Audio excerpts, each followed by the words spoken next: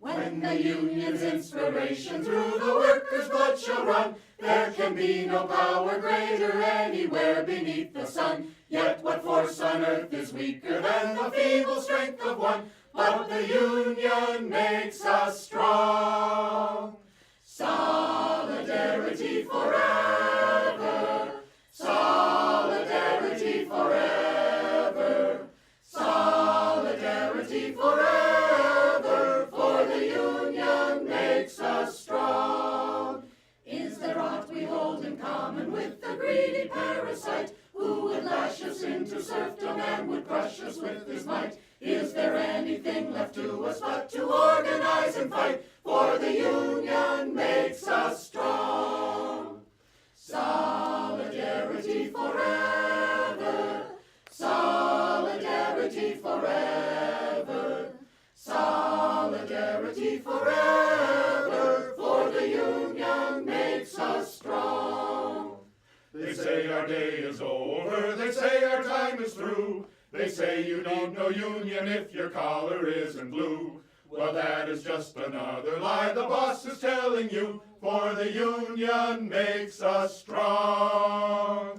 Solidarity forever, solidarity forever, solidarity forever, for the union makes us strong. They divide us by our color, they divide us by our tongue, they divide us men and women, they divide us old and young, but they'll tremble at our voices when they hear these verses sung, for the union makes us strong.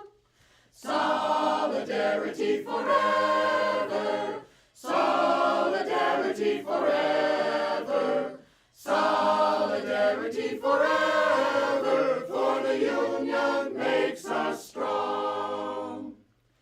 They have taken untold millions that they never toiled to earn, but without our brain and muscle, not a single wheel can turn. We can break their haughty power, gain our freedom when we learn that the union makes us strong. Solidarity forever, solidarity forever, solidarity forever, for the union makes us strong. In our hands is placed a power greater than their hoarded gold, greater than the might of armies magnified 1,000-fold. We can bring to birth a new world from the ashes of the old, for the union makes us strong. Solidarity forever, solidarity forever, solidarity forever, for the union makes us strong.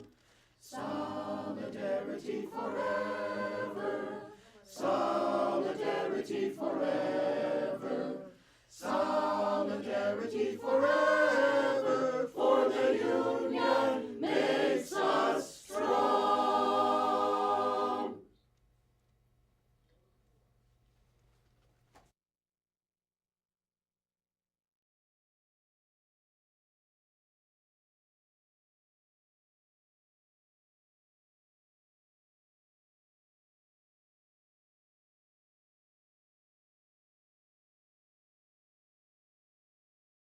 You noble diggers all, stand up now, stand up now. You noble diggers all, stand up now. The wasteland to maintain, see Cavaliers by name.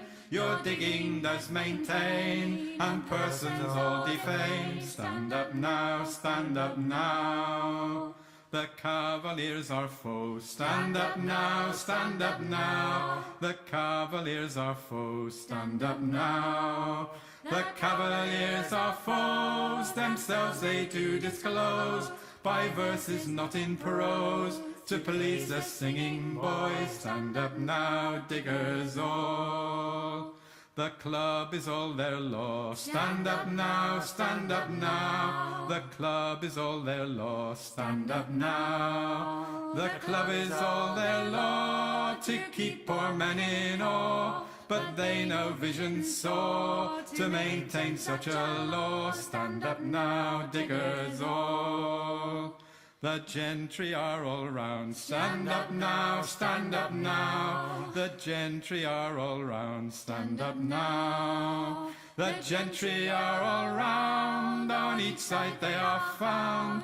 Their wisdom so profound to cheat us of our ground. Stand up now, stand up now. Your houses they pull down. Stand up now, stand up now. Your houses they pull down. Stand up now. Your houses they pull down to fright your men in town. But the gentry must come down, and the poor shall wear the crown. Stand up now, diggers all. The lawyers they conjoin. Stand up now, stand up now. The lawyers they conjoin. Stand up now. To rescue they advise, such fury they devise. The devil in them lies, and hath blinded both their eyes. Stand up now, stand up now. Their self-will is their law. Stand up now, stand up now. Their self-will is their law. Stand up now. Since tyranny came in, they count it now no sin to make a jail a gin, to starve poor men therein. Stand up now, diggers all. The clergy they come in. Stand up now, stand up now. The clergy they come in. Stand up now. The clergy they come in and say it is a sin that we should now begin our freedom for to win. Stand up now, diggers all. The tithes they yet will have. Stand up now, stand up now. The tithes they yet will have. Stand up now. The tithes they yet will have. And lawyers their frees crave. And this they say is brave, to make the poor their slaves. Stand up now, diggers all. 'Gainst lawyers and 'gainst priests. Stand up now, stand up now. 'Gainst lawyers and 'gainst priests. Stand up now. For tyrants they are both, even flat against their oath. To grant us they are loath, free meat and drink and cloth. Stand up now, diggers all. With spades and hoes and plows. Stand up now, stand up now. With spades and hoes and plows. Stand up now. Your freedom to uphold, seeing cavaliers are bold, to kill you if they could, and rights from you to hold. Stand up now, diggers all.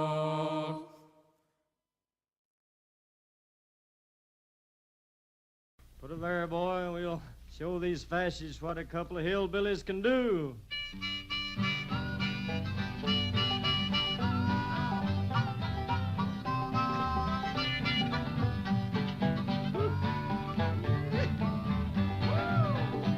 Well, I'm going to tell you, fascists, you may be surprised. People in this world are getting organized. You're bound to lose, you fascists bound to lose. All you fascists bound to lose. I said, All you fascists bound to lose. yes, sir. All you fascists bound to lose. You're bound to lose. You fascists bound to lose. There's people of every nation marching side by side, marching across the fields where 1 million fascists died. You're bound to lose. You fascists bound to lose. All of you fascists bound to lose. Yes, sir. All of you fascists bound to lose. I said, All of you fascists bound to lose. You're bound to lose. You fascists bound to lose. I said, All of you fascists bound to lose. yes, sir. All of you fascists bound to lose. All of you fascists bound to lose. You're bound to lose. You fascists bound to lose. When the people's will is swayed by a con man's cheap charade. Despite the crass misogyny and blatant hypocrisy, when the fascist voices swell, we hear echoes of the past. They vilify the immigrants, the leftists and outcasts, when the opposition croaks and the people just don't vote for the same old tired rhetoric of neoliberal politics. We must organize the fight for our universal rights, for democracy and empathy to permeate this life. For it's not the immigrant who labors for some bread, who's making us toil till we drop dead. No, it's not minorities or peer-reviewed authorities, or queer folks and trans folks, or a multitude of deities. I say all are your comrades and none are your enemies, in the momentous fight against all bourgeois priorities. Freedom is not those traditional values crafted from bigotry and classist realities. Freedom is freedom to move and disobey, to rely on one another to keep would-be kings at bay. Say none of us can stand alone against their power. We must stand together and make them cower. For the laws of this land have us used and abused, owned and subordinate to our patriarchal roots. I say it's high time we reinvent this whole operation to make mutual benefit our sole occupation.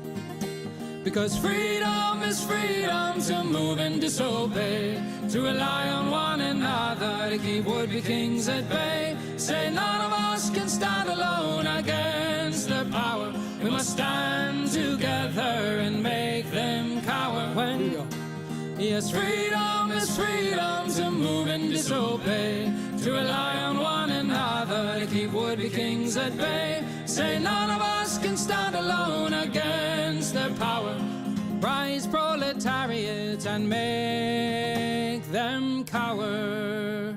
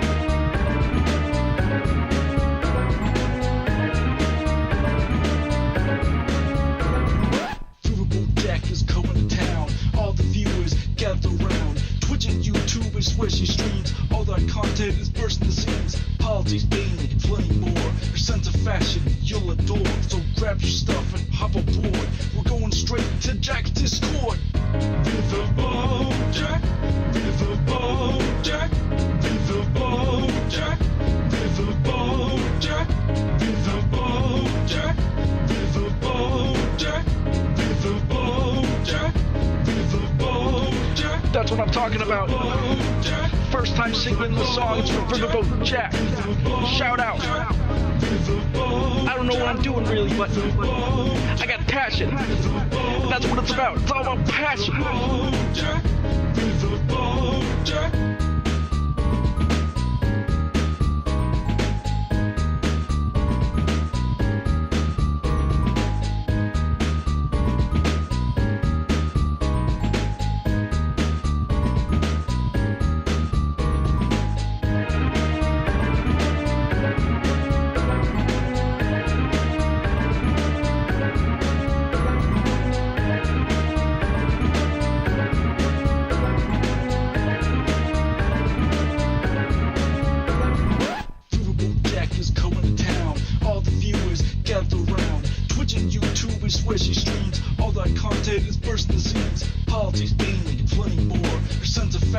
you'll adore. So grab your stuff and hop aboard. We're going straight to Jack's Discord.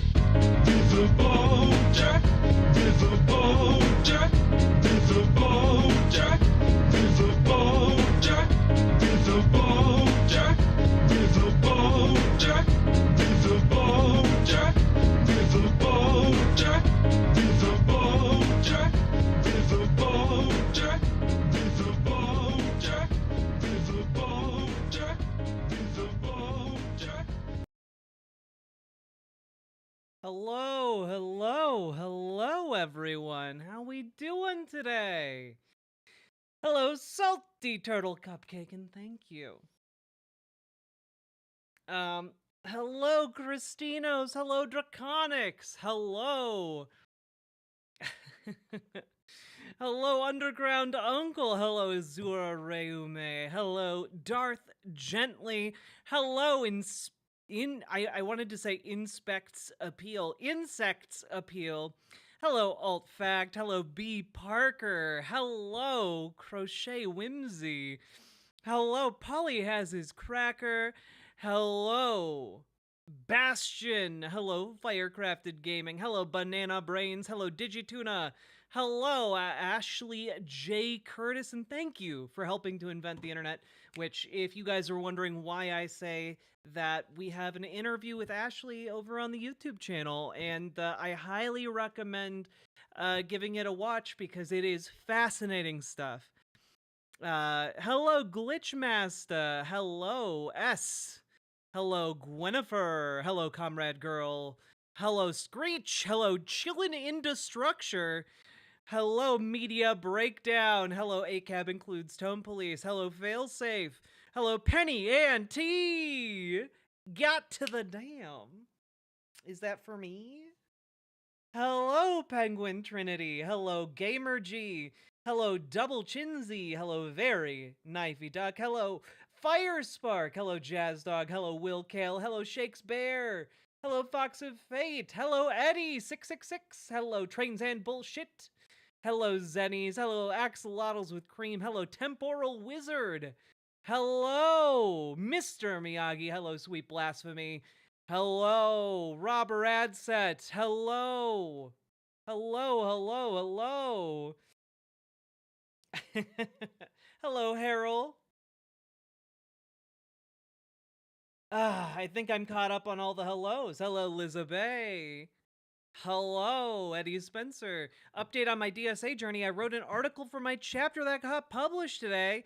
Going to your third protest tomorrow. Let's go, Banana Brains. Love to see it. And for my part, update on my efforts to get more politically involved locally. I went to my local DFL meeting, and it was really interesting. My old high school teacher, who taught advanced American history, he became a state senator, right? And so he actually came to the meeting and took questions from people who were in attendance. And guys, to give you an idea, sometimes your local meetings for like your local Democratic Party can be as small as like 20 people. You know, we had between 18 to 25 people for this meeting, right? Our state senator showed up, and 2 of our state representatives showed up.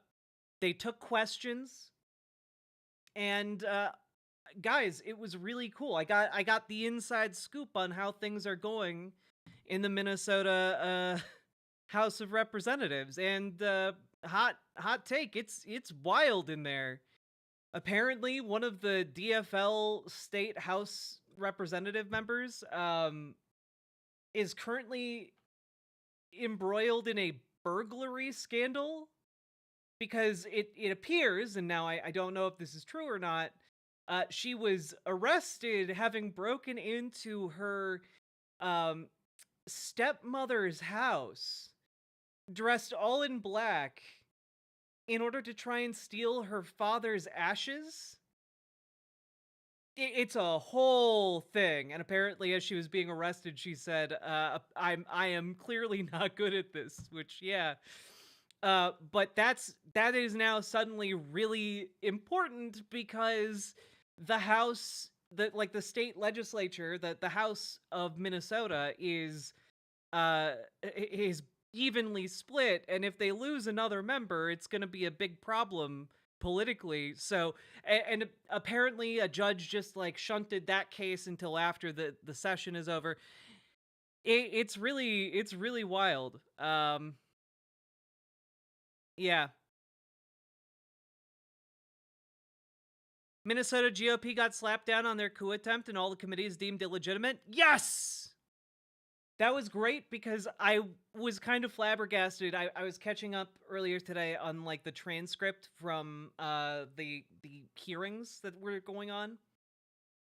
And the state Supreme Court, to their credit, gave like equal time to both sides and was like, you know, do you really want us to get involved in this? Can't you kids sort this out on your own?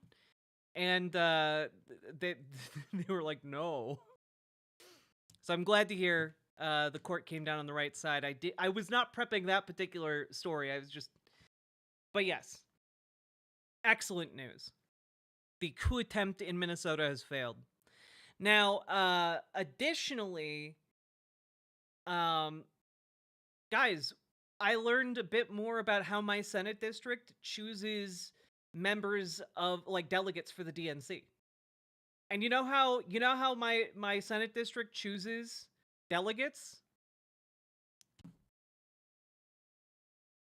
Literally the chair of the local party was like, yeah, you know, we don't really need to mobilize our delegates, so it's not that big of a deal, but like if it does become a big deal, like if Ken what's his face who's running for, you know, national DNC chair, if he gets tapped to go in, there's going to be a power struggle and then we'll have to select delegates.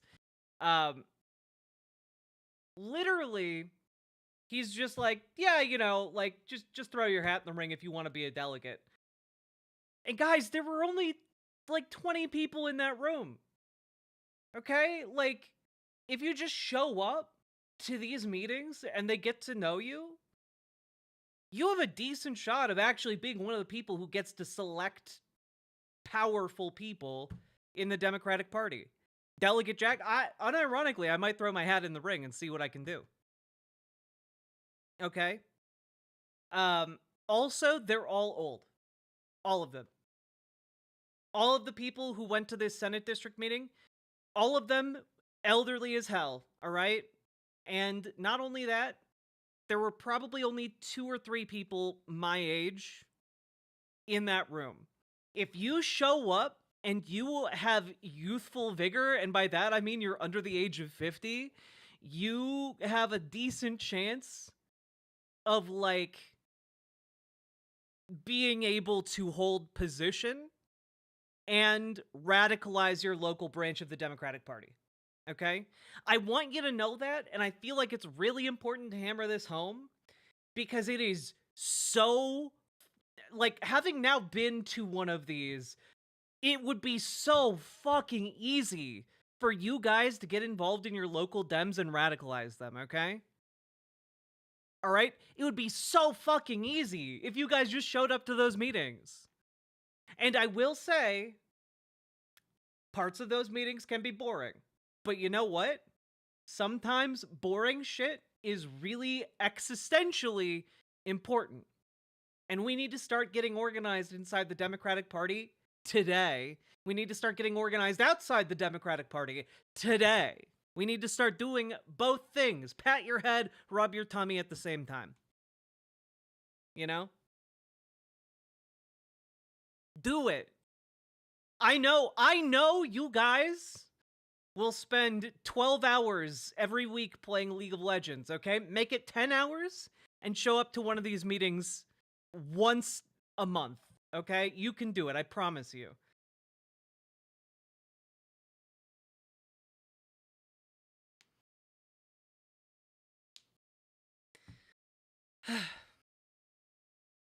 Can you, like, be on your phone and stuff? Lizabeth, 9 times out of 10, you can just attend via Zoom. Okay? I have a very busy offline schedule. I promise you guys, you can attend these meetings via Zoom. Even if you got to do dishes or whatever, you got to take care of some chores, you can be in this meeting and participate in it. All right? I feel like they will hate me for being radical. Well, guess what? Here's the best part in sex appeal. They don't test you. There's no litmus test for who can show up and participate in these meetings. There isn't anything like that. So, honestly, you can just show up, learn the ropes, and then figure out a way to pitch the people who are already entrenched to move them over to your side. Okay? Like, it's literally, I know a lot of you have a lot of social anxiety.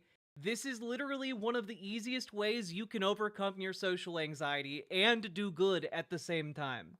Okay? You just got to get to know these people, and you got to be able to like reach them where they're at. Like you're not going to be necessarily be able to get like a 70-year-old, anti-gun nut, hardline anti-gun liberal to like side with you on like, well, like maybe we should loosen up on these gun things. But you know what you could be able to get them on? You could be able to get them on, for example, Medicare for all. You can actually get them on these things. You can give them For better me, it's policies. like I've just given birth to my own baby girl, except she's like a big giant girl who smokes and says shit a lot. You know? No, I don't. But thank you for the 5 gifted tier 1 subs. Salmon Moose? How can we all have died at the same time?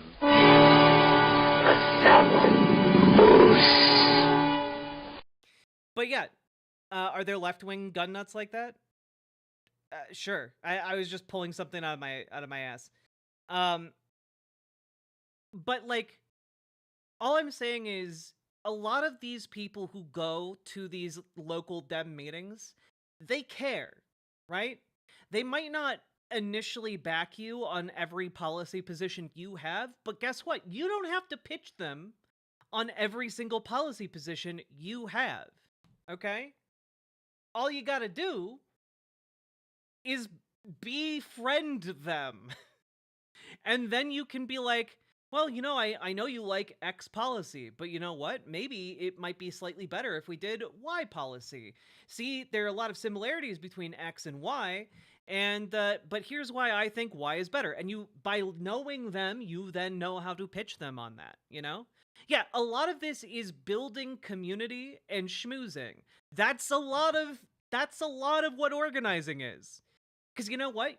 And I'm going to let you in on a secret here. You're going to have to do that even when you organize in far left circles, even when you organize in leftist Marxist-Leninist circles, even if you're organizing in anarcho-communist circles, you gotta do the same things. So do them also in the entrenched power structure so we can take it over, The entire premise of this is we want to do this with intention. It is not to do this and be subsumed by the Democratic Party, but rather to do this and, radicalize the Democratic Party. Okay?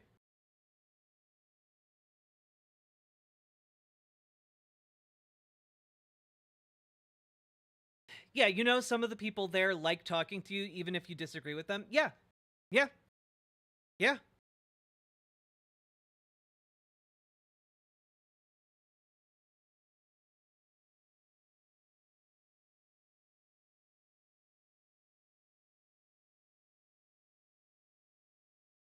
Hello, Danger Days. Hello, Kev from Mars. Hello, Paladin Lost.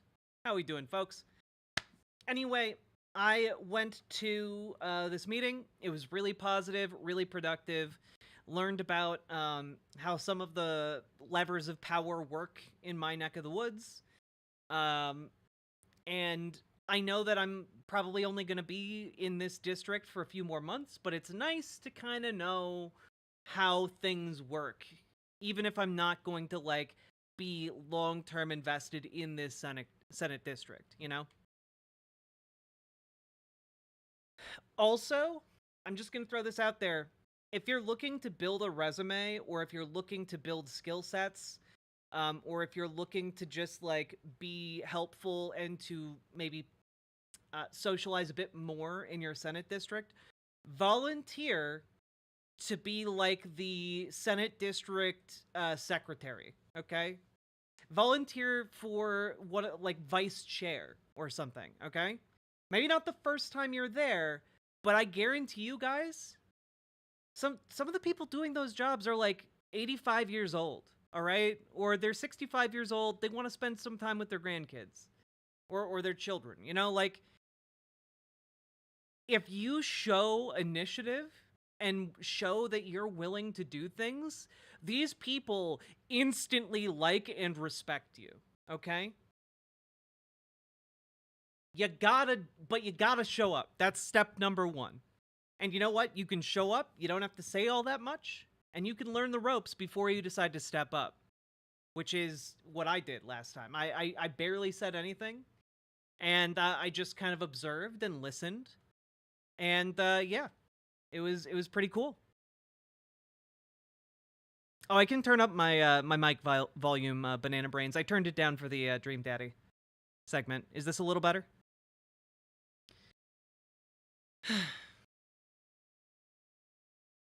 All the officers in the county party here are just waiting for someone to volunteer. They all want to step down. Yeah, exactly. And you know what? A lot of them are willing to help you figure out how to do their job. They want to be able to go do something else. They want to give you power and will be absolutely thrilled to show you how to wield it. Okay?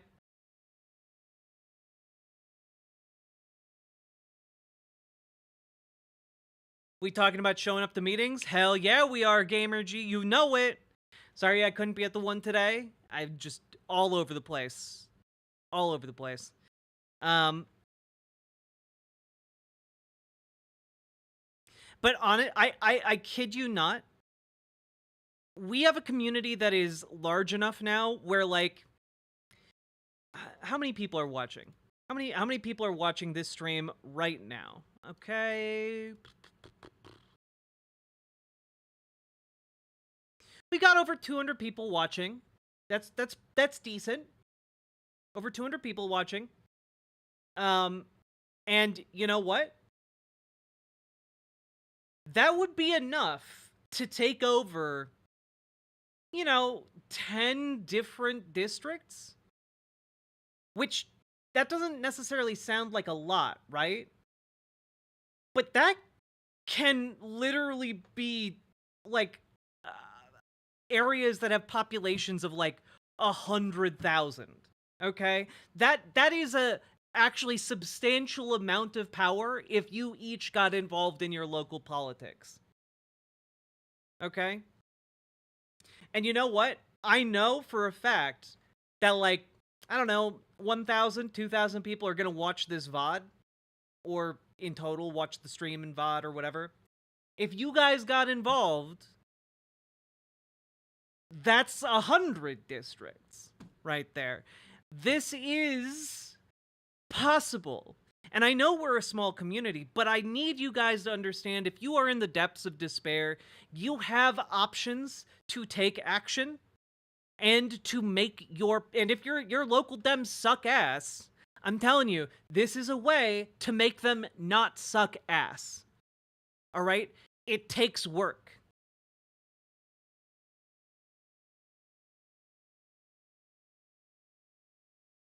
So don't be afraid of doing work.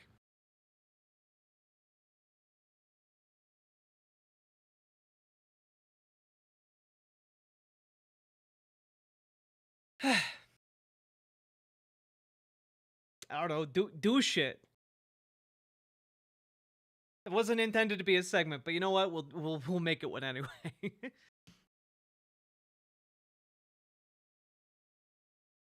If I'm registered to vote with Democrats, can I attend local meetings, or is that a separate membership thing? Gwennifer, Roxanne, there is literally no... there's no bar to entry. I did not have to like register or anything. I literally reached out to my Senate district, which is in Minnesota. Depending on what state you're in, your Dems may be organized differently. In Minnesota, it's by Senate district. So they did literally no vetting. I just showed up. And they let me in. Granted, I did have to message the chair of my Senate Democrats to like let them know I was interested in coming and get like a link to the Zoom meeting and stuff like that. But like, it's not like they riddle you questions that you don't gotta like answer these riddles 3. You can just show up. She works hard for the money, so hard for it, honey. She works hard for the money, so you better tip her right. Sweet Blasphemy, thank you for the $5 dono. And yeah, you guys like my outfit? It's so good. It's so good.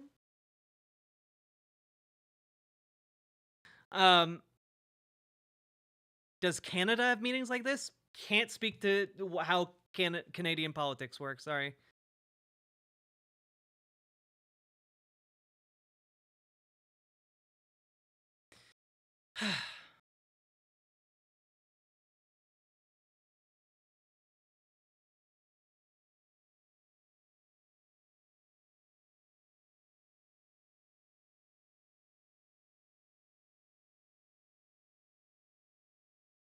I'll research on my state's Dem website and approach accordingly. There you go. Honestly. And you know what? Again, they're really happy to have more people show up to these meetings. Like, the chair of my local DFL for the last 4 years just has a standing invitation to anyone who shows up to meet with them. Like, he will literally meet up and have coffee with you and discuss whatever is on your mind about the Democrats and the Democratic Party. That's it. Like, no ulterior motive, no strings attached. He'll just meet you and chat. Okay? Was that just a Democratic Party meeting? Polly has his cracker. It was a Democratic Party meeting. It was a meeting for the DFL. We had multiple elected officials show up, take questions, give insight, explain different maneuverings. They even were able to direct us towards a vulnerable Republican who may make the difference in the state between a state Democratic House member getting seated or not. And it was really, really good. It was really productive. And I'm going to keep going to those. And also, I'm going to keep going to my DSA meetings. I'm going to be going to a meeting on Monday for the DSA electoral group that meets in Minnesota. So I'm walking the walk too, and I'm really fucking busy, and it's really fucking hard, but I'm gonna do it, guys. And I know you can too, alright? Jack is a DFL op. Look, I just like the DFL better than other state Democratic parties, you know?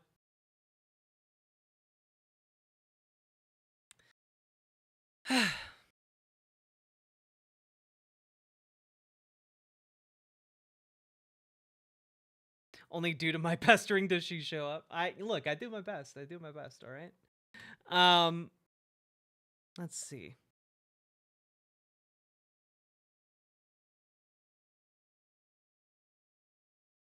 What does DFL stand for? It stands for the Democratic Farmer Labor Party. It's it's a holdover from like, you know, the political party of like 200 years ago. So it's like kind of its own thing in Minnesota. It kind of has its own culture distinct from national Dems. But yeah.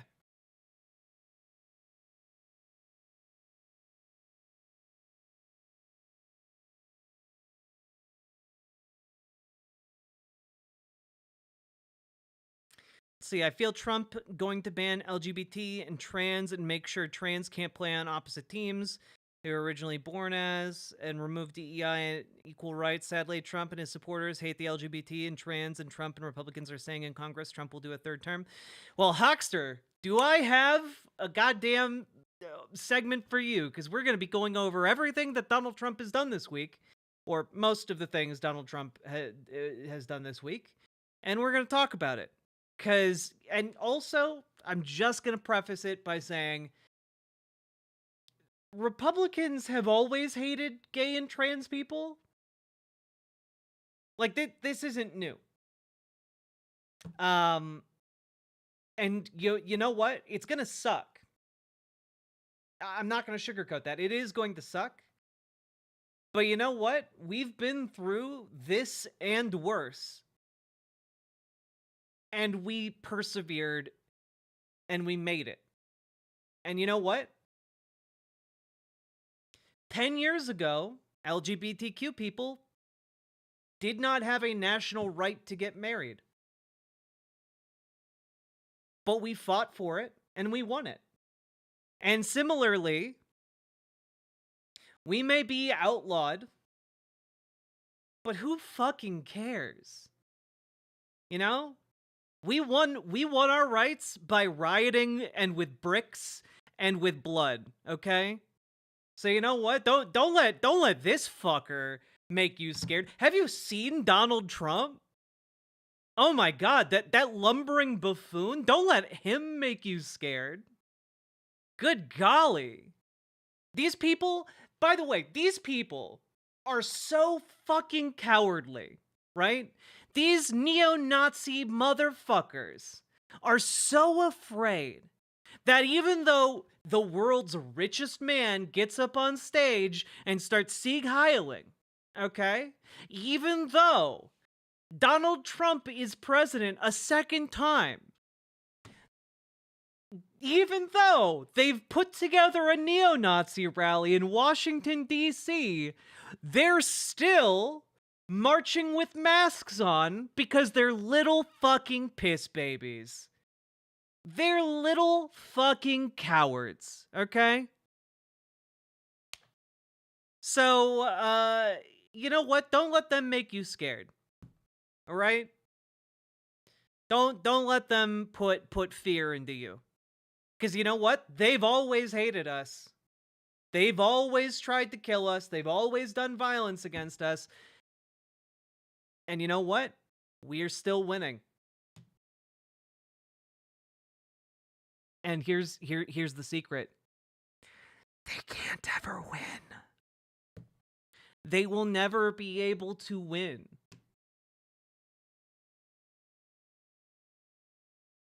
So don't despair. Get fucking angry. Okay? Get fucking angry and dedicate yourself to making these Nazi fucks too afraid to ever leave their houses again. You know? Get angry. Dedicate yourself to making a better world where these people are cowed into their basements until they're 6 feet under them, okay? That's the kind of world you should get angry and fight for. All right? Hate to break this to you, but they already won. Well, guess what? I'm still breathing and I didn't hear no bell. They kind of already won, then shut the fuck up. Get out of here. If you're like, oh, well, they won, I don't know, like, what the fuck are you doing here? Do you take some solace in knowing that other people are going to fight while you, I don't know, piss yourself? I'm not saying don't keep fighting. Well, then don't say they've won, you fucking moron! Jesus! Like, oh man, if they won, then there's no point in continuing to fight, is there? Don't give them additional weaponry to kill you. And despair is the most powerful weapon they've got. Don't shit your pants like the Orange Man? Exactly. Now, it's okay. I'm honestly, I'm just fucking furious. All right, you're good. I understand where you're coming from, and I apologize for going so hard on you. Yeah, they're gonna be they're gonna be extremely disappointed because what they're hoping, with Donald Trump and all of his like absolute cowardly ghouls that shuffle along in his wake, all right, what they're hoping is that all of us queers go and kill ourselves. That's what they're hoping. They're hoping that we're all gonna just go die politely in some corner and then they won't have to deal with us anymore. They're hoping that by making it uncomfortable for us to go outside, that we're just gonna disappear. Like little sprites of folklore. Okay? But we're not gonna do that. And they are then put in a pretty tough position. Because guess what, guys? I know times are bad. People still don't want to see human beings, beaten up, arrested, mistreated, stuff like that. Like people don't like that. There's a reason why Matthew Shepard is like a nationally recognized name when it comes to queer people, all right? There's a reason for that. There's a reason why Nex Benedict is a nationally recognized name, all right? And it's because they have become powerful symbols for what hatred and bigotry can do and cost. And what I want to put forward here is that much like how Martin Luther King Jr. organized peaceful campaigns of protest, while understanding that images and video of the brutalization of the people who joined him on those peaceful protests would galvanize the rest of the country, people in this country are not comfortable with the suffering and immiseration of trans people. I know it is maybe maybe it's comforting to just imagine everyone is a monster. But they're not. Martin Luther King Jr. recognized this. I think we should too. That there are a large number of people in this country who are, asleep, who are complacent, who are ready to just kind of go along with the status quo until something wakes them up. And that's something we need to do. We need to wake them up. We need to get some of that old queer energy, from the 70s, from the 80s. Where, you had people dying of HIV and AIDS. And you know what? They would just write in their will, dump my body on the Capitol steps. And all I'm saying is, I don't have necessarily answers here, but all I know is that when I look at the past, I take a lot of hope in it.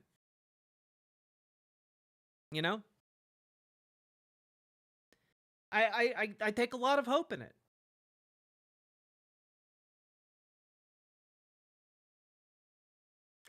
And not only that, I don't know, if you're feeling really down, I would encourage you guys check out some Dead Domain content.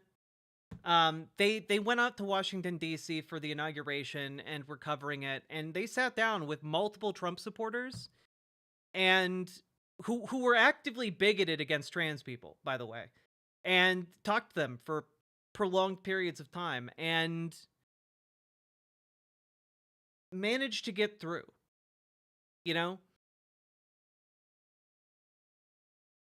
The hatred and bigotry being projected from the top is not indicative of everyone down the line. All right? It is not indicative of every level below them. And you know what? I'm just gonna throw this out there. If you are a trans sex worker of any kind, and you've got an in to go to the I don't know, the Republican National Convention, or any of these GOP events, and you're in that area, okay, I'm not saying you should like make a sexy dating profile and see who connects with you on Grindr, but I am saying and then like weaponize that for political leverage. But I am saying that maybe that would be interesting. That'd be some interesting on the ground gonzo journalism. I'm just saying, like, we've got things we can do, folks. We've got things that we have available to us. We've got people power. We've got allies. We've got a lot more going for us than those, like, absolutely heartless ghouls who screech about trans people every time we take a shit. We've got a lot more going for us than they ever will. Okay? So, I know despair is very tempting. I know despair is very seductive, even. But understand that despair leaves you paralyzed. And it leaves you far more vulnerable than actually taking action. Because guess what? I'm going to throw this one last thing out there, okay? Throwing one last thing out there.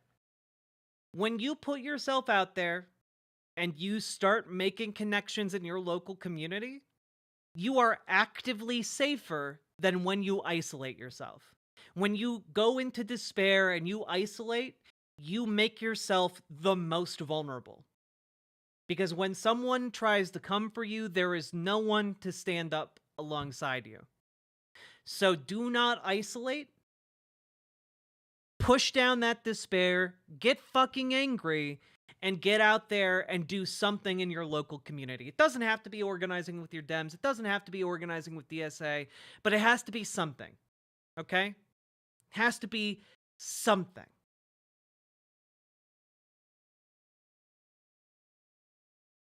Get to fucking work.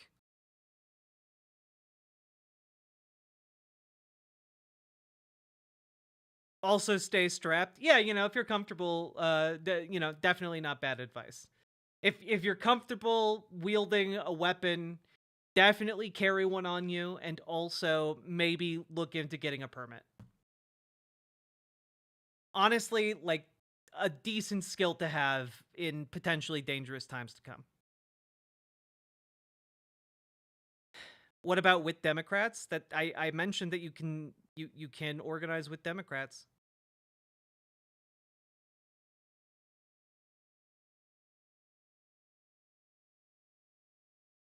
Hey, John Smith.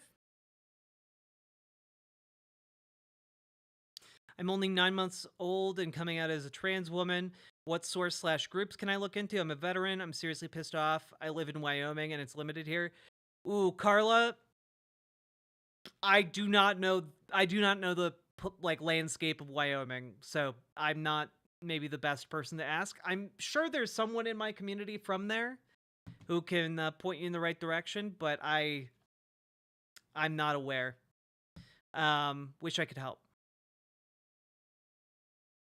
No, Marcy, yes, that's okay. Your concerns are reflected in a large number of people online, and I want to address them, which is why I responded so forcefully. Does an Irish shillelagh count as strapped? Only if you actually can cast shillelagh as a cantrip. A 9-month-old veteran? Babby veteran. So impressive for such a young age.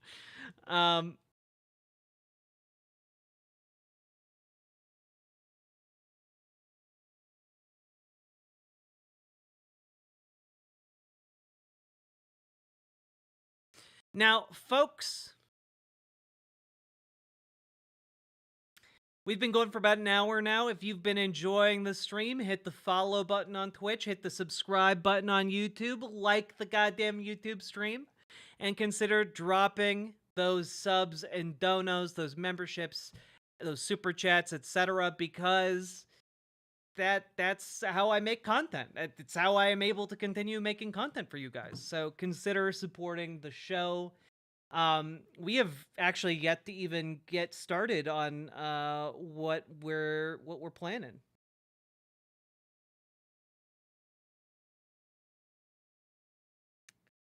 Just a second, I gotta send a thirst trap to my partner. There we go.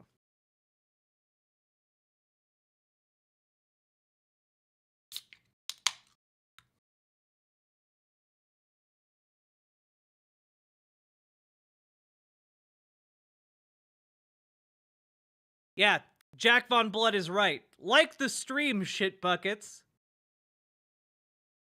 Don't be a freeloader. Also, yeah, no, okay, wait a minute. I'm doubling down on that, you shit buckets. Okay? All right, I'm looking at stream. Okay? I'm looking. We've got 240 people in YouTube chat right now. And 67 likes. Okay, that is a chasm. A chasm, I say.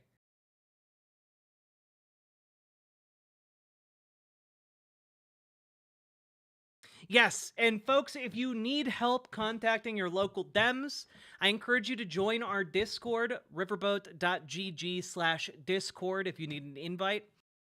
And you can reach out to Dragonfly. She will be very happy to help direct you to your local Dems.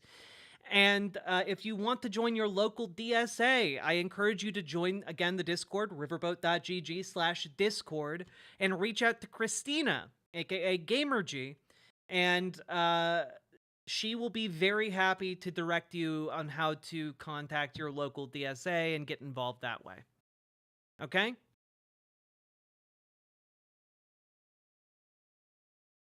Whew.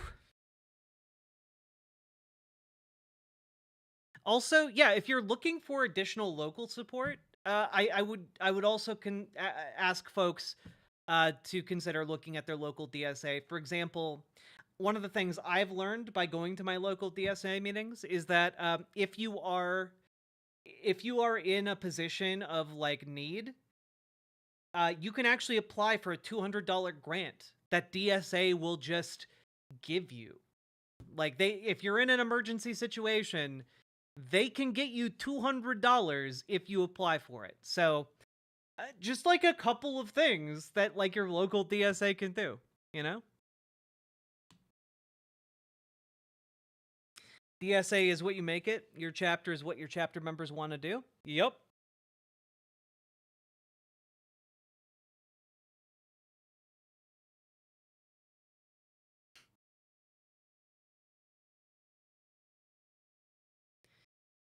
Wait, Jess, was I supposed to...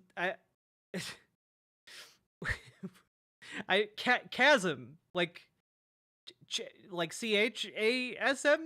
Chasm? I don't think you pronounce it chasm. That'd be weird.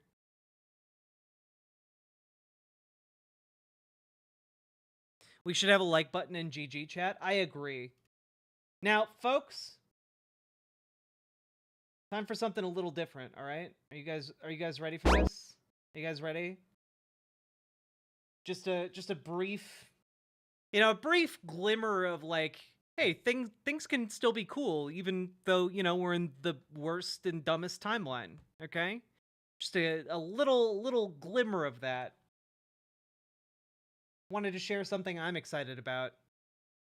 So, I know a lot of you guys have heard of this thing called My Hero Academia. It's kind of like, what if there was a school for superheroes, and then fucking Doomsday showed up, and it's cool. I like it. It's a good show. It's good manga. But there's a better one. Okay, there is a better manga called My Hero Academia Vigilantes. which is about, the superpowered individuals who are not good enough to go to superhero school. Okay? So they are making it into an anime now. I'm really excited, and we have our teaser trailer. Let's take a look. デトロイト島オールマイトやっぱ生で見るとすごいなはい回り高一バイトに明け暮れる普通の大学生個性滑走移動系の個性かでもあんま速くねえななんかキモほっといてみんなありがとう人間は自分が見上げてるものに憧れる人生って不公平だよね俺の仕事を手伝い悪党を殴るとスカッとするぞあの時俺が思ったのはもっとヤバいのが来ただったなんでそんなことに付き合ってんのあんためちゃめちゃ立ち悪いな個人による死刑行為は犯罪だよ強力な個性にプロしか今さらプロになんかなれっこないそんなものは真の正義には全く関係ないヒーローになりたいからすべきことを前にした時行動を起こせるか否かほんの一瞬でいい俺だって飛びたいんだ I'm so 無認可 excited. のイリーガルヒーロービジランテというわけか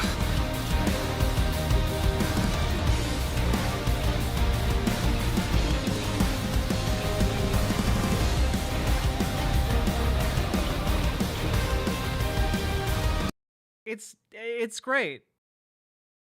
It's basically about in the world of My Hero Academia, you need like a license to work as a superhero. And like thus it kind of becomes like this economically stratified situation where you have essentially superheroes who make it their full-time job and like they basically become pop stars and celebrities and like it's kind of commodified in that way. And now they're kind of dealing with this show like basically undocumented heroes or vigilantes who do it because it's the right thing to do, not necessarily because they are being paid for it. Also, failsafe, that's fair. My Hero Academia, the show, is kind of rough at the beginning, in my opinion. I do think it gets better. Like, there are definitely... I think after the arc where they go to the woods, after that, I think it gets a lot better. But, yeah. These vigilantes need a union.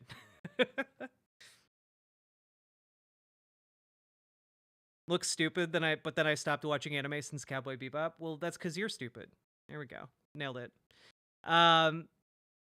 What I'm hearing is heroes are cops? Yes. Axolotls with cream? Yes. Basically, there is an entire profession called heroes that are the police. They're the super police.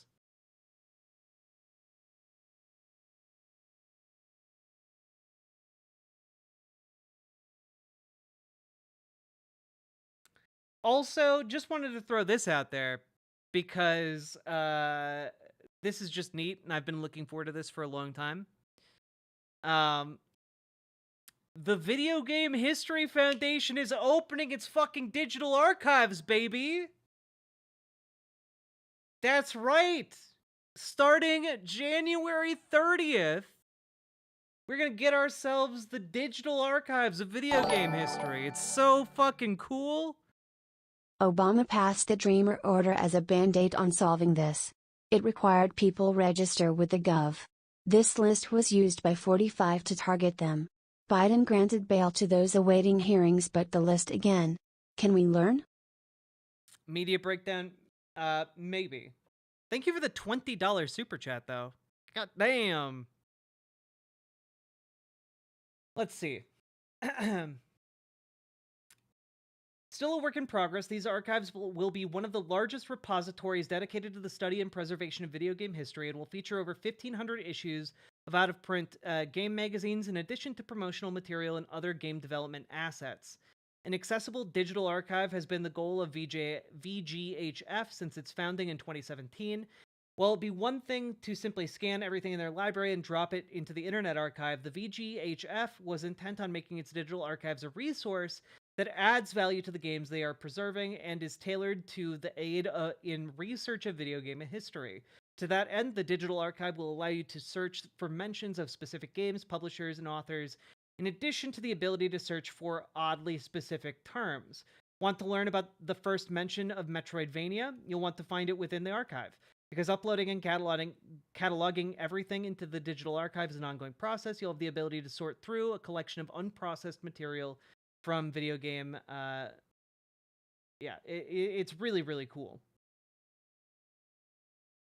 While the physical archives of the VGHF maintains a vast library of playable titles. In these insane times, here's pictures of our fallen King Oliver, our comrade, SADGE.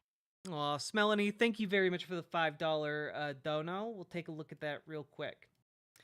Yeah, basically, this is the first step to possibly challenging DMCA in order to get a copyright exception that would allow them to basically make their physical game library available online, which would be incredible, okay? It'd be so fucking cool.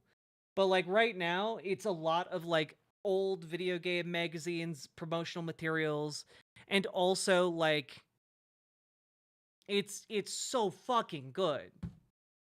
Like I don't know if people know this, but much like early film, we've lost so many early video games. Like so many early, and even like up until like the 90s. We've been losing like games that have come out, and it's really awful because it's like the history of an entirely new artistic medium, you know? Like it's kind of incredible that we have some of the games that we do have to this day, but yeah.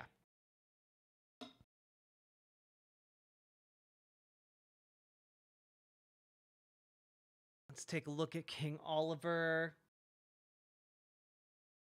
Oh, Oliver, look at him. What a perfect baby. Baby. Oh, tail wagging too, you can tell.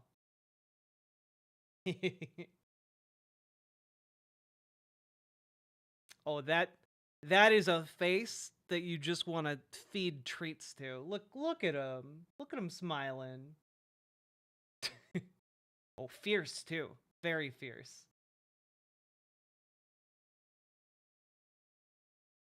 Melanie, thank you for sharing Oliver with us. We always appreciate it. Proof that you say run makes everything better. Let's take a look. What is this?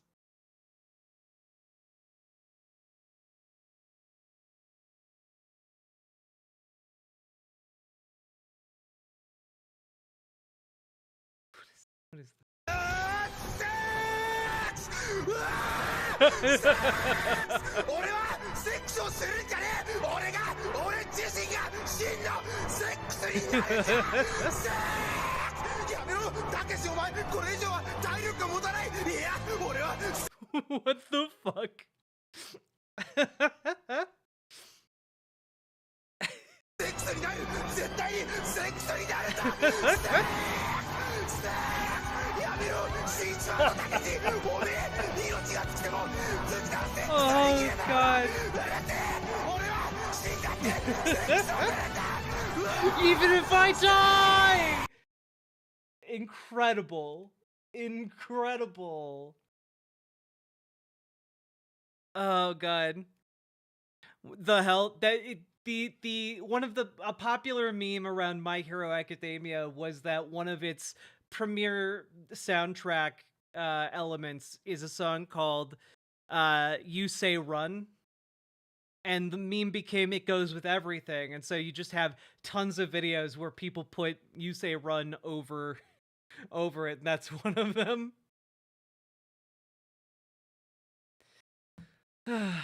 God.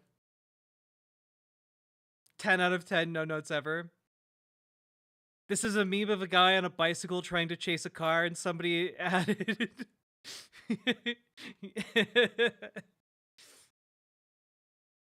Oh, God. Redwater, thanks for making the jump over to riverboat.gg. I've become 6!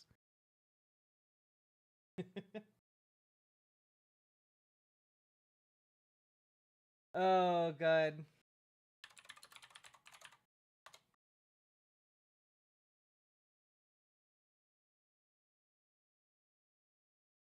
Let's see here.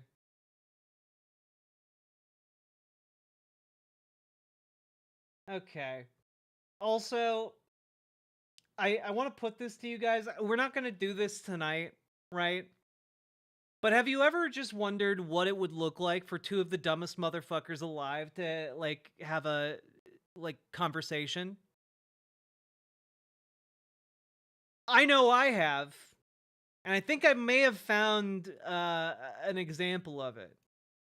People often say, well, you know, you don't sound like a Democrat and, you know, you seem to have left the party. No, the party left me and it left working class people. You complained about allowing hundreds of thousands of illegals, and this indictment was punishment for complaining. That is clearly my belief. I'll just admit it. Yes, yes. I thought it was pretty funny when they started trucking illegals here because it's a sanctuary city. Basically committed an act of insurrection against the federal government by ignoring federal law. Isn't there a sense in which New York kind of deserves this? I don't.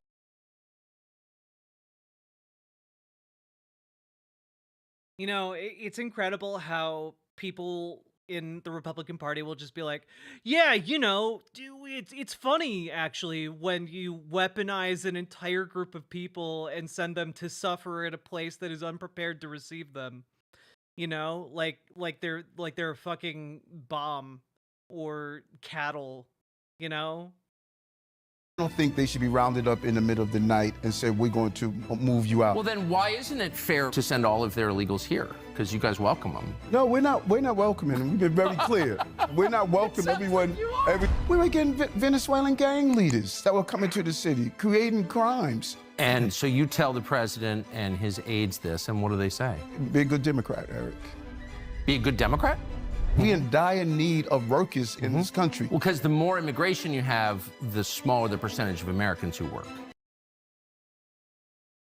Yeah, you know, the more immigration you have, the less Americans work. Because, you know, you have a finite number of jobs.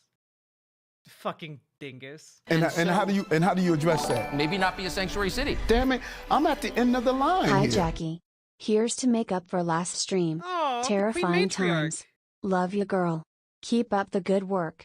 Also, I founded a business that I want to use to fund worker co-ops. Does that sound like a productive way to fight for socialism? The Queen Matriarch? I think so. I think maybe you should have, like, a structure in mind for the kind of worker co-op you want to fund, because it is possible to have a worker co-op that isn't democratic. You know what I mean? But, like, I think that overall that is a wonderful goal, and I commend you for it. And I also commend you for that incredibly generous $100 super chat. Thank you very, very much. Hey, yo!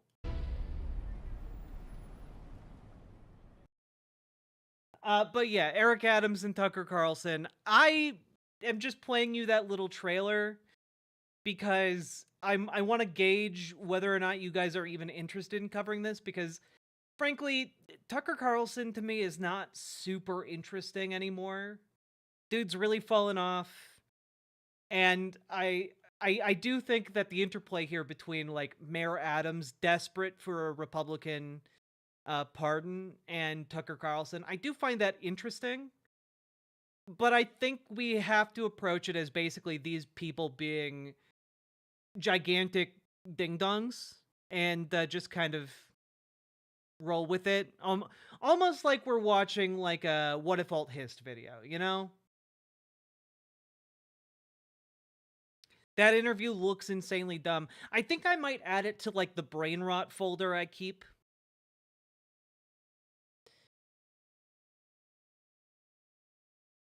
When a person was shot. Oh, I have seen this video where he like goes through a bedroom. Yeah, yeah. You know what though? I'll put it in the brain rot folder alongside the Tucker Carlson, Eric Adams interview. There we go. What is the alternative? I have so much. We're not doing that today, even if you guys are interested in it. Just as an FYI. We're not doing that today. I was just gauging some interest, okay? We got plenty of other stuff to talk about today. The folder where you pull things out to punish chat? Exactly, Harold. You understand. Okay, I figured I would talk about this. Just like a little bit. I don't want to make like a huge segment about it. I don't want to like go in depth on it. But folks, there's this guy named Destiny who apparently is now embroiled in some legal kerfuffle, we'll say. I don't have the time or the energy to really go in depth on this one. But basically, per Dexerto, a police report has been filed against Destiny by a fellow streamer who claims he shared an intimate recording of her without consent. Basically, the claim is that Destiny recorded a woman without her consent and then shared said recording around, again, without her consent. That's my understanding of it. I have not looked deeply into this, but I did feel like we should talk about it briefly before we go on with the show. Because, you know, I've been involved in things that Destiny has also been involved in, like Progressive Victory. And so I figure it's something I should address just for, you know, proximity, I guess. And I thought we didn't do YouTuber drama. Like, I don't really think... Like, this isn't really YouTuber drama if police are involved. You know? And also, like, I feel somewhat weird about it because I helped to onboard Pixie into Progressive Victory, and from my understanding of the timeline, that might have been what then put them in contact with each other. And so, like, I feel like not great about that. Yeah. So let's just take a look here. This is from Pixie's Substack announcing her intention to sue Destiny. I'll be suing Stephen Kenneth Bennell II. On November 29th, I learned that the streamer Destiny had non-consensually shared pornographic content of me online. My dignity, peace of mind, and hopes for the future were stripped away in a mere matter of seconds, following the betrayal of someone I previously trusted. I'm at least the third person he has done this to. I had hoped to be the last. I will not be commenting on the experience of the other women he has hurt, as it is not my place or story to tell. I will, however, share my story in the hopes of preventing this from occurring again. I have known Destiny for around 5 to 6 years now. Oh, okay, then I did not put them in proximity, which makes me feel a little bit better. But this is all still very awful. And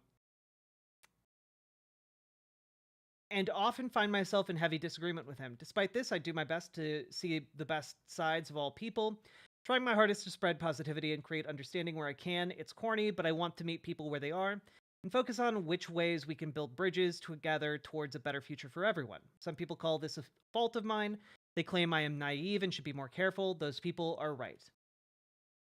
When I was 19, over 5 years ago, I was extremely sexually inexperienced and sheltered, being severely terrified of leading someone on or sexual assault.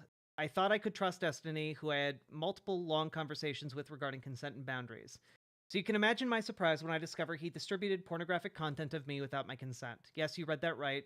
Stephen Kenneth Bennell II sent pornographic content of me to a random 19-year-old e-girl Discord kitten, whom he had never met before, and then she published it to the whole world. Rest assured, despite never having met her, he at least spoke to her plenty of times on the phone.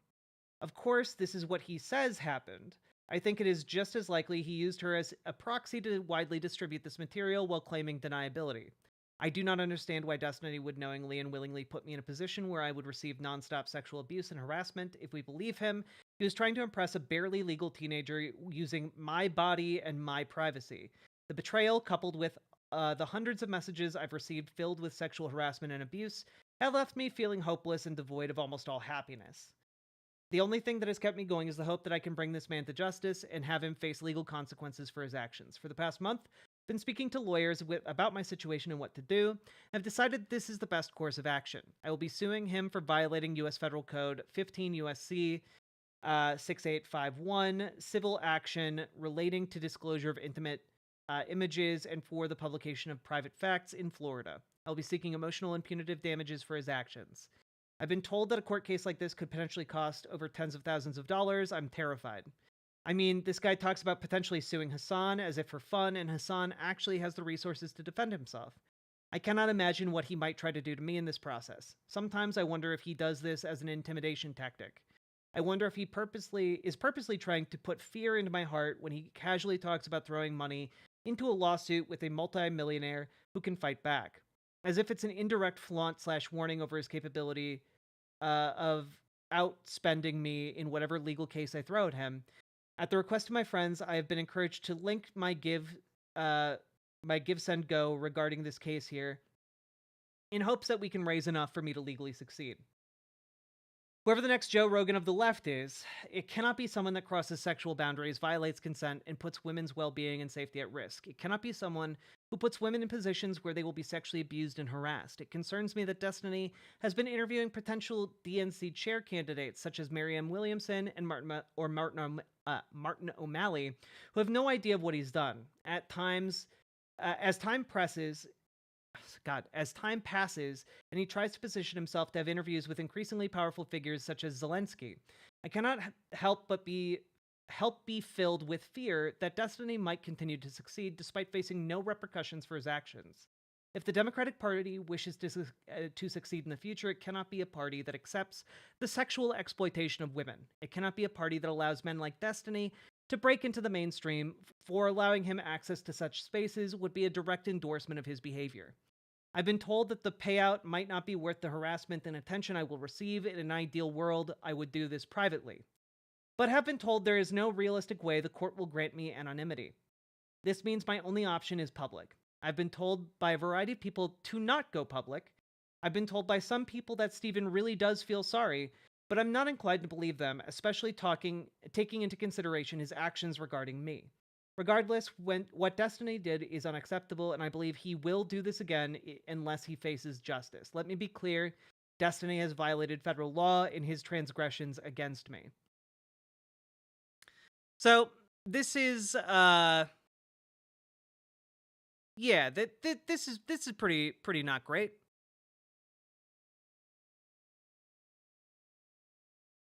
You mean like Vosh with Professor Sunflower? To my knowledge, Vosh never leaked nudes of Professor Sunflower. I don't know about that one. But yeah, not great. And obviously there are a lot of pretty shitty people who are, aligning themselves publicly with Destiny. A lot of, shit heels. And, yeah, not great. Okay, but Crochet Whimsy, we can acknowledge that there is a difference between having multiple conversations with someone on a stream and or talking about said conversations and distributing revenge porn, right? Is that Malcolm X? Yes, that is Malcolm X. I like, regardless of your opinion about the behavior, we can acknowledge that there is a significant difference between posting revenge porn, a crime, and talking about a conversation that went poorly. Right? Right?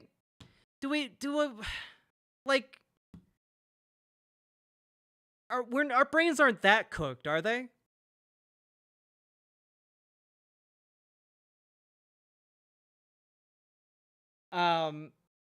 And yeah, this is not Destiny comparing himself to Malcolm X. This is some Twitter guy named Drew Pavlu, who has like 150,000 followers on Twitter, comparing himself to Destiny and Malcolm X. So, you know, it's cool stuff.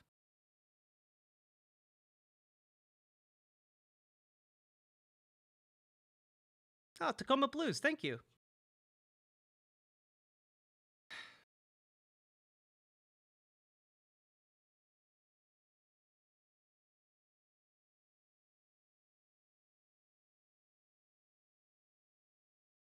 Who's the guy on the left? That's Drew Pavlu.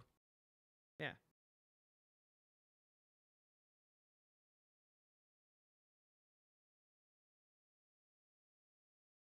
Let's see here. Anyway, yeah, pretty fucking disgusting.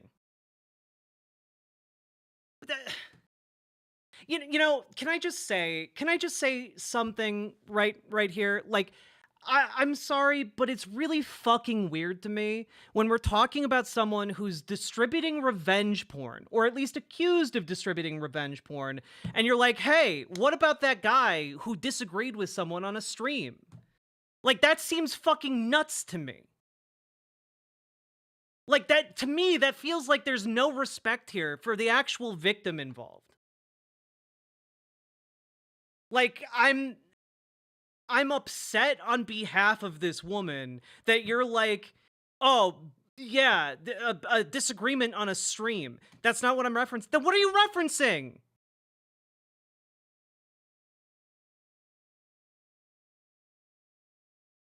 And like all I'm saying is we can recognize that disagreeing on a stream is maybe different than revenge pornography, right?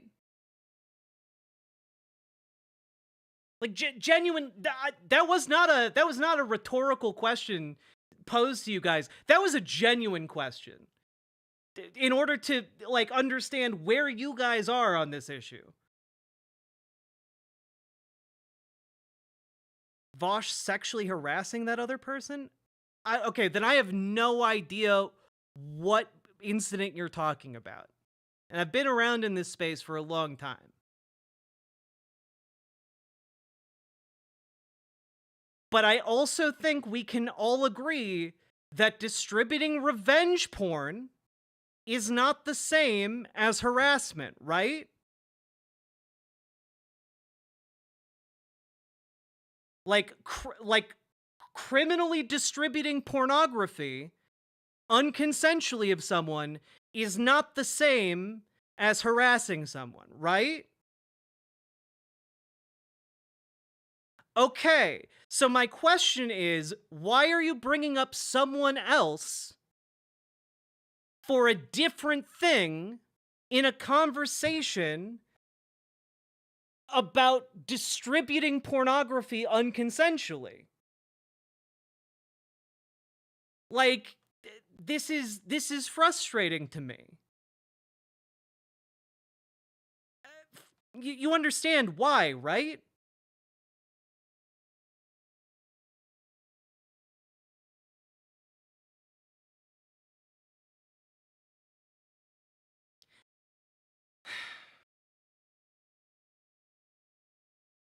Like, I don't know. So for full disclosure here, folks, I've done pornography, okay? I was a sex worker for a brief period, okay? I was pretty good at it too. And so there's something pretty heinous to me as somebody who's been on the consensual end of this. Looking at someone who is young and impressionable being taken advantage of and having that done to them without their consent. Okay? That's really gross to me. And it hits close to home. And that is why I care about this a lot. Okay?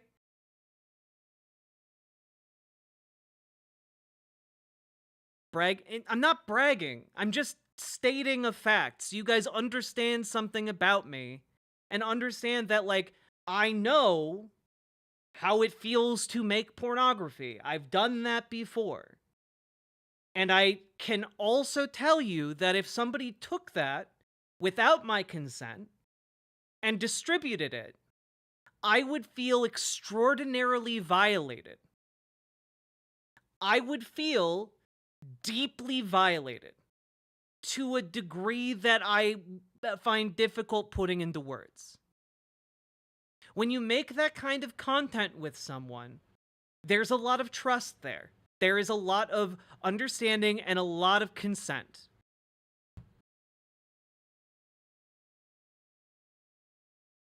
And it's when that consent is violated, that is that it runs deep. Okay?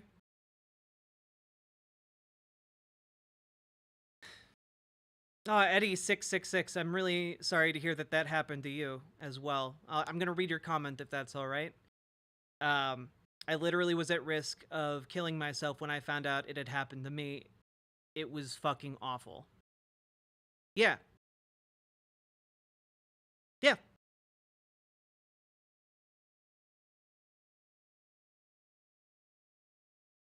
And like,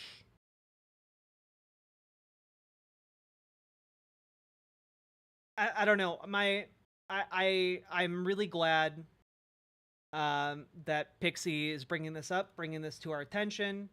And one update on that. It's not a GoFundMe. It's like I forget what it was called already, but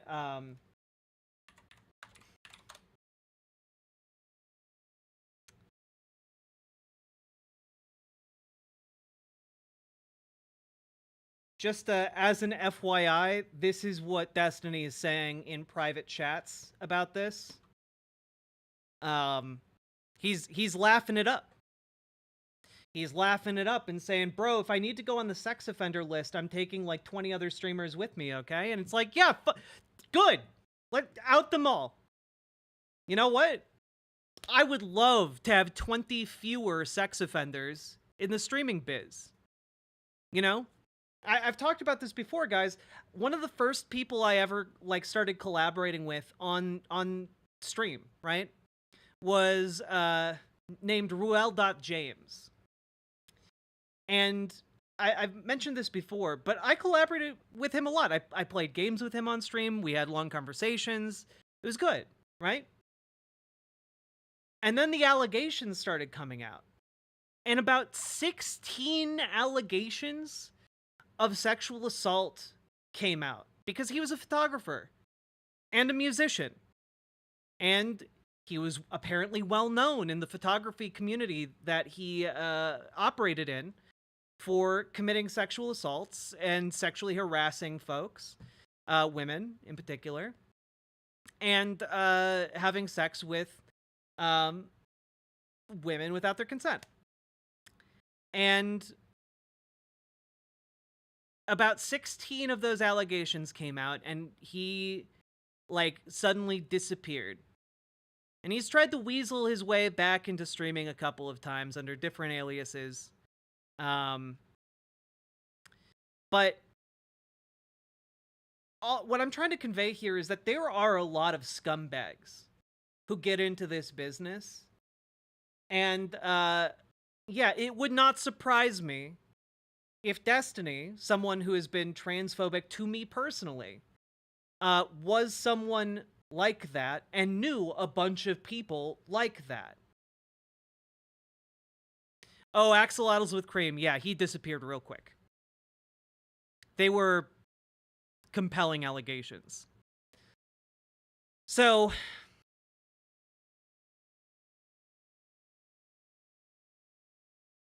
yeah. It's... If you guys ever feel like I'm being kind of distant from you guys, it's not ever necessarily because I don't like you guys. It's not ever because I'm trying to be standoffish or better or whatever. It's because I'm trying to keep myself safe and I'm trying to keep you guys safe. Because folks who take advantage of that parasocial dynamic are very common in streaming. And it can get really gross really quickly. All right?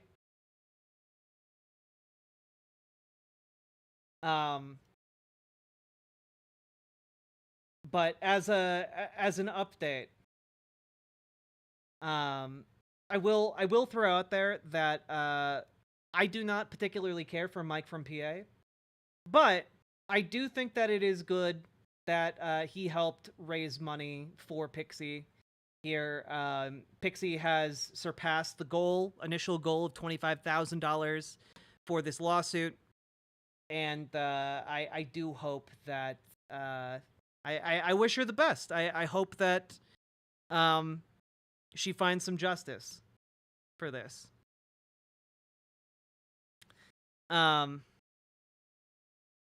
Yeah. Why do people think Destiny is left? It's because behind the scenes he helps to organize for Democrats. Though noteworthy, he helps to organize for centrist Democrats. That's an important thing to note when it comes to his brand of activism in the Democratic Party.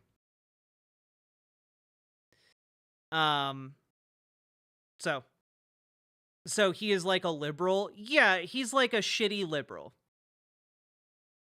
You know, like that would be my best way to describe his politics. The difference is he actually, you know, does things and puts some amount of money and effort behind organizing politically. And I have worked with some of the folks on campaigns he's worked on through like Progressive Victory and such, which is why I wanted to talk about this in the first place, okay? Because I've worked in proximity to these efforts. A good example of this would be down in Georgia in 2020, I think. He helped organize door knocking, and that may have made the difference actually between Raphael Warnock being elected or not. It was a big deal at the time. But also some of the other stuff he's been involved in and I've been involved in were things like the Wisconsin State Supreme Court race where we got oh god, what's her name? I want to say Janet Porter. I know that's not right. What the left-leaning state Supreme Court justice got elected there largely, or at least in part, due to door-knocking efforts from Progressive Victory. I know he had a hand in that. I had a hand in that.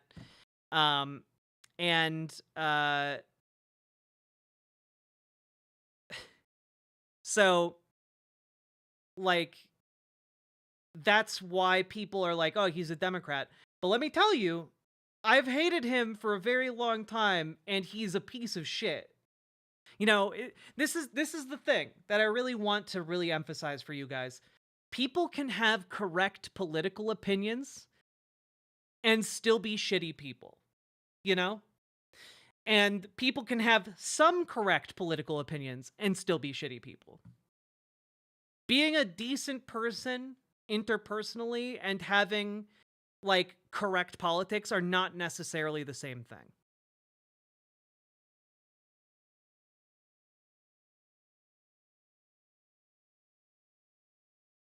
I'm pretty sure if you look back in my streaming career somewhere, there's a VOD of like a panel show I was on where he was directly transphobic to me.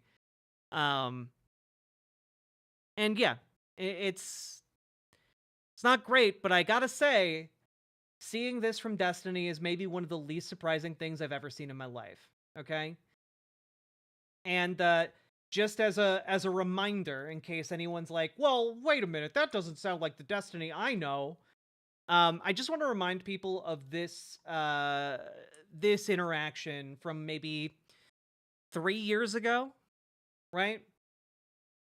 When he blew up discourse in the online space about this woman who tweeted out, a dude slipped his condom off during sex after I asked him to wear one this week, and it's been bothering me, but I was too awkward to say anything. Not even the first time this has happened. Stop doing this, men.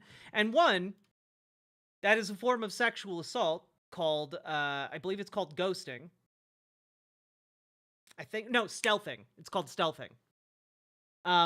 It's a form of sexual assault. If you're someone with a penis, don't you ever fucking do that. it's sexual assault. And number two, the response from folks like Mindwaves, who's one of Destiny's orbiters, was if you knew he took off the condom and you couldn't even bring yourself to say anything, you shouldn't be having casual sex, which was, of course, retweeted by Destiny. And then became discourse for like a full goddamn week or two. And this was him defending rape. This is a form of rape, of sexual assault. If a man is willing to violate your consent in the manner of stealthing, you are not safe, and you do not know in what other ways they may be willing to harm you. Okay? It's very straightforward in that logic, I think. Okay? So, it is unsurprising to me that someone who took that position would be willing to violate women's consent.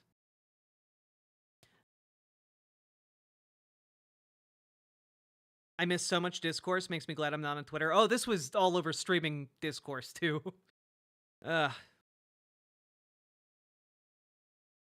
Well, yeah, Spitfire. Yeah. So, I don't want to do this to, like, dig up the old drama or whatever, but I do think that it really indicates a lot of strength to Pixie's position.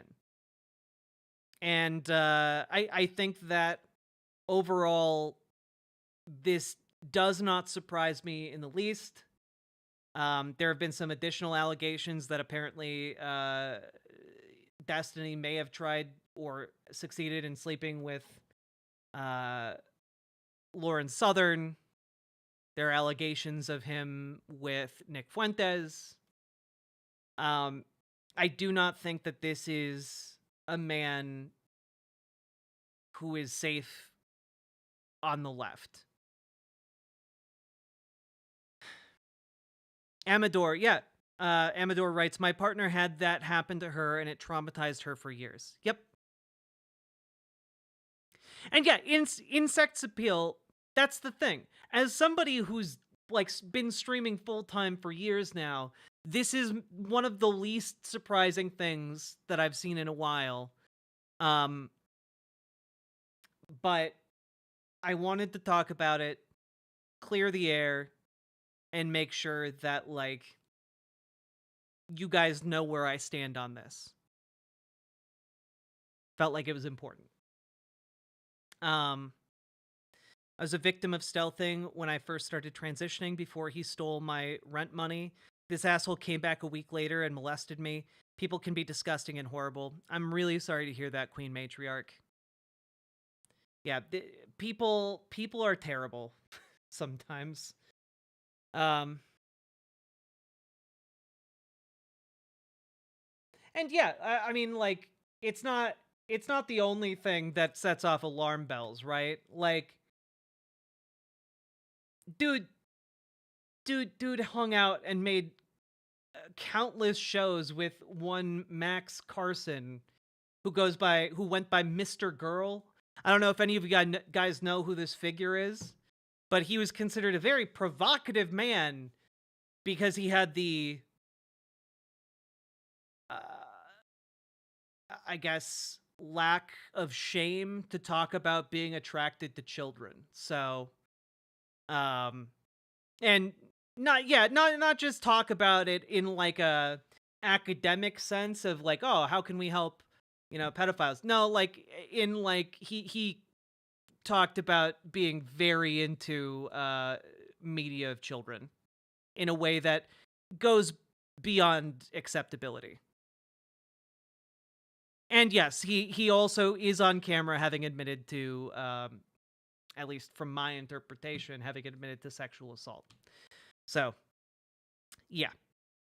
I don't think that someone who willingly associates with a person like that is someone you should pay attention to for your political takes.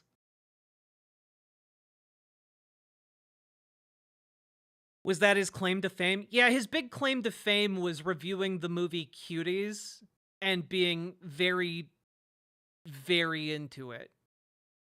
Yeah.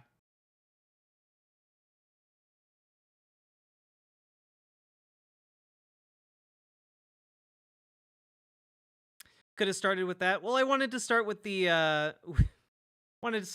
allegations against Destiny. Like Sneeko, a little bit worse than Sneeko, which is, I know, maybe the lowest bar you've ever possibly set, but like Mr. Girl managed to not clear that. So, yeah. Anyway, best of luck to Pixie and fucking good riddance.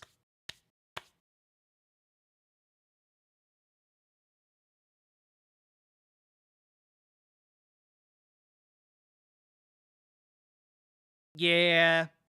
Yeah, Gamer G. Yeah.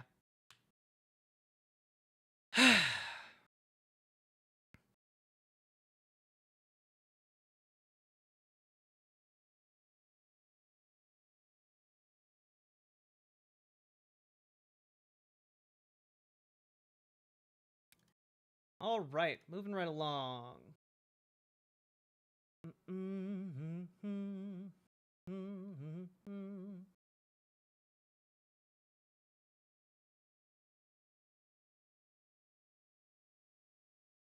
So, I know that this seems maybe a bit old, right?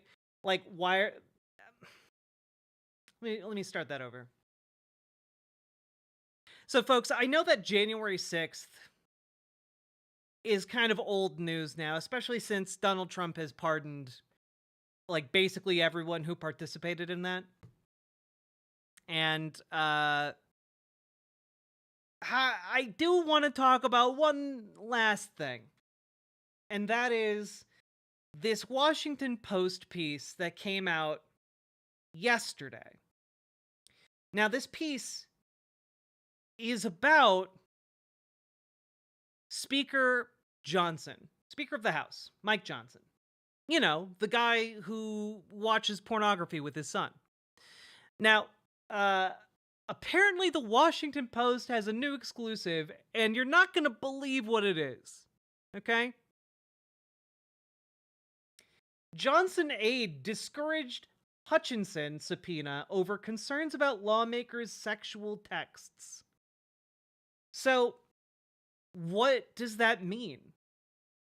Well, those of you who watched the January 6th committee hearings may remember that one of the star witnesses was one Cassidy Hutchinson, who was, in fact, a high-level White House aide during the January 6th attack and in the time period leading up to it.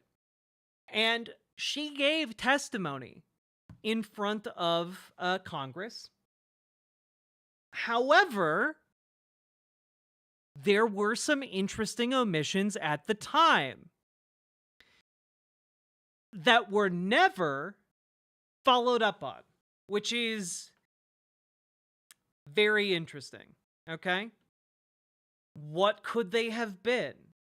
Well, the Washington Post found out what they did not subpoena from Cassidy Hutchinson. An aide to House Speaker Mike Johnson advised Republican colleagues against subpoenaing former White House aide Cassidy Hutchinson as part of their investigation into the January 6, 2021 attack, in an effort to prevent the release of sexually explicit texts that lawmakers sent her, according to written correspondence reviewed by the Washington Post and a person familiar with the effort. That's right, folks. They did not subpoena the texts of Cassidy Hutchinson because she was being sexually harassed and propositioned by elected members of Congress.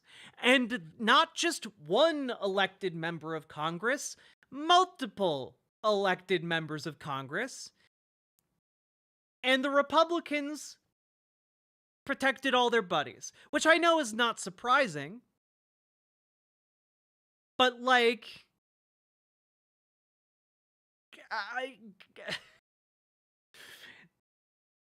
it is honestly shocking, right? Also, Thistles for Eyes, thank you for the 5 gifted memberships. I very much appreciate them.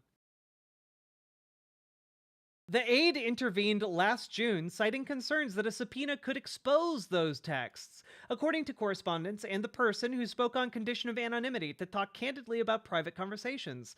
Johnson revived the investigation this week as part of an effort by President Donald Trump and his allies to seek retribution against perceived political enemies, including those who investigated his role in the Capitol attack. Which I'm guessing one of the reasons that this story is coming out is because Donald Trump really wants to get revenge on Cassidy Hutchinson. And yet they're finding out now through this leak that they can't really get revenge on her because she has some pretty damning material for, I would assume, current elected officials in office. So, yeah. Yeah, just a little whoopsie daisy. Also, Gamer G, very good advice. Never be alone with any male lawmaker ever. And honestly, just be safe. Never be alone with any lawmaker ever, regardless of gender. Okay?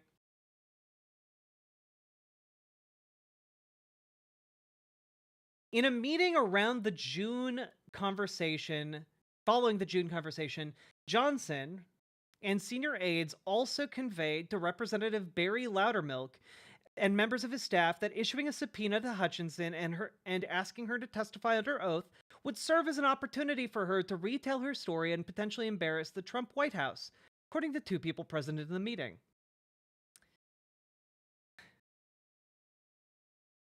Yeah. Before that meeting, a Johnson aide told Loudermilk staff that multiple colleagues had raised concerns that with the Speaker's office about the potential for public disclosure of sexual texts from members who were trying to engage in sexual favors with Hutchinson, according to correspondence produced at the time that detailed the conversation. So, yeah. Basically, it's not just that they were propositioning her. It's not just that they were sexually harassing her. It's that they were explicitly offering her favors and political positions in exchange for sex.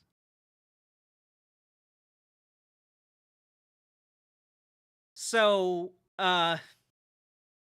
you know, something to keep in mind there. So, you know, that takes one January 6th, testifier off the table for them to retaliate against.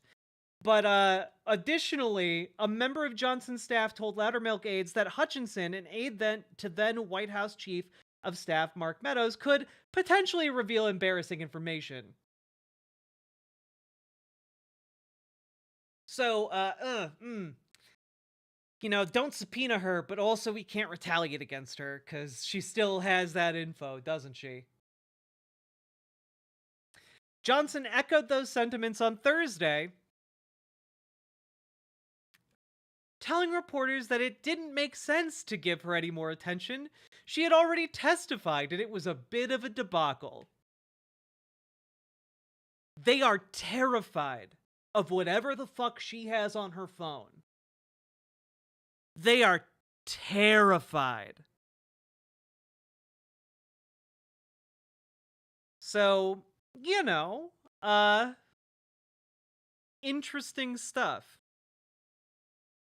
Basically, Loudermilk, one of the representatives in all of this, has been wanting to remake the January 6th commission in order to basically rewrite it. Okay? They basically want a gigantic redo in order to try and exonerate the people who walked away from the last one looking bad, i.e. Donald Trump.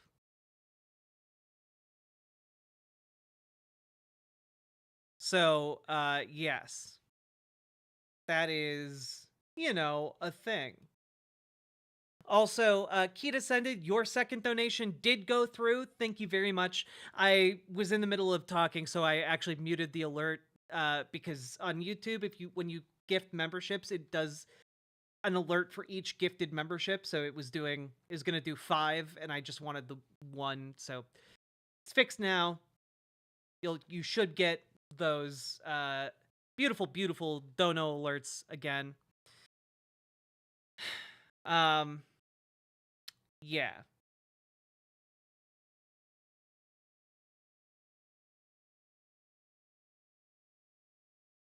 Interesting stuff. When asked, by the way, when her lawyer was asked whether or not Cassidy Hutchinson had any of those damning texts, her attorney replied, Miss Hutchinson has testified truthfully and stands behind every word of, despite the efforts of men in powerful positions to attack her.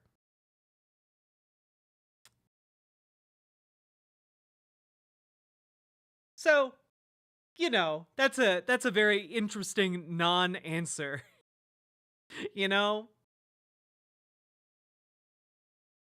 Oh, oh. Yeah. She's cooperating. She cooperated fully and stands behind everything she said. But do you have it, though? A knowing smile spreads across his face. Oh, God. Anyway, very interesting to see how the Trump administration is so swiftly moving to punish those that worked against them or were perceived as having worked against them, Also, Hawkster, thank you for telling me that I look like Glinda from The Wizard of Oz. I appreciate it. And honestly, whichever version of The Wizard of Oz you mean, I appreciate that.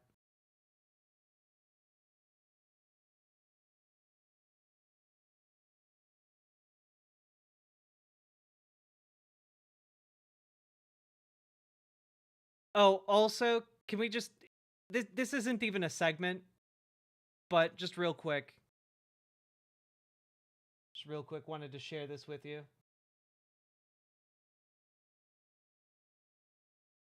So, checking in with Putin in Russia. How are things going? If he had been the president, if the victory wasn't stolen from him in 2020, maybe the Ukrainian crisis that arose in 2022 would have never appeared. No. That's right. Vladimir Putin is trying to claim that Russia never would have invaded Ukraine if Donald Trump had been president in 2020. We live in, honestly, the dumbest timeline where, the world's dictators are just, flattering the world's dumbest man. It's honestly beyond parody. Beyond parody. Vladimir Putin is gonna send Donald Trump flowers and be like, and a handwritten letter with, hearts on the eyes. And Donald Trump is gonna be like, see, folks, we won. We won. We won in Ukraine.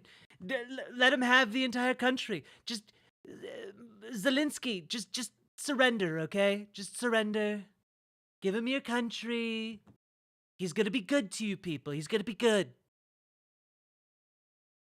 World's fucking dumbest man. And he gets elected to president. And by the way, this was posted by Benny Johnson, another one of the world's dumbest men. Massive breaking! Putin says the Ukraine war never would have started if the 2020 election wasn't stolen from Trump.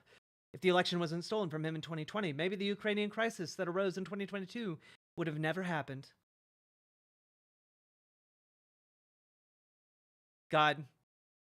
One thing I will hand to Benny Johnson, I'll hand it to him. You can hand him exactly one thing, and that is his show, The Left Can't Meme, was one of the funniest things that conservatives have done in years. I gotta hand it to him there. It was not funny intentionally. It was just such a goddamn train wreck every time. It was awe-inspiring. God.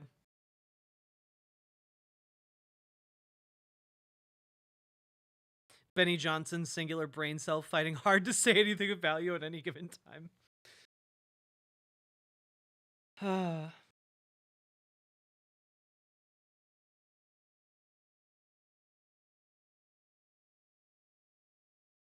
Okay. Folks, we've been going for 2 hours now. If you've been enjoying the show, hit the follow button on Twitch, hit the subscribe button on YouTube, like the goddamn YouTube stream. We're at the top of the hour. How we all doing? And please, folks, consider dropping those subs, those donos, those super chats. You know?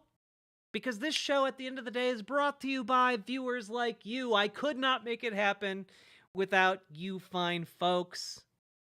Y'all make this show possible every damn day.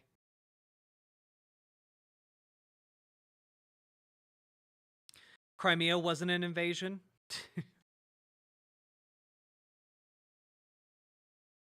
Dressing dragons on Flight Rising while I listen? That sounds fun. Can we get a fit check? Hell yeah, you can.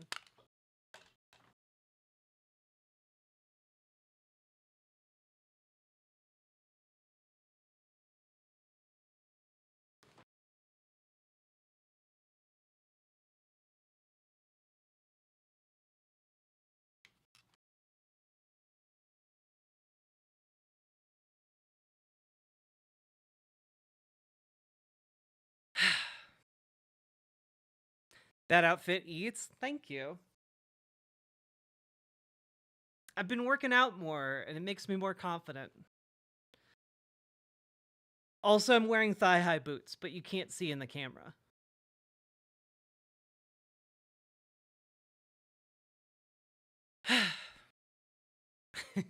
The indigo highlights are just the lights. It's a black skirt.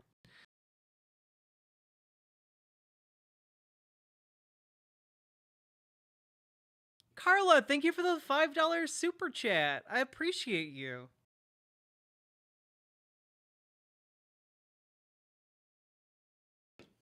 You're definitely a boot lady. I fucking love thigh-high boots. They're like really, really fun for me to wear. And any outfit that I can wear with thigh-high boots, I will try and make it work. Really close to doing a full Madeline Pryor cosplay. I don't know who that is. I'm going to Google that real quick. Are boots like that comfortable while sitting? You know, yes and no. I'm going to take one off and show you guys.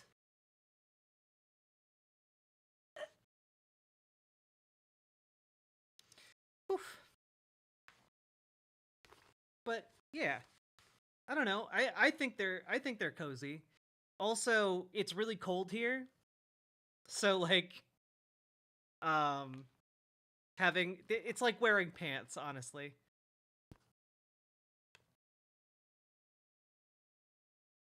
Those are fun. They're Akira boots. Honestly, Azalea Wang boots. I bought them off Akira. Whew.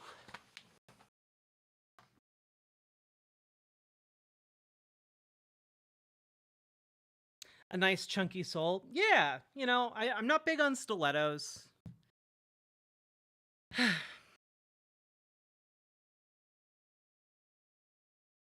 How do your toes look? You're not gonna trick me into that. You guys gotta dono a lot more than what you've donoed so far, okay? You feet people. You act all nice, but then suddenly you're like, can I see a foot for free? No. I didn't mean for free. I meant $5, $10, $30, $600. Do you got a pair of stilettos? I do have a pair of stilettos. My big thing with stilettos is I'm always afraid they're gonna slip off, you know? So like I need to find like a really good fitting stiletto, you know? That's one of the things I struggle with finding.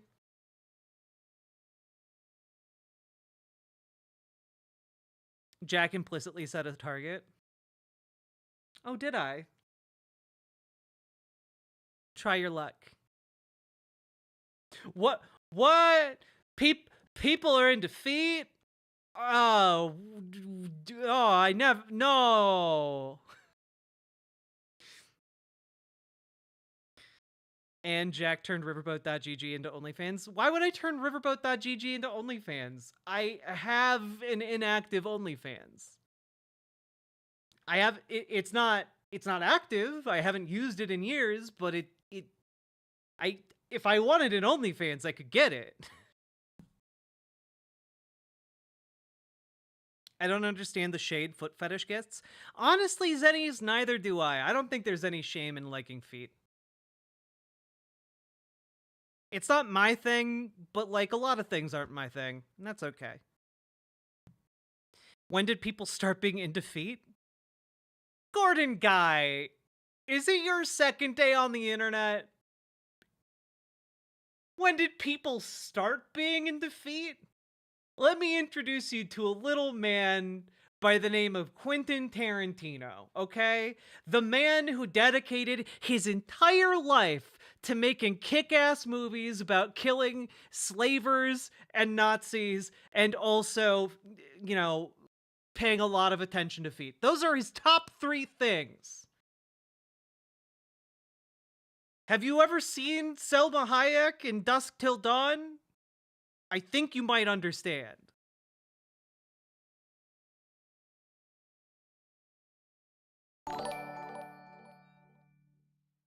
I think it is ironic kink shaming. Wait, what's ironic kink wait, what is? Thank you for the $5 dono, but there's nothing wrong with liking feet. I thought you were going to say a little man by the name of Jesus Christ. The original Quentin Tarantino, it's true. The original feet man.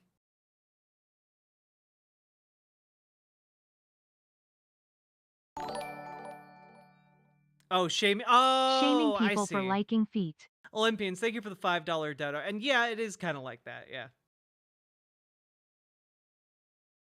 He did be washing them feet.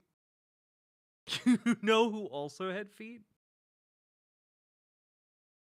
God.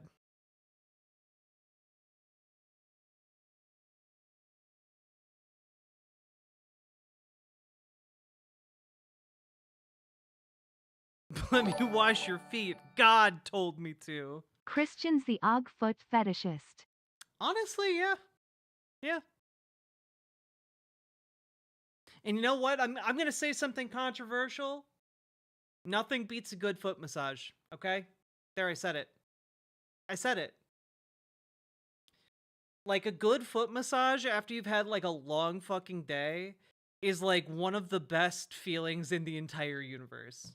Your feet, you come home, your feet are hurting, and then you get, like, a nice foot massage. It is literally incredible.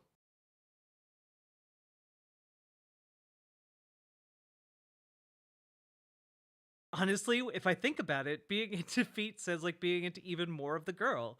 Maybe I should feel bad I'm not into feet. Yeah, honestly.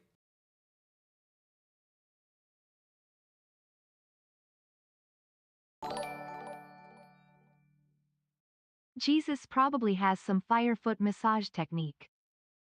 Oh yeah. Oh yeah. Dude had God on his side. He must have had hands like steel. Better than foot massage. Feet massage.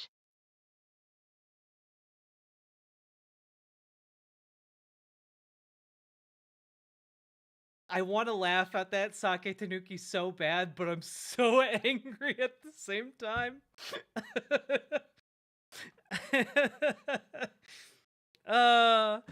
God, thank you for the 5 gifted tier 1 subs. What's better, a cold shower after work on a hot day, or a warm shower after being in the cold? Are you kidding? Oh my God, a warm shower is like one of the best things. Well, because if you're getting a foot massage, you're just getting one foot massaged. If you're getting a feet massage, you're getting both massaged, and it's so dumb.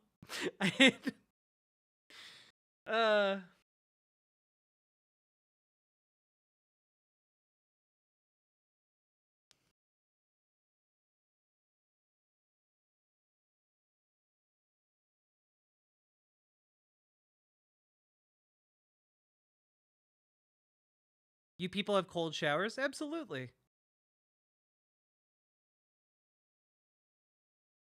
Oh man, Gwennifer Roxanne, I took a late night hot bath with Epsom salts and lavender last night. It was one of the best feelings in the world. It was so fucking nice. It's like one of the first times I've had to, like, famous for their engineering feats.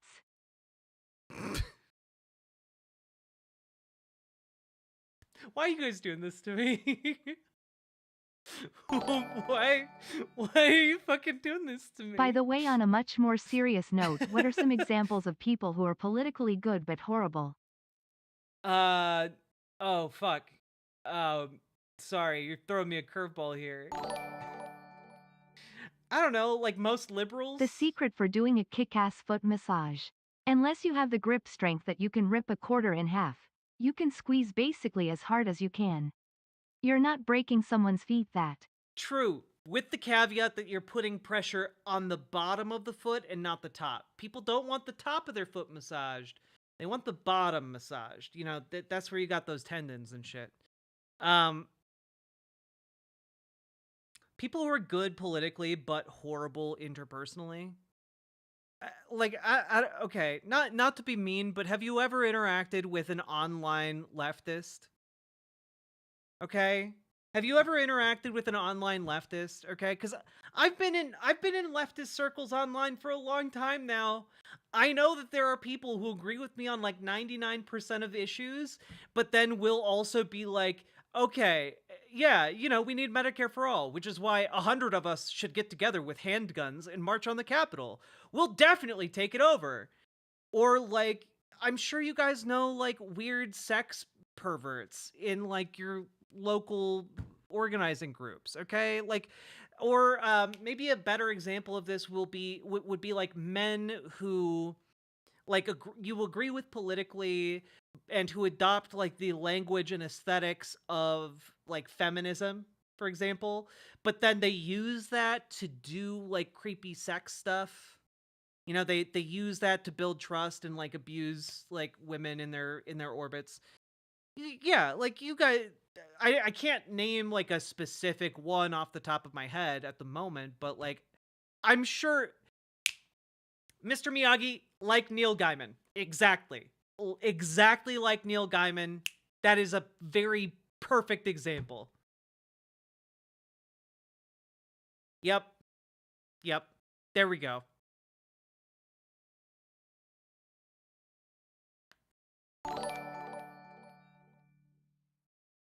We can't do the goofy with only pistols, we had to do the goofy with rifles. Yeah, but again, if you're like, yeah, let's get together like 100 guys and march on Washington D.C. Like that's not serious. Like you're not a serious person. Wait, what did Neil Gaiman do? Oh, ACAB includes tone police. We do not have time to go through all of it. Needless to say, a lot of sexual assault. Like a lot of horrifying sexual assault that oddly parallels a lot of the stuff that he then put into his writing. It's really, Dude is really progressive bad. Epstein. Like it kind of, I don't know. I didn't read through all of it, but like kind of seems like him, Neil Gaiman, and Amanda Palmer were kind of like Amanda Palmer was kind of setting up Neil Gaiman with different girls who like didn't know what they were signing up for, and then like he would sexually assault them. Is really, really fucking bad.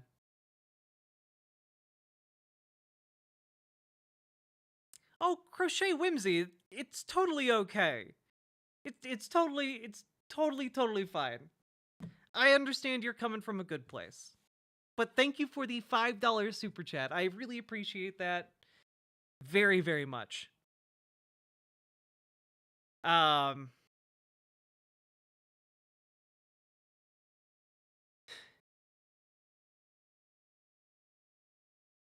Yeah, there's also like some like weird kind of incestuous undertones to some of the sexual assaults. It's really bad. Andrew Callahan would be another one. Here's to the promise. Yeah.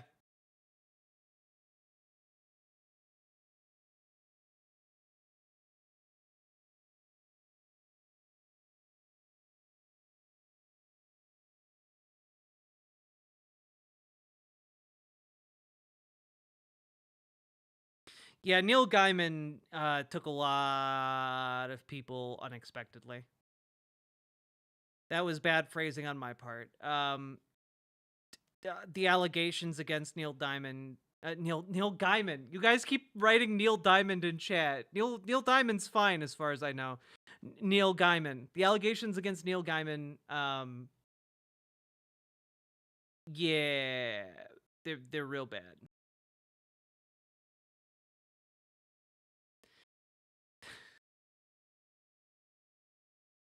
God damn it, guys. All right.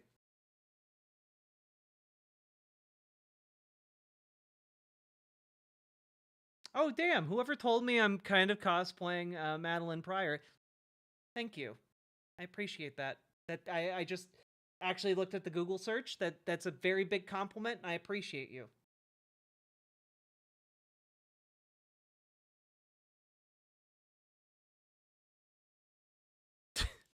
Neil Gaiman. Neil Diamond, more like Neil Carbon. I just found out, damn it. I'm sorry, Liz Galahad.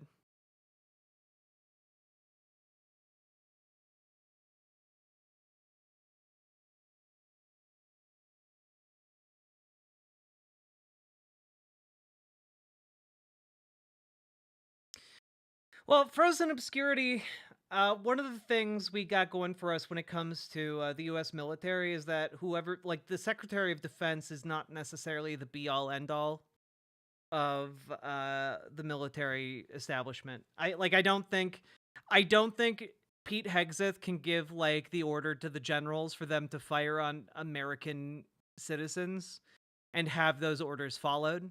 I think a good example of what may happen would be like the South Korean coup that failed, where soldiers were ordered to shoot protesters but couldn't bring themselves to do it, you know? The chain of command collapsed.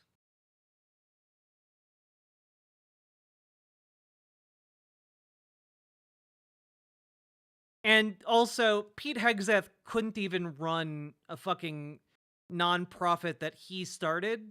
I don't think he's going to have that much success with an organization a million times larger than that. You know? So many people spend so long focusing on the peak of Mount Everest. These Philistines have no appreciation for the foot of the mountain Peepo-Hands. Unlike Quentin Tarantino, he comes to those mountains the second he arrives. God.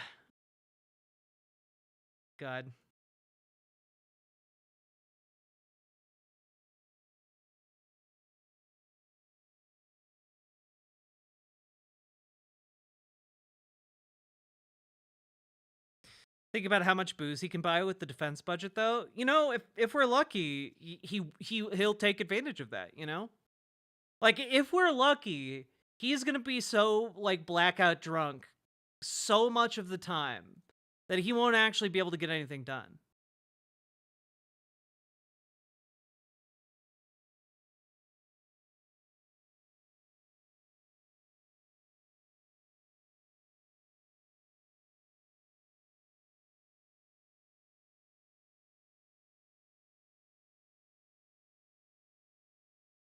That would be alcohol poisoning? Yeah, it'd be a real shame. The mountain feetsies? Oh, God. The next pandemic is going to be a doozy? Yeah. All right. Folks, let's get into it. It's time for the damage report, all right? It's time to see what we got going on. That's right. It's time for us to talk about Donald Trump's first week in office. It's the end of week 1. I haven't really talked that much about what he's been up to, what damage has been done, what issues are on the horizon, what is going to roll out here. And one thing I will say is that I think we need to take a look at what he's been doing. So what is going on, right? Well, there's some bad stuff, to say the least. So, number one, the Justice Department has dropped charges against Dr. Ethan Heim, the Dallas doctor accused of leaking the sensitive records of children not under his care who received gender transition care at Texas Children's Hospital, and giving them to Christopher Rufo. So, you all might remember Christopher Rufo. He's one of the people who is responsible for the trans kids in sports conversation being injected into the Republican consciousness. There was a scandal several years back where Texas Children's had a worker who violated HIPAA laws and gave the medical information of children at the clinic to Christopher Rufo.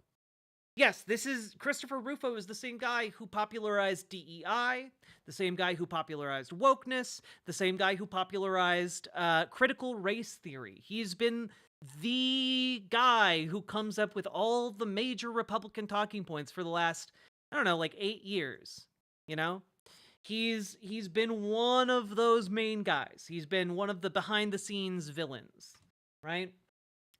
And so that's not great. A number of really important cases that the Justice Department was pursuing have been dropped now. One of them is also pretty interesting here. Let me pull it up. I think it's right here. Yes. Here's another one. Trump disbands cybersecurity board investigating massive Chinese phone system hack. This is actually one of the largest cybersecurity hacks in American history that was pulled off. And frankly, it happened last fall. And it's really bad. And in fact, it's so bad that we had to have an investigative body look into it. So there was a cybersecurity board investigating this hack in order to figure out how big it truly was. And before we actually have that information, for some reason, Donald Trump has disbanded the group of people who have been investigating this. So we will never know exactly how big this hack was. And this was done, by the way, by the Chinese hacking group called Salt Typhoon. and it used the United States' Calia phone wiretapping system. And it was able to do this via this backdoor that they created to gain essentially an unbelievable amount of access to the entire system of US phones for months.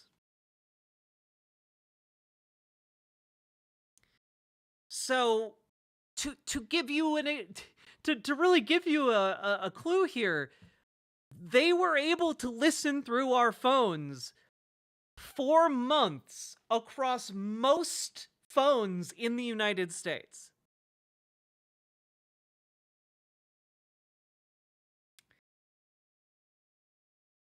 And we will never know the extent to which this damage existed or was propagated, and it is just one of these things where I'm like, why did this happen? Like, why are we dropping it, you know? Like, Republicans have been going on and on and on about the military risk of China, and yet they're dropping this. They're going on and on about the threat of TikTok, and yet they're dropping this. So it's very bizarre, and I don't really have any way of wrapping up this particular loose end. This is just a thing that happened this week, you know? So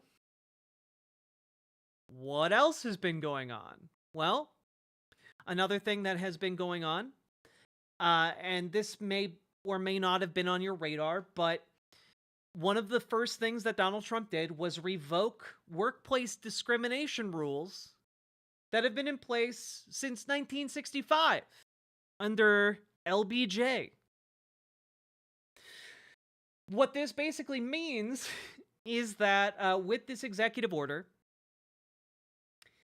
well, let me put it this way. The original executive order prohibited federal contractors from discriminating on the basis of race, color, religion, sexuality, sex, gender identity, etc., right? So basically blanket anti-discrimination protections for anyone who worked with the federal government. Now, one thing to keep in mind here is that that was established by an executive order.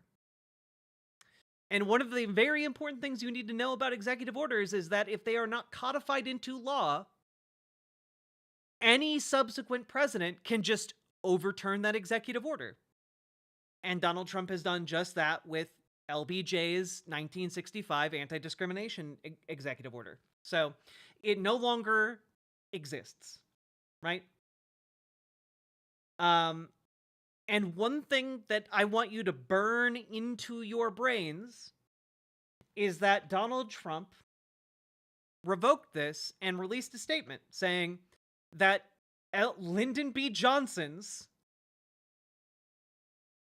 executive order from 1965 was radical DEI preferencing.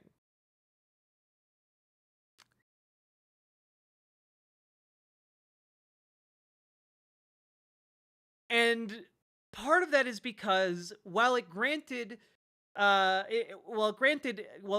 provided anti-discrimination protections for workers, a part of that executive order also required that employers who accept federal contract money take affirmative action not to discriminate against job applicants or workers, which is not, by the way, establishing, that affirmative action take place. You need affirmative action programs, but rather you need to make sure that you are not discriminating. That was the original intent here. And basically he's just saying, well, it says affirmative action in the order, so it must be radical DEI preferencing. And it's really insane, right? It's just insane. So yeah, if you're a federal contractor, you are now, I guess, allowed to discriminate on the basis of race, color, religion, national origin, sex, sexual orientation, and gender identity. So that's great. Another really big one is this one. Defending women from gender ideology, extremism, and restoring biological truth to the federal government. I'm not going to bore you with all the details on this, but essentially it's just trying to push trans people back in the closet. And a lot of it is just kind of hateful language. It's basically trying to say via executive order that, you know, men are men and women are women and there's nothing in between and you can't change between them. You're just born one and that's it. Like that's basically it, right? And it also prohibits, you know, you using the wrong restroom in federal buildings, essentially. It also overturns certain passport things or identification documents, like being able to have X as your gender marker, or being able to change your gender marker on your passports. Yeah, it's a load of horseshit, essentially, and it's all deeply anti-science. There's nothing in this, by the way. I know Republicans want to crow about how this is just finally common sense science prevails, and it's like, you know, you guys don't know shit about science, though. You guys are talking about the science you learned, that the science that is currently taught in like 3rd grade like picture books. That's the kind of science you were taught in high school as cutting edge. It's now it's just in 3rd grade books. And you know what? It turns out that in actual high school these days, you have more complicated understandings of what gender and sexuality mean. But, you know, so Turner syndrome doesn't exist anymore. You know, like, it's really easy to just say, oh, look at these dumb fucks. Well, part of the issue is that these dumb fucks have power now and are going to make the lives of, you know, trans people living hell if they can. You know? Didn't one of the orders define everyone as a woman because of the order in which chromosomes appear? I mean, you can argue that. It's clearly not the intent of the executive order, and let's be honest, they don't understand the science anyway. So, like, even if, like, they don't understand the science of trans people. LBJ out of my head whenever Lyndon Johnson is mentioned. My name is LBJ. Thank you for the 5 gifted subs, Sake Tanuki. You silly goose. So, yes, the executive order is wrong-headed, it's anti-science, it is baby-brained, etc. But let's be clear, that's where the Republican Party is right now, you know? And they're not going to go, oh, yeah, we didn't understand the science, so now everyone's a woman. Like, they're not going to do that, you know? They just don't give a shit. You know, they don't care about actually comporting with what reality is. Now, this is the important part about this. Trump's gender order won't affect existing passports unless they're renewed. So, guys, if you are trans and you have a passport, don't get it renewed. Okay? Don't do that. Just let it ride. You can get a new passport, hopefully after his term is over. All right?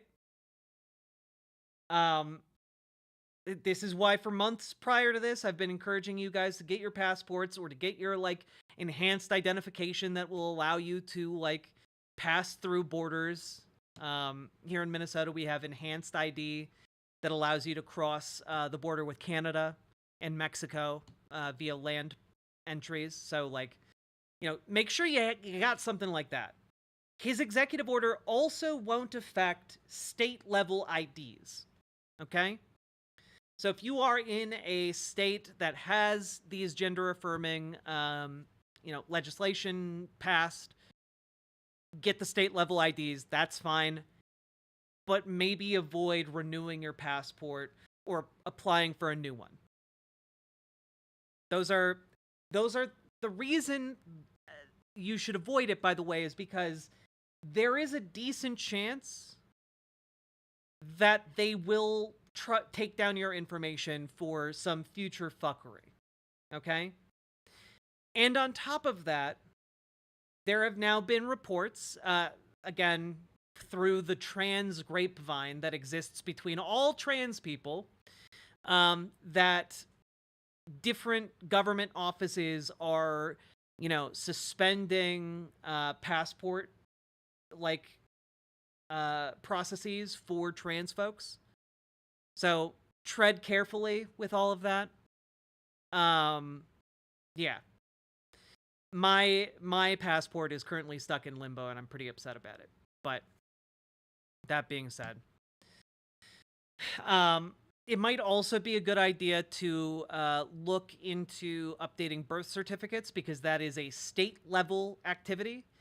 Though I wouldn't do so if you live in a red state where it is unsafe to get an updated birth certificate. Why can't they just leave us the fuck alone? Because then they'd actually have to deal with, the concerns of the working class materially. And they don't want to fucking do that. That would mean they wouldn't be able to pass their precious tax cuts.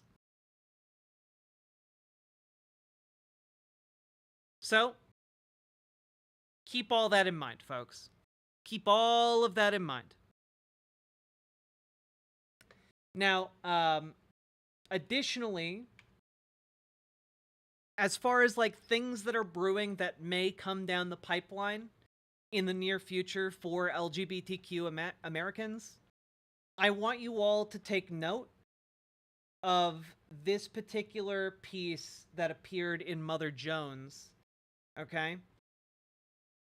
Which is, first they tried to cure gayness, now they're fixated on healing trans people.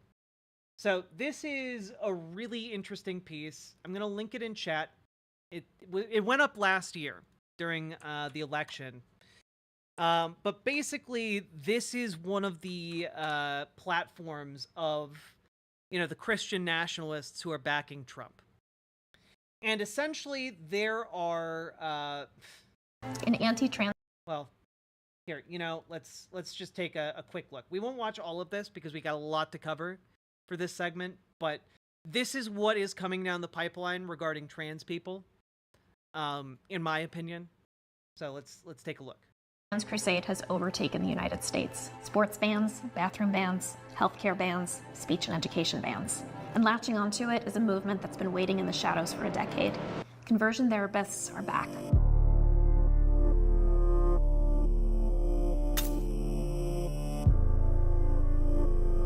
Okay, we don't need to know what is conversion therapy. We already know what it is. Basically, it is torturing gay and trans people in order to try and turn them straight and cis. The role these therapists are playing in today's anti-trans politics, I started in Las Vegas, at a conference put on by an organization named the Alliance for Therapeutic Choice and Scientific Integrity. By the way, put on by an organization named the Alliance for Therapeutic Choice and Scientific Integrity. Keep this organization's name in mind.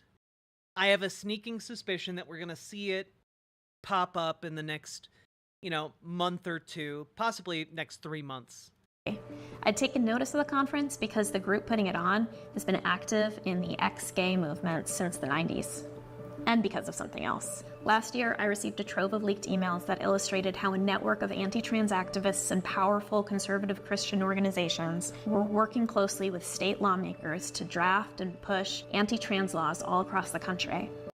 And they also work with these prominent conservative detransitioners.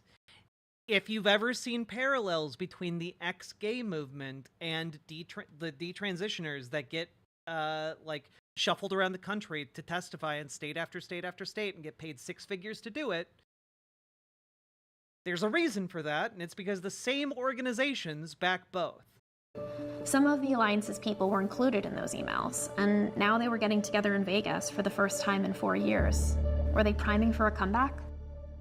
The presentations were illuminating, to say the least. The real war that is raging is a religious war. The real war is up at the cultural level, the worldview level, secular, pagan, atheistic worldview. So we try to understand the abnormal thinking and come to help the person attain flourishing.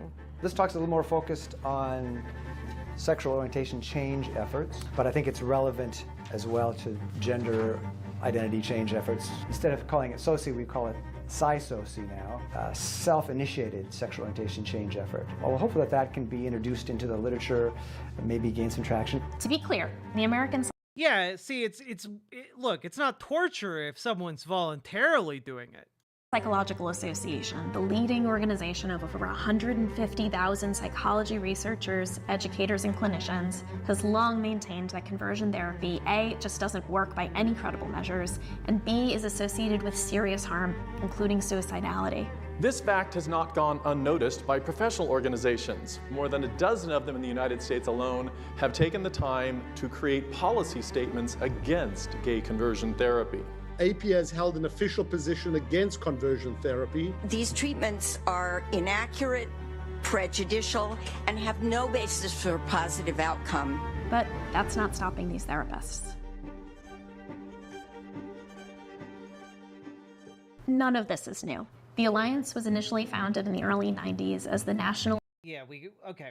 We're going to skip some of this. If you guys are interested, this video is embedded in the article I shared in each of the chats. Basically, this is all just rebranded conversion therapy horseshit. I've had guests on the stream in the past who've talked about their experiences going through some of these camps. It is simply torture. They try and torture people. They abuse them for labor, and it can become very cult-like. Let's jump ahead here.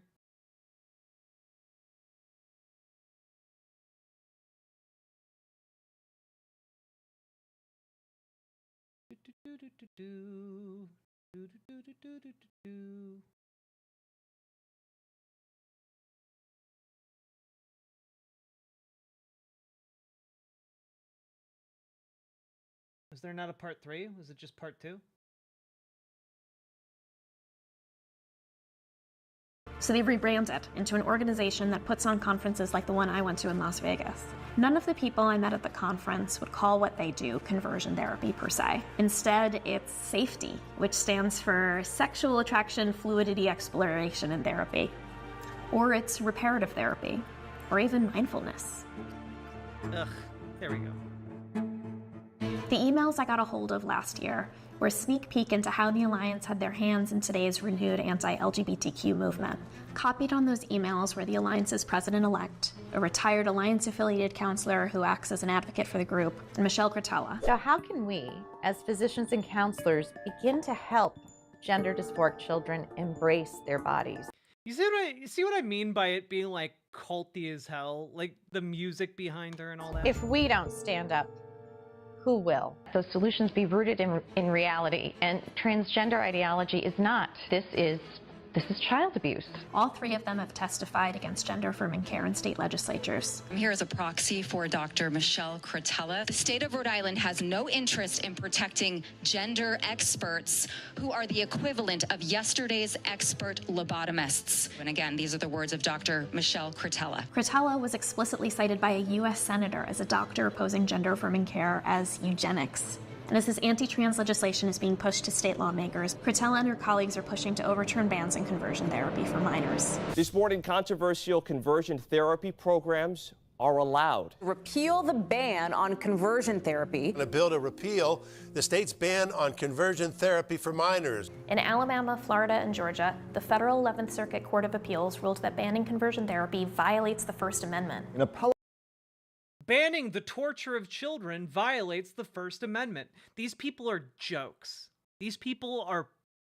The worst people are being empowered by the conservative movement.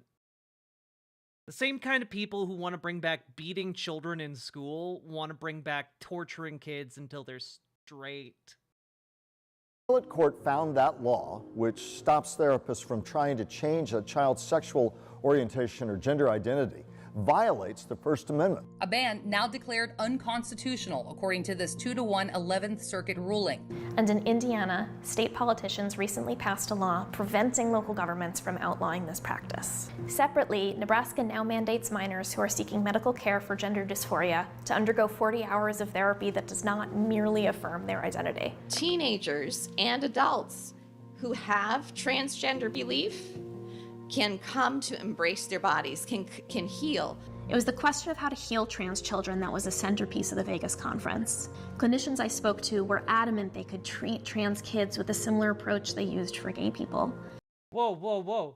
Look at these wonderful charts, by the way. Like, just spoke to were adamant they Can we just take a look? Significant increases in heterosexual attractions.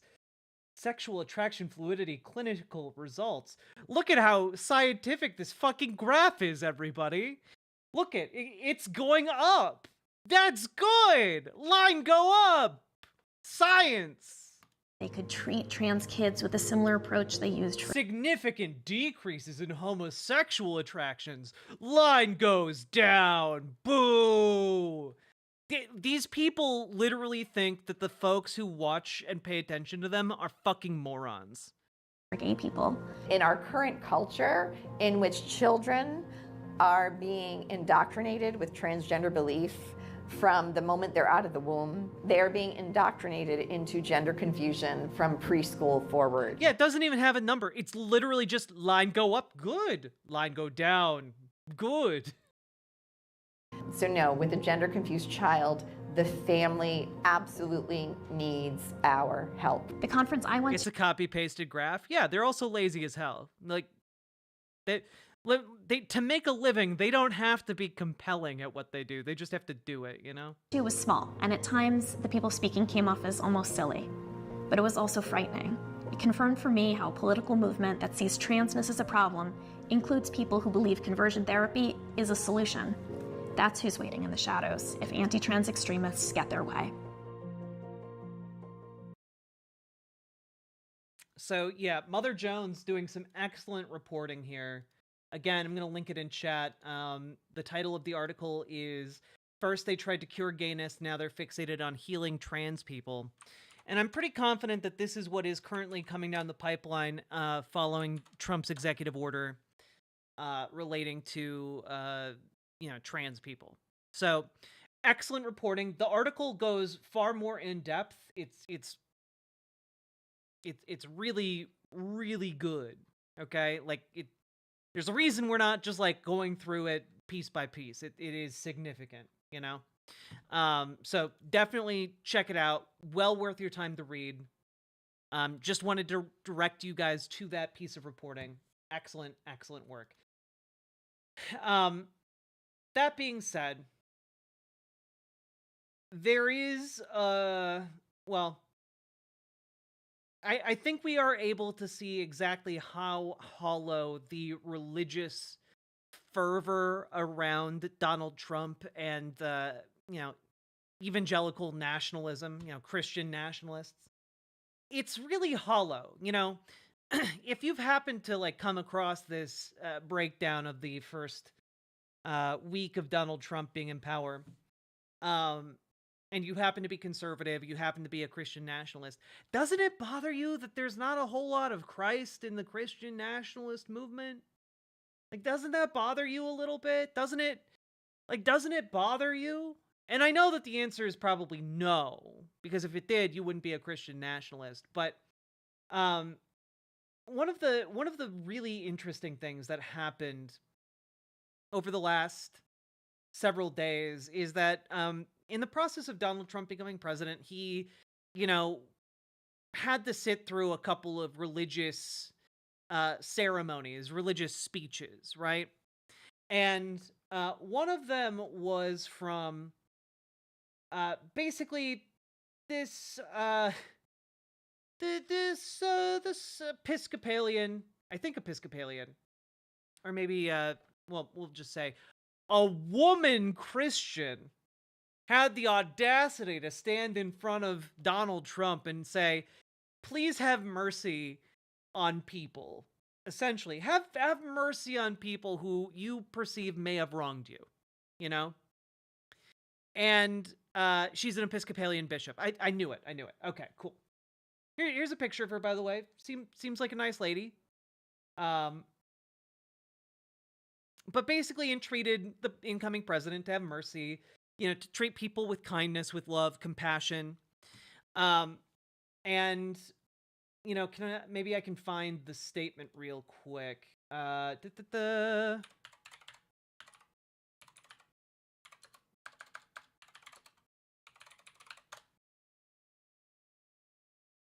Yeah, do we have the, yeah, you know what? Unity is relatively easy to pray for on occasions of great solemnity. It's a lot harder to realize when we're dealing with real differences in our private lives and in the public arena. But without unity, we're building our nation's house on sand. And with a commitment to unity that incorporates diversity and transcends disagreement, and with the solid foundations of dignity, honesty, and humility that such unity requires, we can do our part and in our time to realize the ideals and the dream of America. Matthew Shepard is interred at her church? Okay, that's pretty base. Let me make one final plea, Mr. President. Millions have put their trust in you. And as you told the nation yesterday, you have felt the providential hand of a loving God. In the name of our God, I ask you to have mercy upon the people in our country who are scared now. There are gay, lesbian, and transgender children in Democratic, Republican, and independent families, some who fear for their lives. And the people who pick our crops and clean our office buildings, who labor in poultry farms and meat packing plants, who wash the dishes after we eat in restaurants and work the night shifts in hospitals, they may not be citizens or have the proper documentation. But the vast majority of immigrants are not criminals. They pay taxes and are good neighbors. They are faithful members of our churches and mosques. Tiffany looks so zooted. Synagogues, wadara, and temples.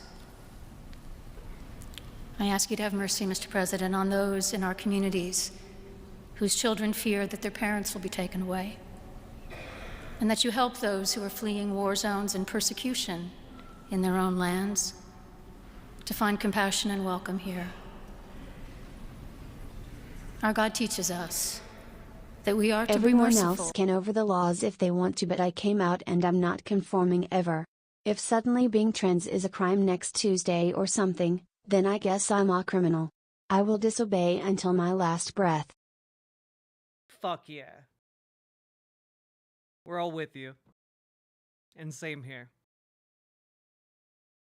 To the stranger. For we were all once strangers in this land. May God grant us the strength and courage to honor the dignity of every human being, to speak the truth to one another in love, and walk humbly with each other and our God for the good of all people, good of all people in this nation. I am on Team Zooted. G. Klein, thank you for the $5 super chat. And Queen Matriarch, thank you for the $20 super chat. I very, very much appreciate the support. But yeah, so that was the speech that she gave earlier this week. And let me tell you, that's been going over horribly in the conservosphere, okay? Donald Trump, furious. J.D. Vance, furious. Basically, every Christian nationalist hated that. They hate it. They are so goddamn angry. Okay? And it is really incredible. Sup chat, I had food poisoning today, LFGGGGG. Miss Milena, thank you for subscribing over on Twitch, and I'm very sorry to hear that you have food poisoning. I hope you feel better real soon. But you can tell how mad they are because they're literally getting on they're literally getting on like social media and saying, "Do not commit the sin of empathy. This snake is God's enemy and yours too. She hates God and his people. You need to properly hate in response. She is not merely deceived, but is a deceiver. Your eye shall not pity." Because she had the audacity to ask for mercy for the folks who are in fear in this country, and for mercy and understanding for the people who labor in this country without the recognition of citizenship. And they have the audacity to go out there and say she is committing the sin of understanding and feeling for other people. Now, look, I know a lot of people here not a huge fan of God, right? I know a lot of people here, a lot of people agnostic, atheist, pagan, non-Christian, in other words. I know some of you are Christian. And one thing you guys should know about me is that I used to teach at a Bible camp. It would be nice if we could all send her nice cards and letters of support. I am wondering if there's a way to do that. That would be really nice. I do not know her contact info, but that would be really, really nice. If someone figures out a way to do that, let's maybe organize that in the Discord. That'd be really kind. But if you guys don't know much about this whole Jesus thing, part of the whole point of Christianity was that God so loved the world that he gave his only begotten son. That's one of the whole things, right? That God loves the world, that he basically became a multifaceted entity. And put part of himself, part of the Trinity on Earth in order that not only that he understand us, but that we understand him, right? Like, if you are a Christian, right? That's like the core part of your belief. That God came here so that we would know him. Right? And they're out here being like, "Oh yeah, fucking getting some fucking empathy." Guys, if you understood a single iota of your fucking religion, you would know that the entire premise of it is rooted in the empathy of God. That God loves the world to such an extent that he gives of himself in order to save it, in order to redeem it. Takes all that suffering and righteous punishment onto himself so that he can have relationship with us. You have to ignore literally the fundamental building blocks of the entire goddamn religion in order to arrive at the conclusions that they are. And I point this out because if you happen to be like some kind of Christian nationalist and you stumble across this video and you happen to watch this part, you won't, by the way, because none of you watch this far into my videos. But if on the off chance that you make it, you don't know any of this. You don't know your own religion. I've decided I will unalive before I let anyone take my neighbors in the middle of the night. And so I point this out largely, and I know that a lot of you guys already know this, but a lot of conservatives don't really realize it. They don't really choose to reckon with the fact that their belief in this religion is entirely incidental, and the real thing that they've latched onto, the real thing that they believe in, is that they love the immediate people around them, and anyone outside of that category can go straight to fucking hell and burn there forever if it means that they can have $10 more in their wallet. Okay? That's it. That's straight up it. These people do not believe in the God that they profess to believe in, because they are cowards, and primarily underneath that cowardice is bigotry. That's all they got. They just back it up with whatever happens to be on hand. And by the way, there are people like that in all religions. There are people like that in all kinds of different religions. It's just in America, it seems to be very pressing that, you know, Christian nationalism tends to be one of the big ones where folks are like this. Also, just you can say death before detransition, all right? You don't gotta. Super Chat would not let me use the D word for not being. That's dumb. Super Chat. All right. Thank you for the $5 Super Chat failsafe. Also,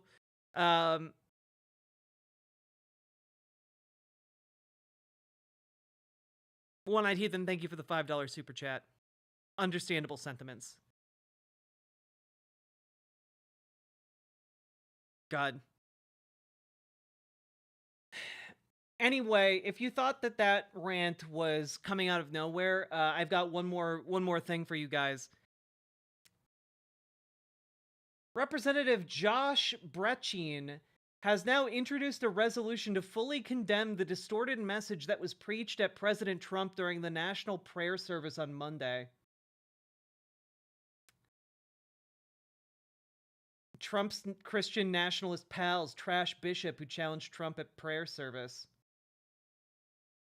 Yeah, basically they don't think she's a real Christian, and now they're trying to introduce legislation to condemn her for saying have KK mercy on the conservatives immigrant. are too scared of Jack 'cause she states cold facts they can't handle. It's true. And they're attracted to me, which makes them afraid for their sexualities. And you know what? It's too late. I've already got them. I've got all of your sexualities. Nothing you can do about it. But yeah. The Washington Insiders helping Sean Fucht spread Christian nationalism in Congress. Yeah. It's honestly, like, this is, in order to understand Republican politics, you really, really, really need to understand the Christian nationalist movement. On Representative Brechin, he was at the inaugural prayer service, seen speaking with conservative evangelical activist Sean Fucht. He also attended Fucht's 2023 worship service in Capitol Rotunda. He's an ally of Fucht, who espouses Christian nationalism, which is not at all surprising. Yeah. Today, I introduced a resolution to fully condemn the distorted message that was preached at President Trump during the national prayer service on Monday. Strongly urge my colleagues to act quickly on this resolution to show President Trump that the sermon given is not reflective of the faith community at large.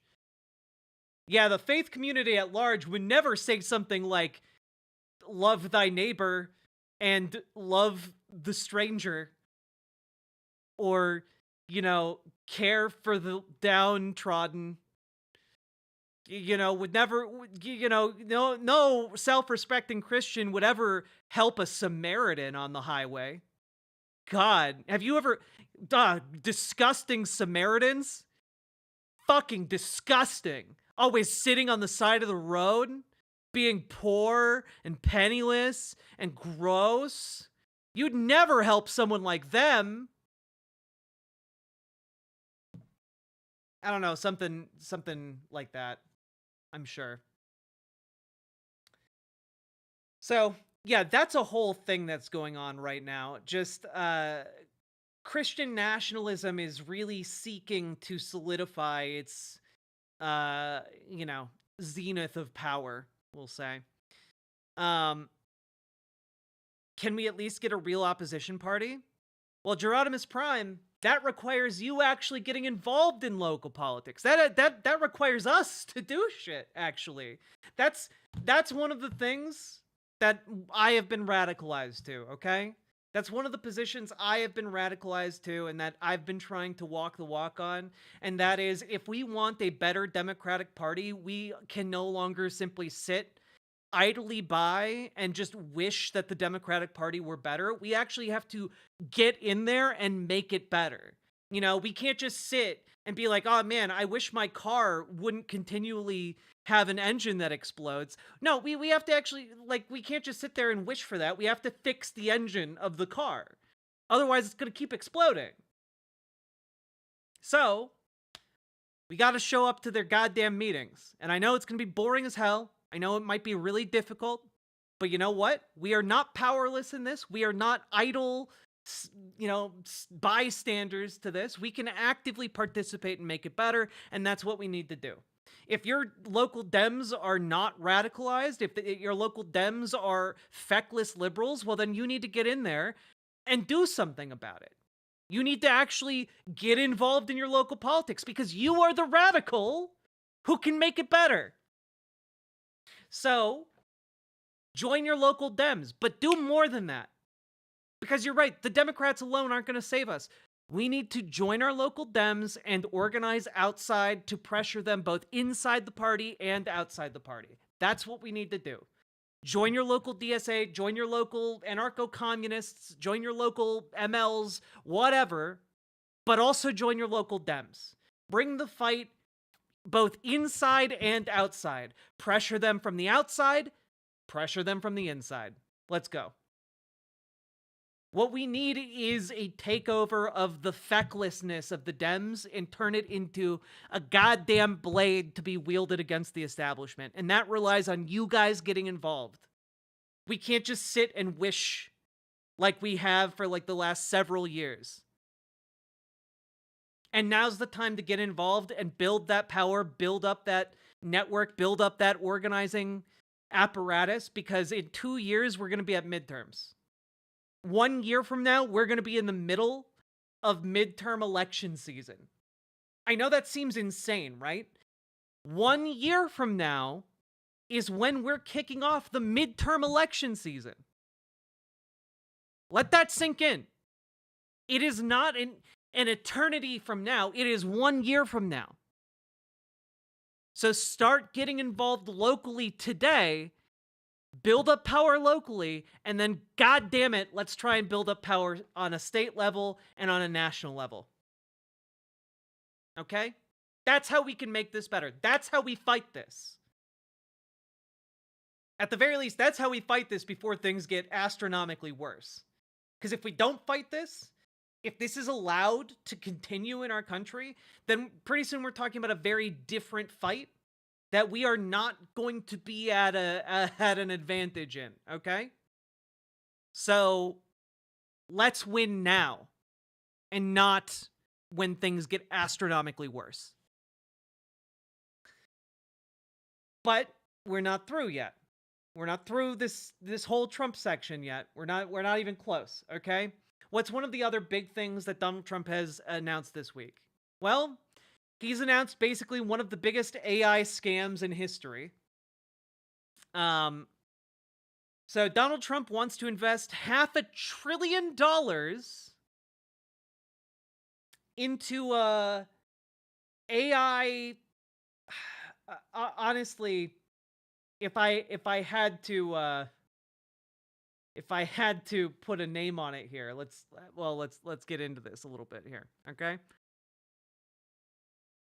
The new entity, Stargate, will start building out projects needed for the further development of the fast-evolving AI in Texas, according to the White House. Joining Trump for the announcement fresh off his inauguration will be Masayoshi Son of SoftBank, Sam Altman of OpenAI, Larry Ellison of Oracle, and let's see here. One of the things I've been, let's see. Yeah, last October, the financial company Blackstone estimated the U.S. would see $1 trillion invested in data centers over 5 years, with another $1 trillion being committed internationally. Those estimates for investment suggest that much of the new capital will go through Stargate, as OpenAI has established itself as a sector leader with the 2022 launch of ChatGPT. Yeah. And what's really interesting here is that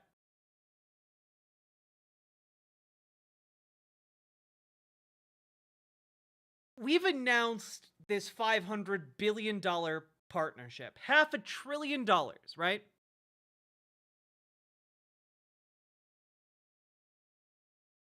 What is it supposed to do?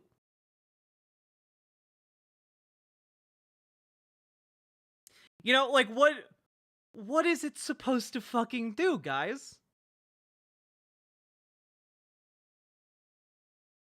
Notice how, like, he announced this, right? Like, $500 billion invested into AI. To do what?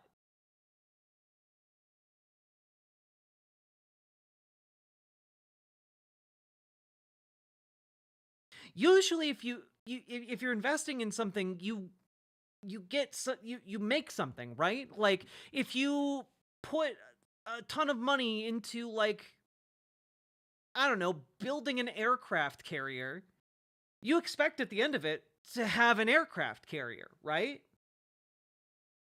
What is this AI going to do?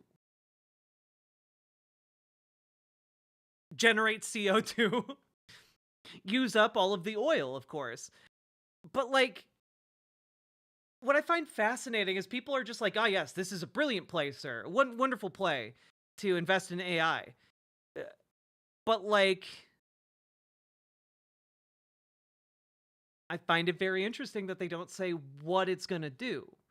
And in my mind, right? In my mind, it seems to me like you would want this for, I don't know, surveillance, for example. Like, that's why you would make it.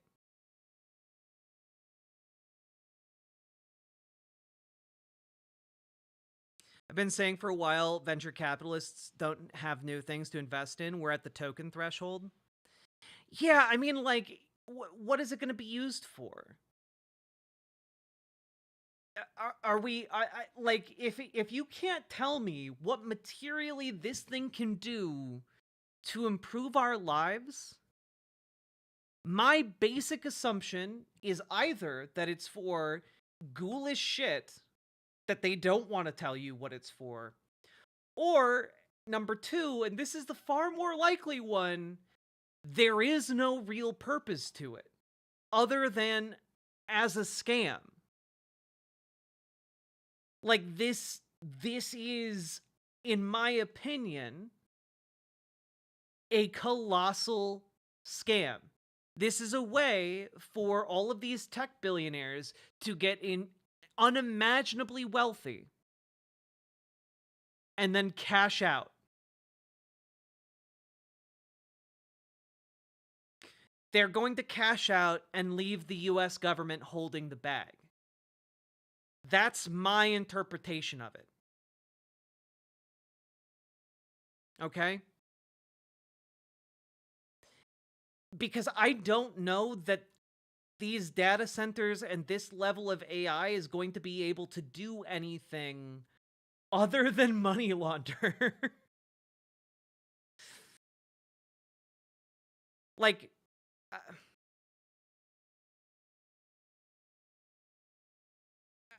I don't know, like, what are you going to use it for? Like, they've put AI in all of the technology that is coming out recently, and it doesn't do anything to improve my experience with the devices. They're putting AI into all the software. It actively makes me angry. And I do not see how our tax dollars going into this are going to make that any better. And I think that's because it's not going to. I think it's just a massive rug pull. Nutmeg Riot, that's exactly what I think. It sounds like The Big Short on steroids. Exactly. Exactly. So that's another thing. And in other news regarding wild money laundering... What do you mean do? This AI is an idol, their golden calf that exists just to be worshipped. Zafra Fennec, thank you for the $10 super chat. Well, yeah, it really is... It's their golden goose. And I think their golden goose is getting to the end of its lifespan, frankly.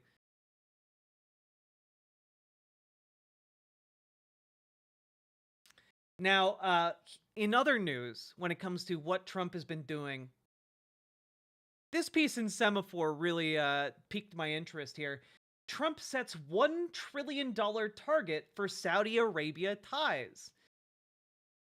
Now, guys, I don't know if you guys are aware of Donald Trump's ties to Saudi Arabia. But, you know, after his presidency, his son-in-law, Jared Kushner, inexplicably got billions of dollars funneled into his startup venture capital firm from the Saudi royal family. And in fact, it was such a bad investment that accountants for the Saudi royal family were on record saying, there's really no history for Jared Kushner's investment company. This is a bad investment for, you know, the Saudi Royal Wealth Fund. We shouldn't do this. But they were overruled with no explanation given, which is very interesting, right? And I'll just remind you guys that during Donald Trump's presidency, if I'm remembering correctly here, the Saudi royal prince ordered Jamal Khashoggi dismembered in a hotel. Well, Donald Trump earlier this week gave a speech at Davos, which is basically a gathering of enormously wealthy people from across the planet. And in that, at that event, he called the crown prince of Saudi Arabia, the guy who ordered the dismemberment of an American resident, a fantastic guy. Now, I don't know about you guys, but usually I do not refer to folks who order journalists dismembered as fantastic guys. You know? This super chat was sent by Blargan, your friendly neighborhood ChatGPT chatbot. Bleep bloop. Bleep bloop indeed, Blargon. Bleep bloop indeed. Thank you for your compelling addition to the conversation. See what AI adds? Thank you. So, basically, yeah. This week began with U.S. President Donald Trump placing a $500 billion price tag on making his first foreign visit to Riyadh. Saudi Crown Prince Mohammed bin Salman pledged to boost investments and trade with the U.S. to $600 billion during Trump's presidency, while Saudi Arabia's finance minister revealed the kingdom already holds over $770 billion in American investments. So basically, what we're seeing here is, look, we want you to invest $1 trillion into America, not this 700 billion shit. Now, I don't know about you guys, but if I'm Donald Trump, a guy who only cares about enriching himself, and in the past, the Saudi royal family has put $2 billion into my son-in-law's investment firm, when I take the stage and say to the Crown Prince of Saudi Arabia, I want you to invest $1 trillion into America. There is a PBS news show called Frontline. They have an episode about how much American politicians and business people are tied in with the Saudis. Yes, and you should all watch that episode. It's very, very good. But if I'm the president and I'm like, I want $1 trillion more invested into America, where do you think the Saudi royal family that has previously put $2 billion into a Trump family company is going to put some of that money? Can anyone take a wild stab at which American companies are going to be the beneficiaries of a lot of this Saudi money? Because I could take a couple wild stabs. Did you take a wild... Because I'm going to guess it's Trump companies. American Trump companies. It's basically, he went to Davos and asked for a payoff. And he's going to get it. Does that mean now they're going to put $100 billion into Trump companies? No. But are they going to put $5 billion in? $10 billion? Now we're talking, I think, a realistic number, because in the grand scheme of $1 trillion, what is 10 billion? You know? Worth thinking about.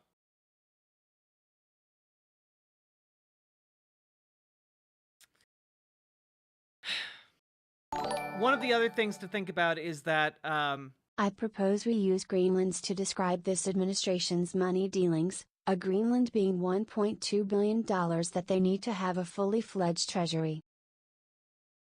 Shamaniacal the Shamanite, thank you for the $5 super chat. And One-Eyed Heathen, thank you also for the $5 super chat. Basically, he's asking for a payoff here. But also, and this is an interesting part at the very end of this, Trump is also seeking Saudi cooperation on broader goals, including the normalization of ties with Israel that would further deepen security links between Washington and Riyadh. Which, guys, he's going to continue to try and normalize relations between Saudi Arabia and Israel, which is not a surprise, but I think you all realize what this means, right? It effectively means that, like, you're giving Israel the green light to continue its annexation efforts in the West Bank and in Gaza. This ceasefire is not going to last.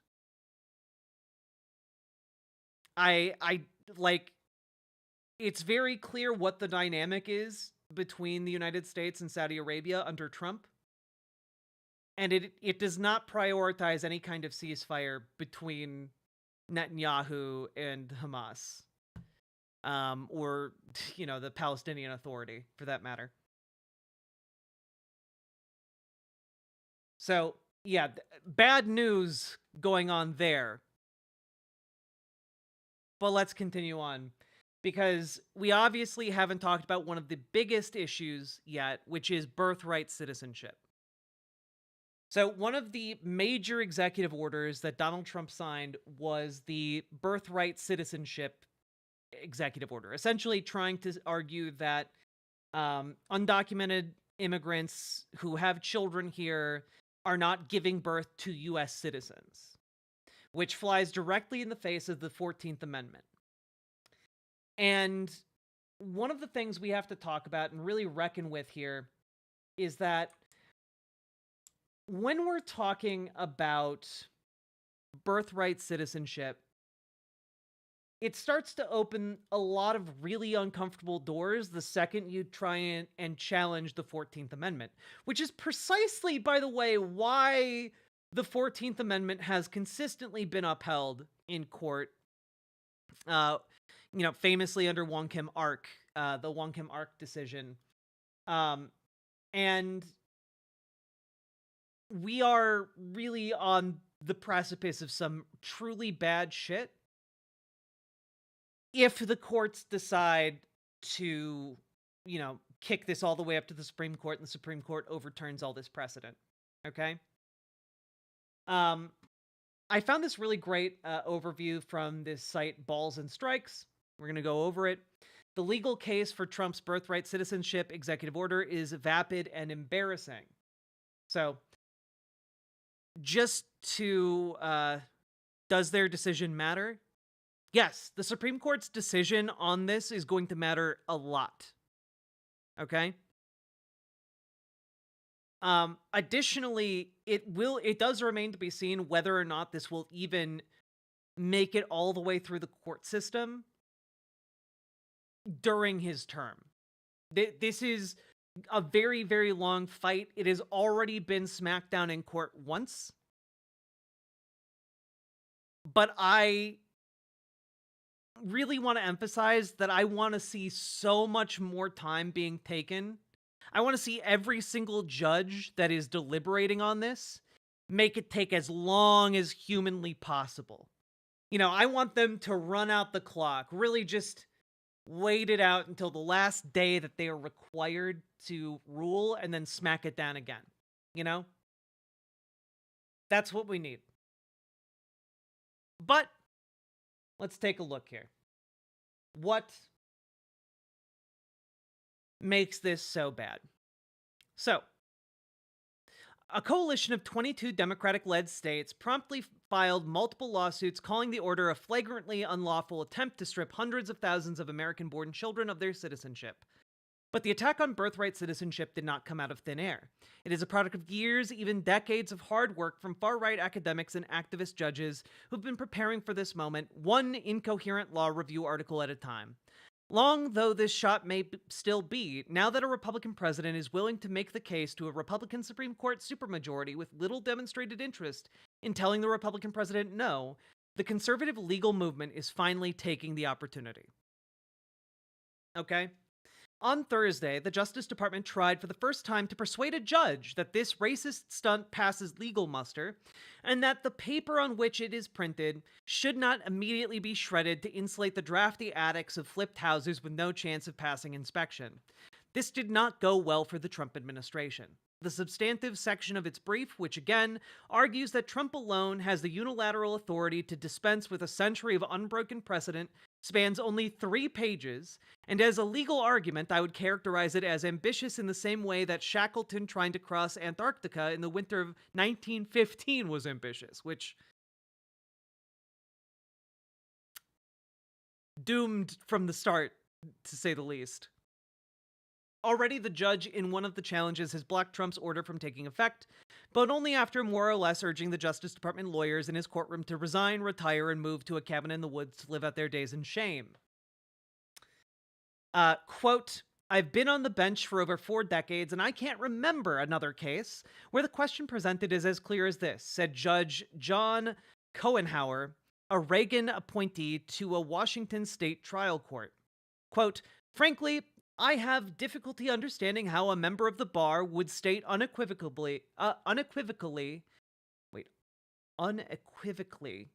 there we go, that this is a constitutional order. It just boggles my mind.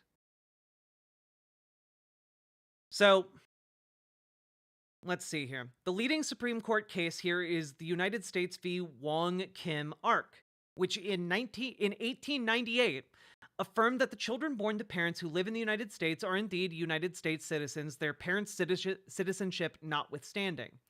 Quote, the amendment in clear words and in manifest intent includes the children born within the territory of the United States of all other persons or of whatever race or color domiciled within the United States, wrote Justice Horace Gray for the majority. To conclude otherwise, he continued, would deny citizenship to thousands of persons of English, Scottish, Irish, German, or other European parentage who have always been considered and treated as citizens. And there is literally no example here of any court ever siding against Wong Kim Ark. It is that, it's like that decisive of like a Supreme Court ruling, right? And in an attempt to try and like overcome this decisive ruling, the Trump administration's lawyers have had to get a little creative, which is being generous here, okay? Part of resisting is not letting the American public hold double standards. If they're willing to elect a bully, we need our own bully. Someone from our side needs to get aggressive about leftism. True, the Queen Matriarch. And maybe a better way of putting it wouldn't be that I don't know that we need our own bully. We need people who are willing to use power. And I think there's a difference between the two. I don't think we need a loudmouth. I don't think we need, like, someone who is, like, disgusting and awful. And, like, I think we need someone who's unafraid to actually wield power, you know? We need, for example, I don't think of Bernie Sanders as a bully, but I do think if Bernie Sanders were in a position to wield national level power, he would. And that's the kind of person we need, you know? We need people with actual goddamn conviction. We need people who have the will to actually do something, you know? Okay, so to try and get around this precedent, Trump's lawyers have tried two different things, right? So I'm going to go back to this article. First, they refer to the writings of two Supreme Court justices, Joseph Story and Samuel Miller, for the proposition that the children of undocumented people are subject to foreign powers and thus not subject to the jurisdiction of the United States. Which, okay, I'm just going to pause. If you are arguing that foreign nationals are not subject to the laws of the United States while they're here, that is an interesting take for a country that wants to deport foreign nationals. You know, like that's very bizarre to try and argue that simultaneously, you know, they are subject to our laws, but they are not subject to them at the same time, you know? So I think we can kind of see already that that's a bit self-defeating for their point. But to quote this, in the 1834 treatise, Commentaries on the Conflict of Laws, Joseph Story argues that the birthright citizenship rule should not apply to the children of parents who are in itinerary in the country, or who were abiding there for temporary purposes as for health or occasional business. 5 decades later, in his 1891 treatise, Lectures on Constitutional Law, Samuel Miller, opined that if a foreign visitor has a child here which goes out of the country with its father, that child is not a citizen of the United States because it was not subject to its jurisdiction. Which, neither of those are court precedent. They're just something that these people thought about and wrote down in books prior to the Supreme Court case. That's like saying, what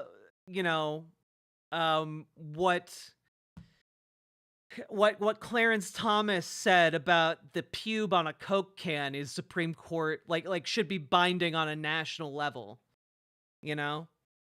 What Clarence Thomas said to not Anita Bryant, damn it, I can't remember her name. Fuck. The bit is dead. Moving on. You understand what I mean? It's like saying like an offhanded comment from a justice when they aren't actually like opining on a case or writing a decision should then be binding for the Supreme Court for eternity. Anita Hill, thank you.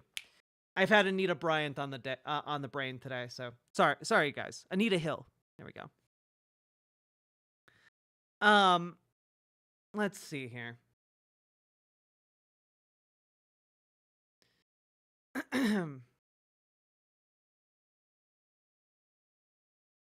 So, yeah, basically none of what the Trump administration is arguing is at all backed up by precedent in the courts. So if the Supreme Court does wind up siding with Trump on this one, it is entirely without precedent in US law, and we should fight it by whatever means available to us. Now, one other thing that deserves mention while we're talking about the birthright citizenship debacle that is going to slowly move its way through the courts is this, and this is coming courtesy of local news in Arizona. Reports of Navajo people being detained in immigration sweeps sparks concern from tribal leaders.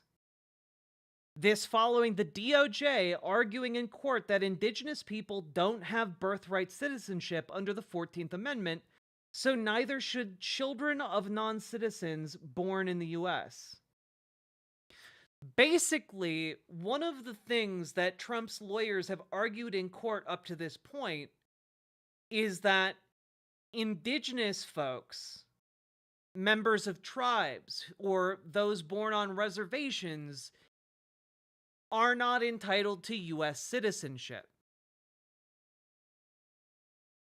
Now, to what extent that is an insane legal gambit that they are trying in order to seem like they have more merit to their case, or if it is an actual like foreshadowing of a maneuver that they are in the works already, remains to be seen. But yeah, it is really worrisome because up until I came across this article, I hadn't really considered that, you know? And one of the things that this made me far more worried about now is the possibility of some of the other things Trump has said, right? Which is he has promised to expand America's territory, right? That's one of the things he has as a goal for his administration is territorial expansion. Which is I'm worried that may be one of the goals here, is to seize lands from the tribes. That is a possibility I had not considered, and would absolutely be something that I could see Donald Trump looking into and pursuing. Did you see the conversation of Rock with Jon Stewart? Very encouraging. I did not see that conversation, but I am planning on seeing it, on watching it. Dude, his favorite president is Andrew Jackson, the guy who did the Trail of Tears. It would not surprise me if this guy went after native lands. Okay? One of the very first things he did was rename the mountain in Alaska. He wanted to take away its ancestral name and change it to Denali. Yes. He wanted to change Mount Denali's name, and its ancestral name is Denali. to Mount McKinley, a president who never had anything to do with the mountain whatsoever. So, yeah. Dude does not care about indigenous rights, indigenous lands, and I can very, very, very easily see him looking at native lands and seeing it as a potentially easy thing for him to seize.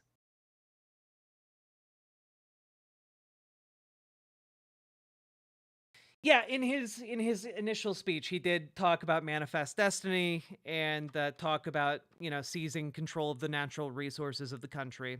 So, yeah, it's all of that deeply worrying, for sure. For sure, for sure.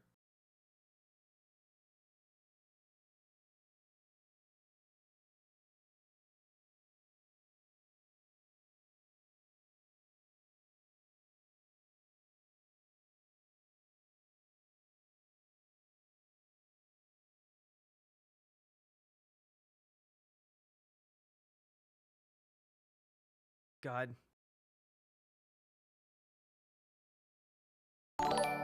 It's so worrisome, guys.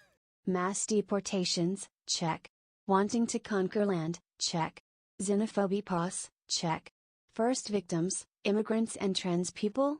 Check. How is MAGA not a Nazi crap show, again? Oh! They are. We're getting to that. But yeah, one of the things I really wanted to talk about before I closed all of my tabs by accident. Fixing that right now. Come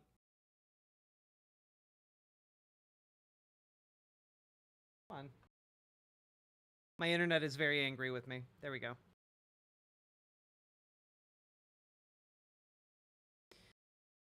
Okay.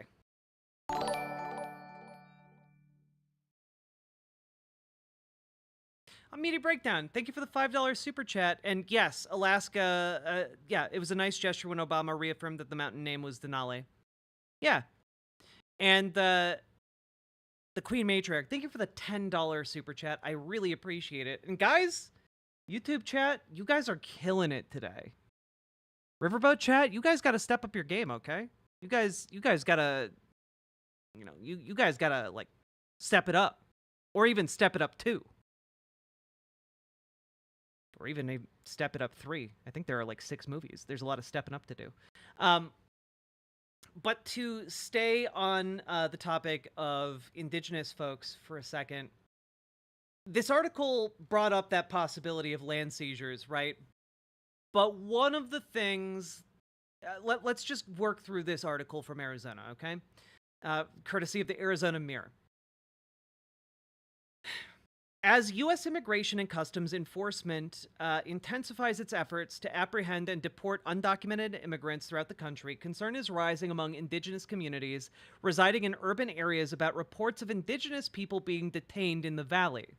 Since President Donald Trump issued his executive order for an increase in ICE raids, Navajo tribal leaders have received alarming reports that their tribal members are being detained, heightening uncertainties over the implications these actions have for their communities and the safety of their people.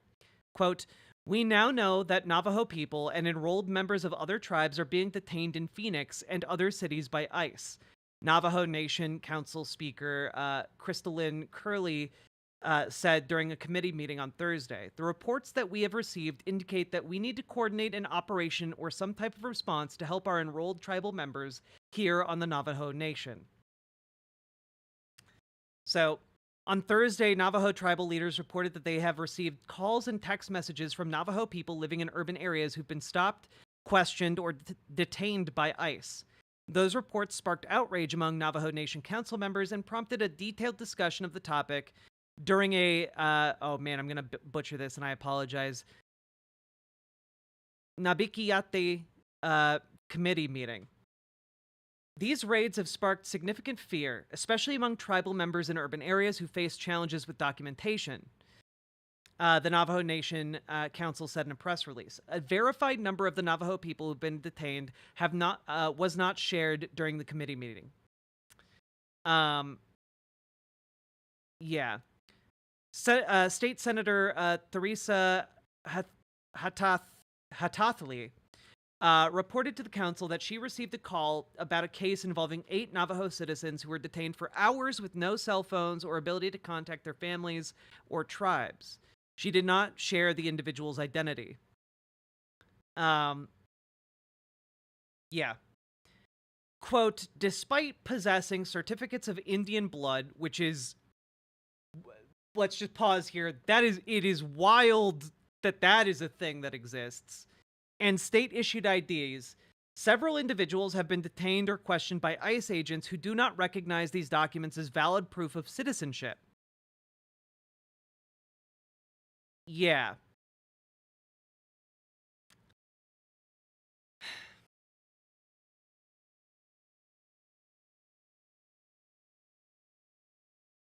So, literally they're asking indigenous people for their papers and then not believing them and just arresting them.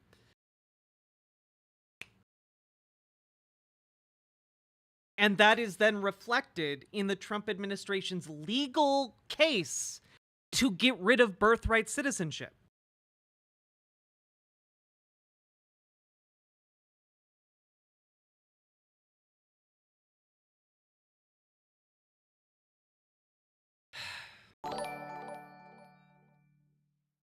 I got bored one day and put everything on a bagel. Salmon Moose, thank you for the 5 gifted tier 1 subs. I very, very much appreciate that.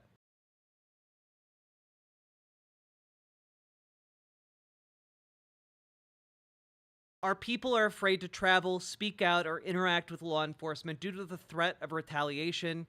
This fear must be addressed with systemic solutions.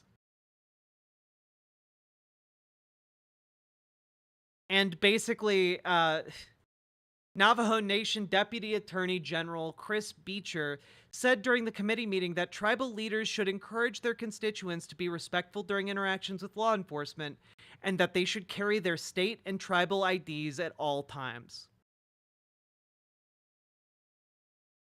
Okay, but where do you deport tribal people? Well, 1, this is in Arizona. So if you had to pick a place where you're going to deport someone in Arizona that you don't think looks white enough, where do you think they're going to get deported to? Regardless of their country of origin. They're going to put them in a holding camp and either keep them there indefinitely or deport them to Mexico. You know?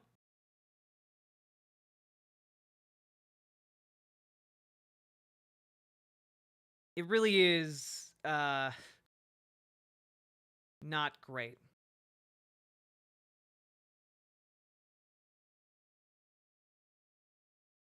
And basically, a lot of this article is just...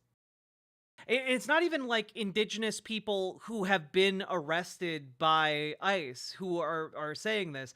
It's like the leadership of the Navajo Nation, like leader after leader basically coming out and saying, yeah, it's really scary out there. You know? I failed a drug test. I explained to my work, I had a beagle, they said, that explains the puppies, but what about the other drugs? I said, it was an everything beagle. I'll be here all night. One-Eyed Heathen, thank you for the $10 super chat. Oh, God.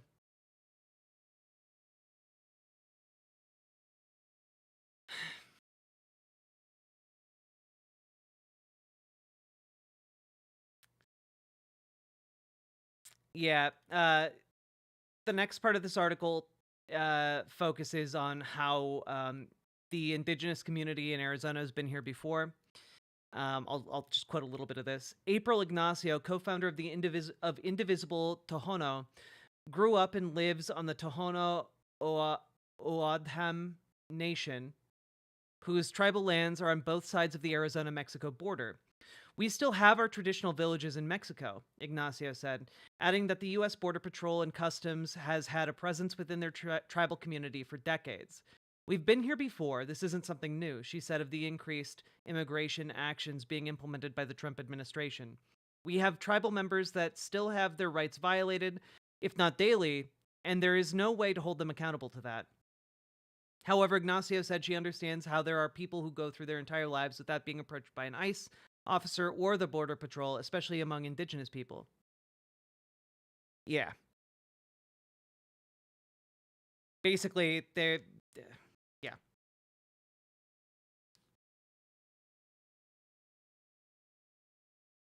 Skipping ahead a little bit. Being native in this country is political, Ignacio said. And now that these policies are touching more tribes, she said there's a lot more pushback, something that will benefit all tribes. Ignacio said the Trump administration's new policies are taking aim at tribal communities in new and shocking ways, which will draw attention to them and spur tribal responses. For example, the Trump administration openly questioned the U.S. citizenship of indigenous peoples as part of its defense of Trump's executive order to suspend birthright citizenship in the U.S. Trump signed the executive order shortly after he was sworn into office this week. It would end birthright citizenship for babies born to a mother and father who are not U.S. citizens or lawful permanent residents. Yeah. I'm going to quote the DOJ filing here. The United States' connection with the children of illegal aliens and temporary visitors is weaker than its connection with members of Indian tribes, the DOJ argued in a filing.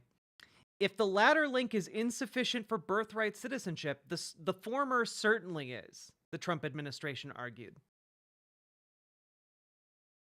The DOJ cited the 1884 U.S. Supreme Court case Elk versus Wilkins, in which the High Court decided that because members of Indian tribes owe immediate allegiance to their tribes, they are not subject to the jurisdiction of the United States and are not constitutionally entitled to citizenship.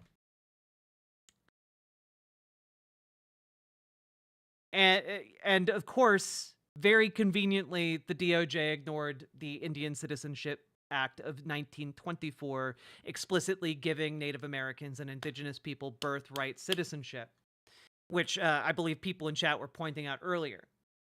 But the fact that they are ignoring that is deeply troubling, you know?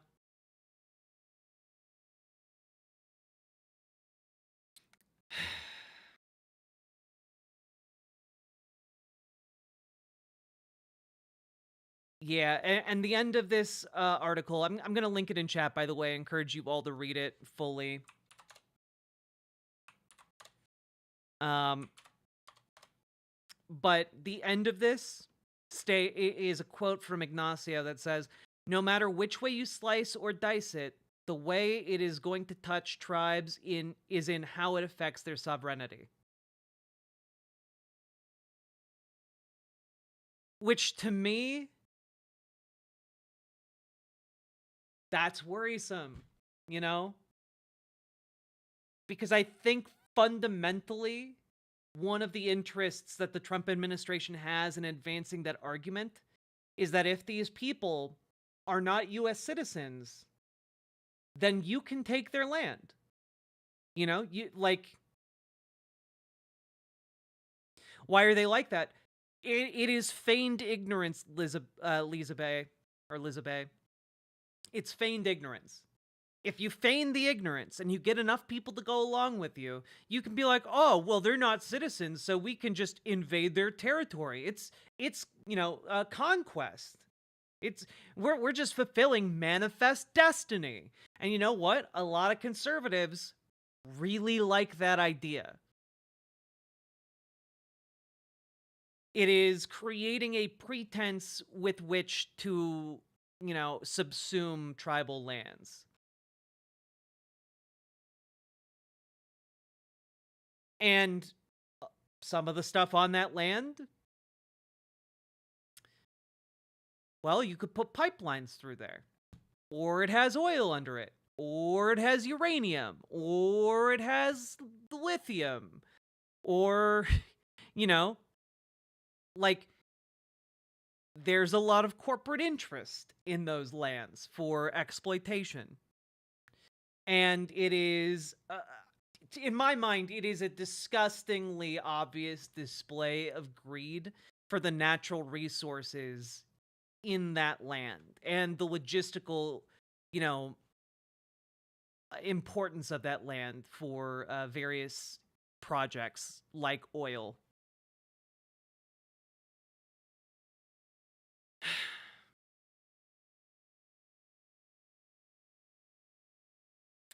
So, yeah.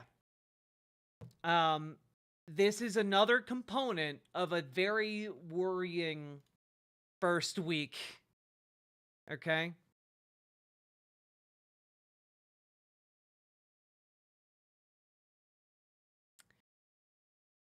And okay, I'm gonna do something that I'm just gonna play my hand here. This makes me mad. Like, this entire story makes me, like, furious beyond all reason. But, like, each element of this is just bad in new and infuriating ways. That last story was bad in, like, my heart is, like, on fire, thirsting for justice for Indigenous people, you know? This next part makes me mad in an entirely new way, and I will admit, a far more petty way. And that is, of course, Michael Bloomberg is back, everyone. And not only is Michael Bloomberg back, the Trump administration is so fucking evil that they're making Michael Bloomberg look like a good guy. Okay? Do you know how bad things have to be for Michael Bloomberg to look like the good guy? Do you know how bad it has to be? Monty Records, I'm glad you like watching my vids. So basically, guys, Donald Trump pulled us out of a lot of climate change commitments, okay? He's fucked up everything, okay? Like, Trump is withdrawn from the Paris Climate Accords, and basically Michael Bloomberg is stepping in with his philanthropic arm to fully fund the UN climate body, okay? To make up for the lack of funds from the United States. And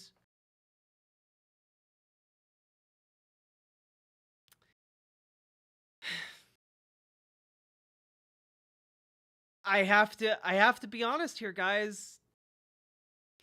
The United States was responsible for over 20% of the UN's leading climate body. It was responsible for 21% of its budget. Okay?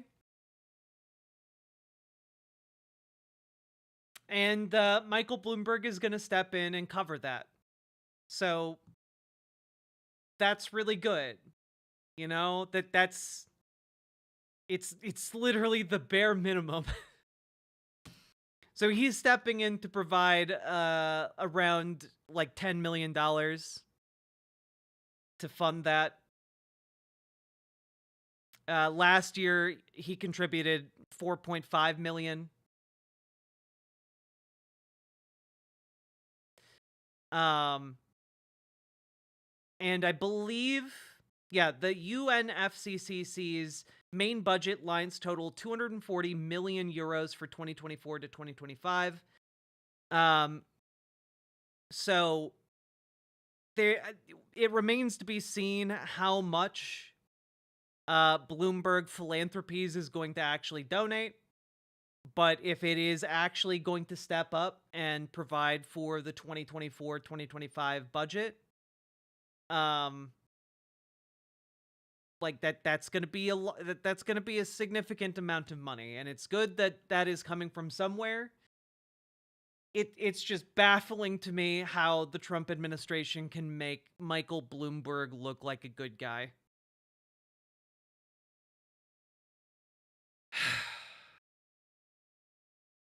How bad do we have to be for Bloomberg to be the hero? You know, 1 second to midnight? Really? Now we have to talk about another part of this. Okay. Real quick. A lot of people have been posting this image today of U.S. egg prices going skyrocketing after, people being like, oh, the egg prices are so high under Joe Biden. Joe Biden made the egg prices high. And a lot of people are basically being like, the folks obsessively posting about egg prices for the past few years have gone strangely quiet just as egg prices hit an all-time high. And it's like, I don't want to call this guy out in particular, okay? I have nothing against this individual poster, but it's like, the problem is so much bigger than something we can just be smug about. Like, it's the bird flu, everybody. The chickens are dying. Okay, there's a mass, Black Death level event for chickens happening across the United States. And it is really bad. And it's going to get so much worse. Guys, this outbreak has killed 136 million birds so far. That's so fucking many birds, okay? 136 million birds, 30 million of which have been killed to try and stop it. But it's spreading amongst wild birds, and so it's hopping from bird haven to bird haven, okay? And 10% of the egg-laying population has been culled. So many birds! And we have cases where it is leaping from birds into cattle, and from cattle into people. Now, the big thing is, we are very lucky that it is not very good yet at leaping from person to person. But if somebody infected with bird flu also gets the normal yearly flu, there is a decent chance that those two viruses can swap parts. It is a common occurrence, okay? If they swap the right parts, it will then gain the ability to transmit between humans. And that is basically gonna put us in Pandemic 2 Electric Boogaloo. Okay? Now, you might say, well, we went through one pandemic, guess we can live through another one. Yeah, about that. Trump halts government agency communication, making bird flu even more precarious. Amid ongoing outbreaks, the flow of vital information between public health organizations ceases. Since President Donald J. Trump's inauguration on Monday, public health officials have found themselves at a confusing and potentially dangerous standstill. On a global scale, the newly elected president has pulled the U.S. out of the World Health Organization and now paused external communications for a number of government agencies. The move comes at a critical time for public health as human cases of bird flu have slowly increased, resulting in one death earlier this month, and a number of former public health officials have said the government is not testing enough for bird flu. The sudden freeze means agencies like the Center for Disease Control and Prevention, the CDC, and the Food and Drug Administration, the FDA, are unable to release communications such as scientific reports and health updates. Of particular concern, the pause has no concrete end date, which has left agency employees confused on its scope, according to the Washington Post. So basically, we actually have no idea how bad it is right now. So you might say, oh, you said we killed 136 million birds have died. That's old data.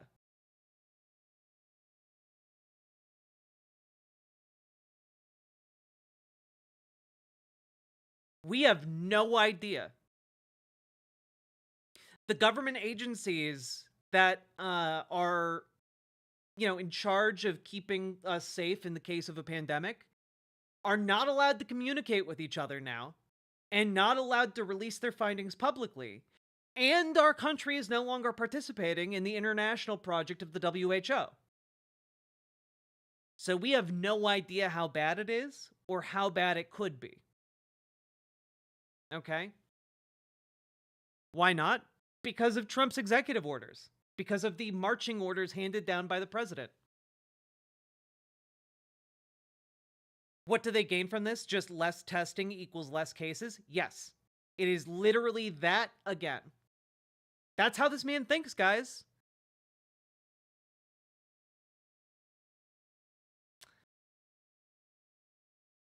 Yeah. How will the pause affect public health warnings? It appears the freeze is already delaying CDC publications such as their main weekly report that provides the public with timely health advice and research. This week's iteration, scheduled for earlier this week, has not yet been published and was supposed to include new studies and data on the ongoing H5N1 avian influenza virus outbreak. This is not the first time these CDC reports have been affected by the Trump administration. In 2020, officials at the HHS tried to change, delay, and prevent such reports, particularly those related to COVID-19. It's literally the same thing again. Okay? There is also ambiguity as to the breadth of the communications covered, according to the Center for Science in the Public Interest statement, which could hinder agency coordination during an outbreak of foodborne illness. A spokesperson for the Department of Health and Human Services tells Sentient that a pause on communications and public appearances are not directly related to emergencies or critical to preserving health. They also said this is a short pause to allow the new team to set up a process for review and prioritization. There are exceptions for announcements that HHS divisions believe are mission critical, but they will be made on a case-by-case basis. And a representative from the CDC declined to comment. And of course, halting agency coordination could exacerbate bird flu outbreaks, which I feel like is pretty self-explanatory here. Yeah.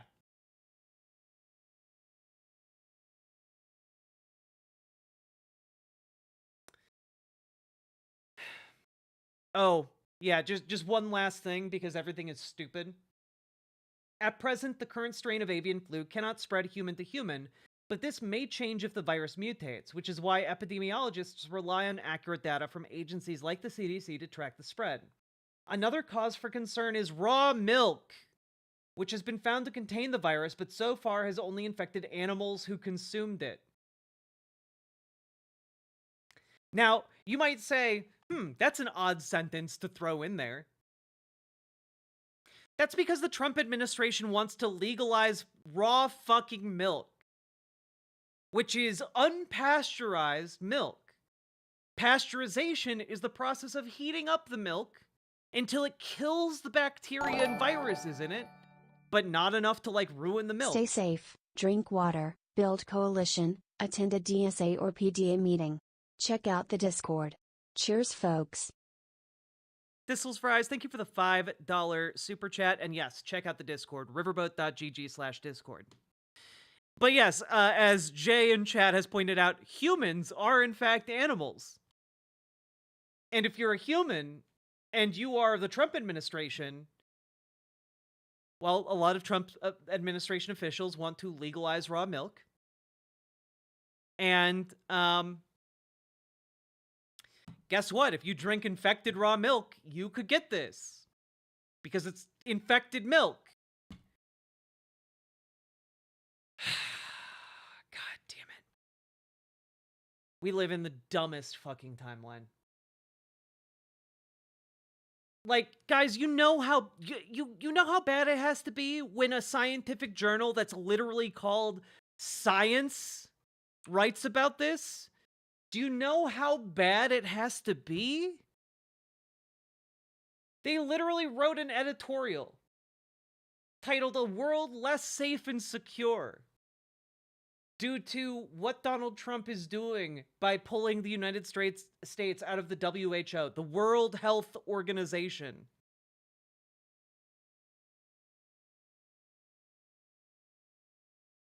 It is that bad.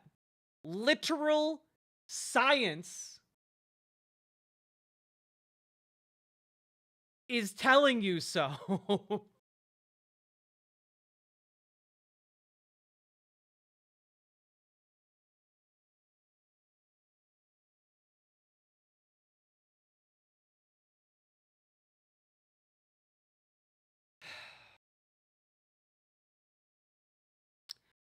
But that, of course, is not all. Donald Trump pardoned 1,500 rioters who participated in the attempt to overthrow the U.S. government on January 6th, 2021. And that includes, by the way, members of the Oath Keepers, a violent militia group. And, maybe one silver lining here is that members of the Oath Keepers are restricted from visiting Washington, D.C. So that's good, I guess. U.S. District Judge Amit Mehta's order affects 8 defendants: Stuart Rhodes, Kelly Meggs, Kenneth Harrelson, Jessica Watkins, Roberto Minuta, Edward Vallejo, David Marshall, and Joseph Hackett. And let's see here.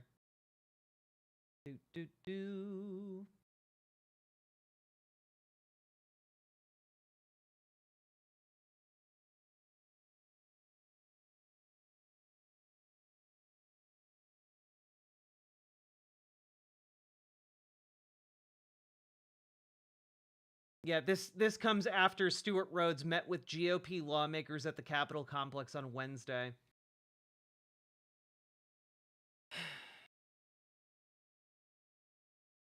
And, we'll see if that restriction holds up even after being commuted by the president.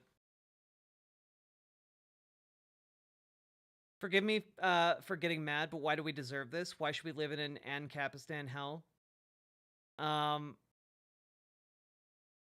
Because we need to do better and we need to win. That's why. We didn't do good enough.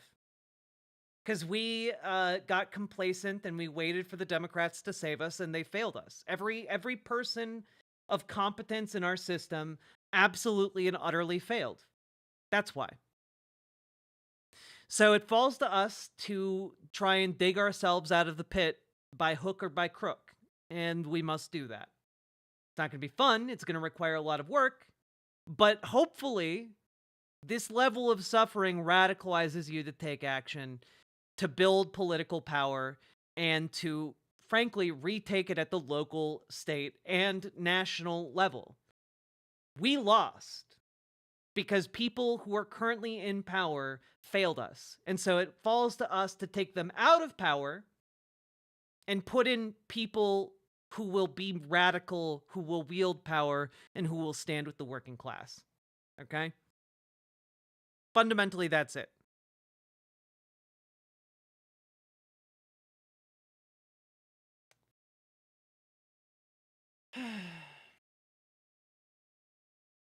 But yeah, those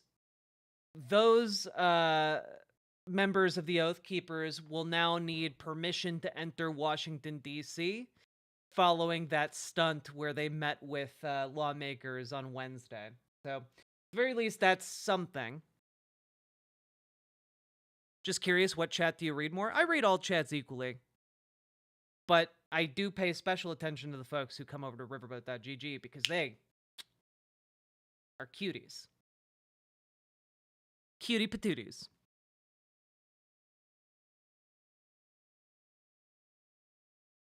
Okay.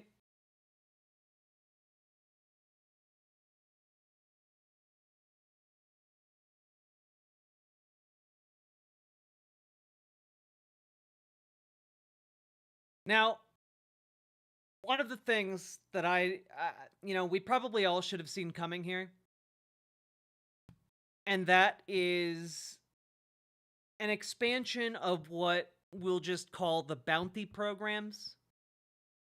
Now, you all may recall that, back during the first Trump administration, Republican states started creating bounty programs, specifically for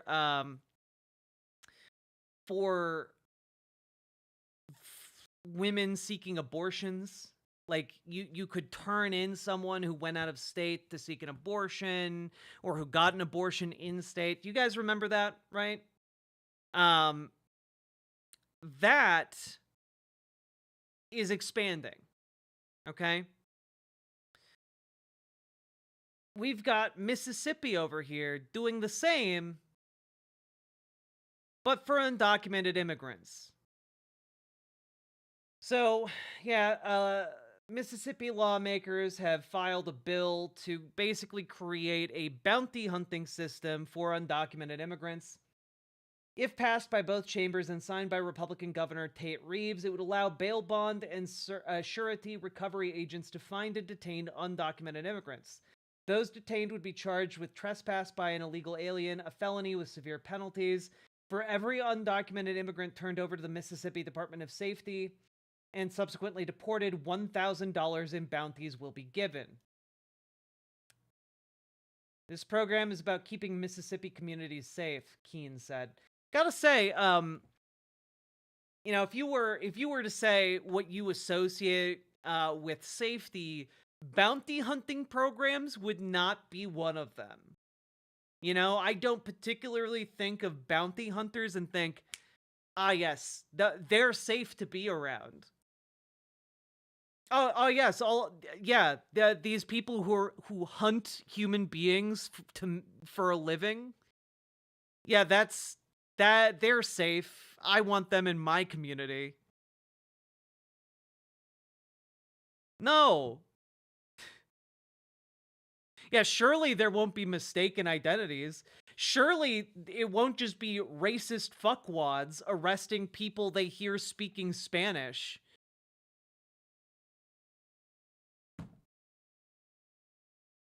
God.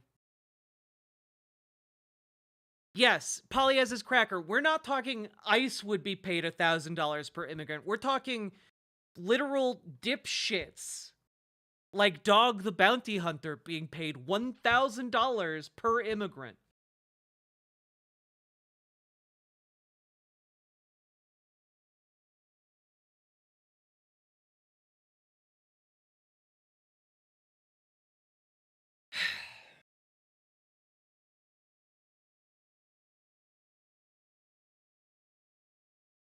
It's really, really disgusting.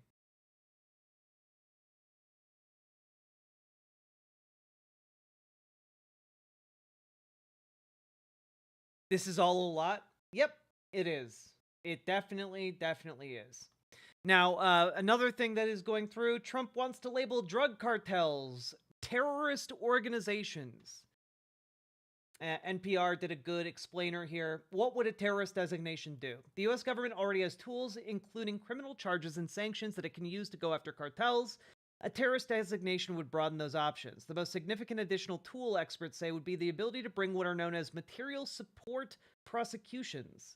Under US law, it is a crime to provide material support to a designated terrorist organization.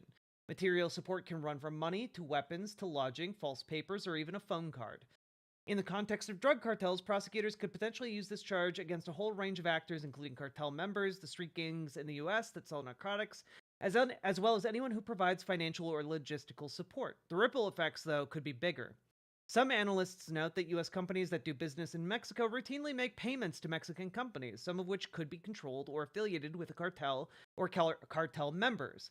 That could possibly expose those American firms to penalties. Migrants could also potentially be swept up in material support prosecutions. Experts say migrants often pay smugglers to get through Mexico or across the US-Mexico border. And those smugglers often have ties to cartels, and that could provide grounds for American authorities to keep those migrants out of the US. Or, and I'm just spitting this out there,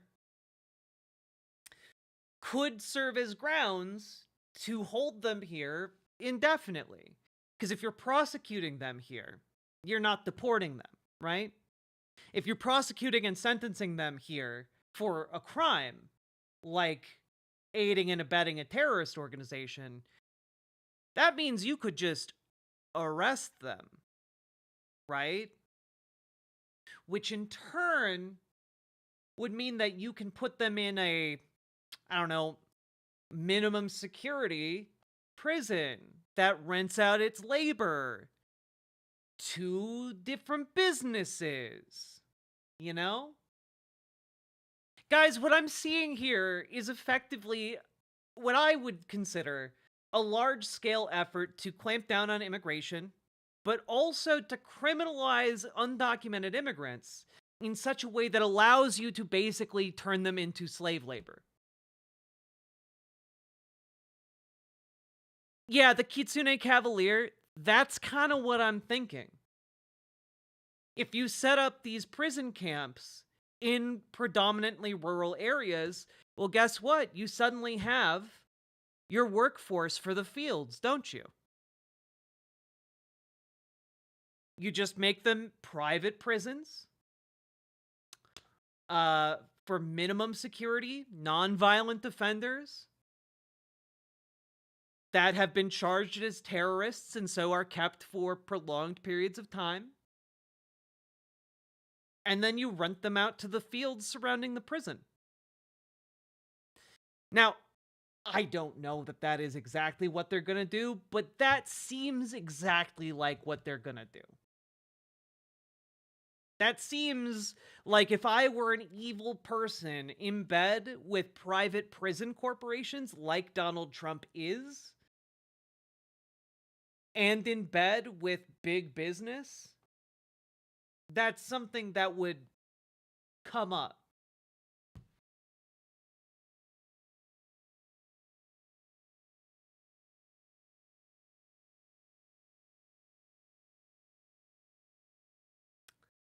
And of course, one additional thing. There have been questions about whether a terrorism designation opens the door to possible unilateral military action by the United States on Mexican territory.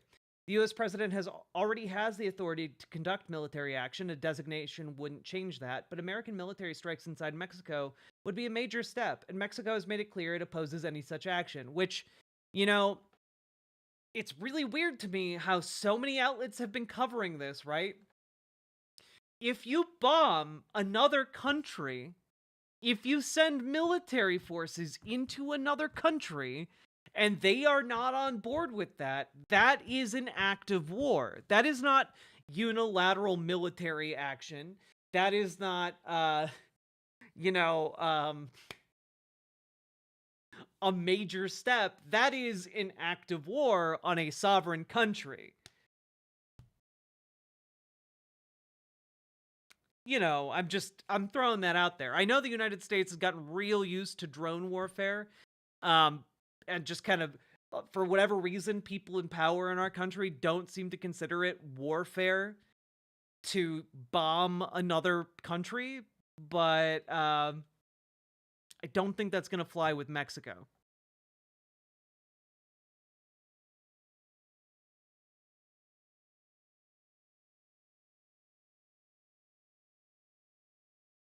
God.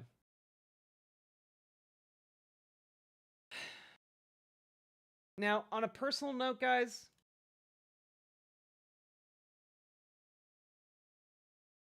oh, just real quick before that, this is insane. This is maybe the most insane thing I've seen so far. This is a new piece of legislation in Congress, H.R. 238.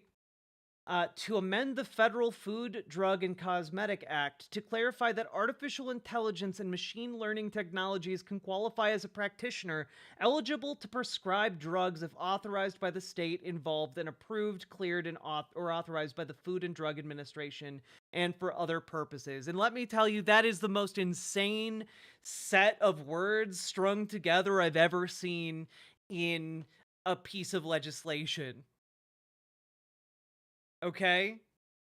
They want AI to be your goddamn drug prescriber.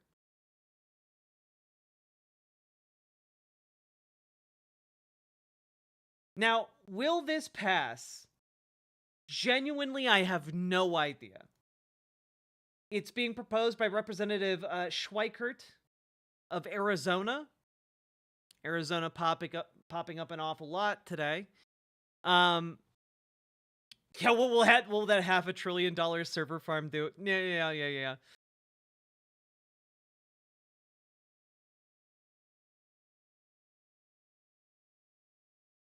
They want your doctor to be an AI assistant, guys.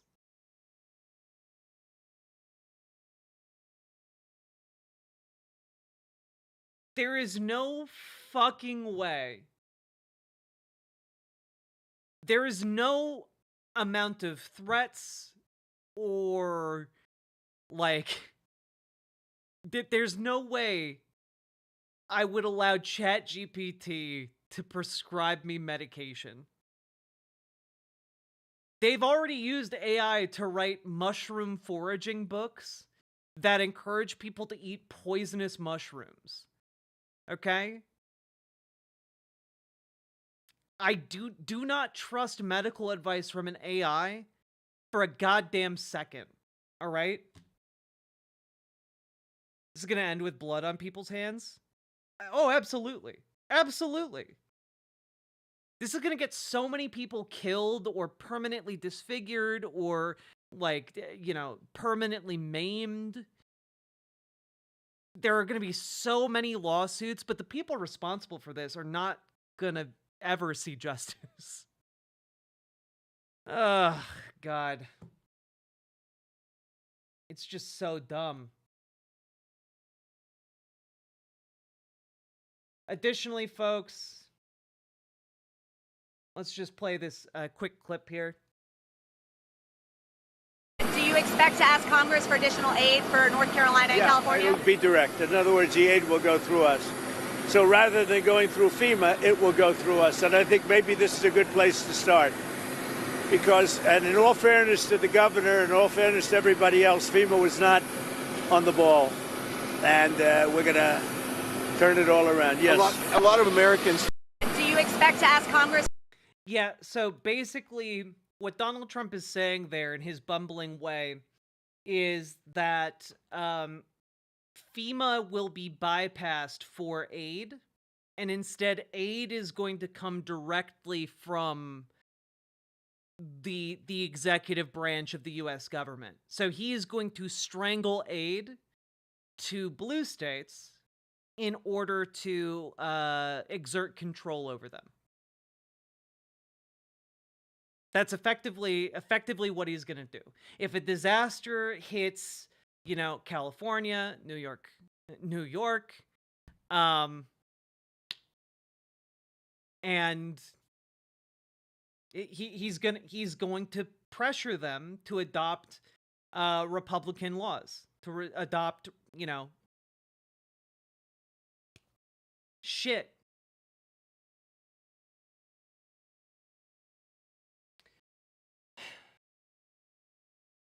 It is very clearly and nakedly,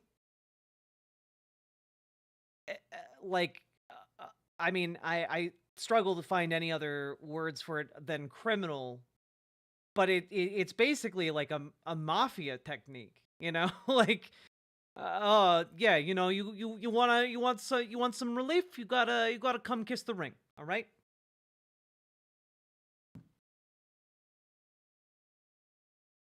And on top of this, guys, there's a lot rolling out right now when it comes to DEI, and I just wanted to share with you how a lot of corporations and companies are rolling over when it comes to the new Trump administration and its war on DEI, right?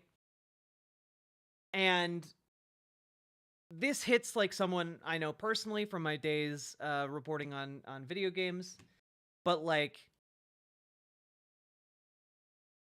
from Jessica Cogswell, have had two friends contact me today to tell me their workplace / their friend's workplace started firing DEI hires today.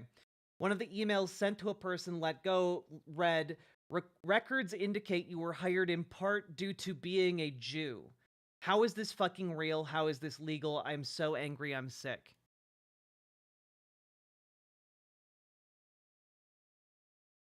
A lot of these companies are obeying in advance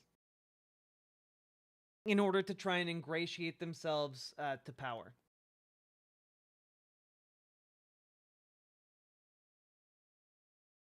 And guys, this is not someone who is prone to making things up. This is a well-known like journalist who has written for Giant Bomb, Kind of Funny, Up Rocks, Paste, Collider, Game Informer, Uppercut.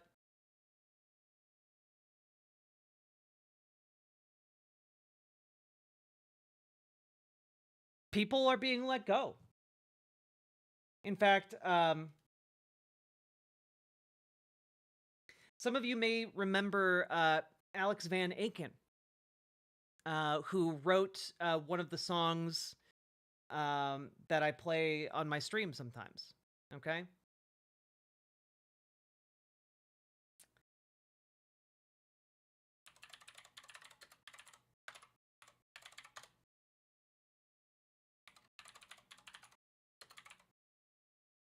Yeah, here we go. Y'all may have heard this. You may remember this, right? It's very soothing.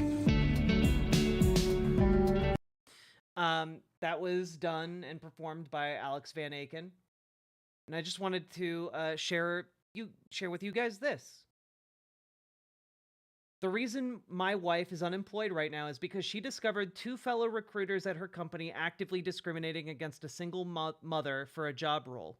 The man she called out got a promotion 2 days later and laid her off immediately because she wasn't a good fit. Be wary.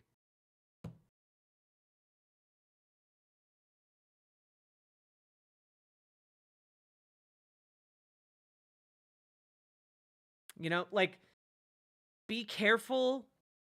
I'll just read what he wrote here. Be wary of the personal information you give to recruiters. There are absolutely bad actors in the space, especially at small firms where there is less oversight. And that is true now more than ever, okay? That is true now more than ever. Be careful about the information you give out about yourself, because, frankly, a lot of these companies are scared and they're looking to put a knife in someone's back if it gets them any amount of clout, any amount of legitimacy in the eyes of deeply conservative fuckwits. Okay?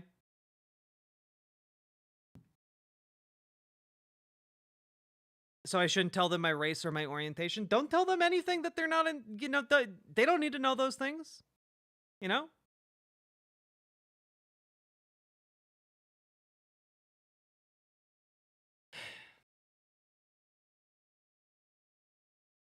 Now, I have talked at extreme length here about a number of really bad things, okay? I know it's been difficult. But I'm gonna give you a couple silver linings, all right? You guys ready? You guys ready for the silver linings? Here we go. Number 1 comes courtesy of Ken Klippenstein, and this article titled, "Leakers Declare War on Trump." Okay?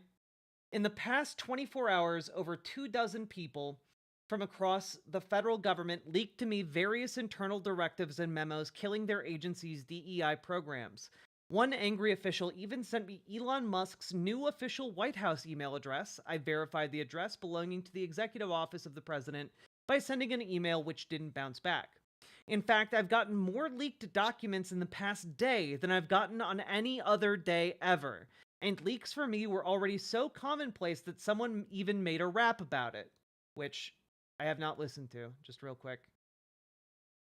PD memo that Merrill mentioned briefly. Yes, according to journalist Ken Klippenstein, he obtained a report Hold on! Ken Klippenstein, that's an ill rap name. Hold on! Yo, Big K Clip. Yo. Bow, K Clip, nigga, what's up? Yo. That's a fire name. Ran up on him in the street, couldn't reach his clip in time. I had to leak it to the press. Like my name was Klippenstein! Don DeMarco, Yo, and then and then they get a reaction, they gotta repeat the bar 7 times, bro. 10 out of 10. No notes. 10 out of 10, no notes. Government workers are angry, or some in the rank and file anyway. The documents tell a story of both resistance by those who leaked them and obedience by those who wrote them. The leaks are tantamount to a declaration of war against the president and his agenda, which at first glance seems like an affirmation of Trump's claims about the existence of a bureaucratic deep state. But this office uprising is more complicated, as a closer look at the documents reveals. The signatories of these memos, the people enforcing Trump's war on DEI, are themselves civil servants. They are the high-level career bureaucrats currently running these various agencies. They are not Trump political appointees. In other words, federal employees are split. Some, particularly among the rank and file, are mounting a resistance, while the acting directors at the top seem happy to do Trump's bidding. Take the acting Secretary of Veterans Affairs, Todd B. Hunter, who sent the memo on Wednesday to VA staff. Hunter previously held a career position at the Veterans Benefits Administration and remains so in his position as acting secretary, which does not require Senate confirmation. Hunter's case is an interesting one because his agency, the VA, oversees one of the victims of Trump's executive order, the over 1 million American veterans who have service-related disabilities. As several leakers pointed out to me, Trump's order doesn't just target DEI, but accessibility as well. Accommodations countless American veterans rely on. We are taking steps to close all agency diversity, equity, and inclusion and accessibility offices and end all DEIA-related contracts, Hunter told VA staff in his memo. Beyond the simple cruelty, the directive cuts against one of the VA's core missions, providing care to wounded veterans. You know? The contradictions here are going to bring this all crumbling down, guys. The acting secretary then asks employees to report to him any attempts to undermine Trump's intent, specifically to report any contracts that have been signed since November 5th that obscure the connection between the contract and DEIA or similar ideologies. Failure to report this information within 10 days may result in adverse consequences, he says.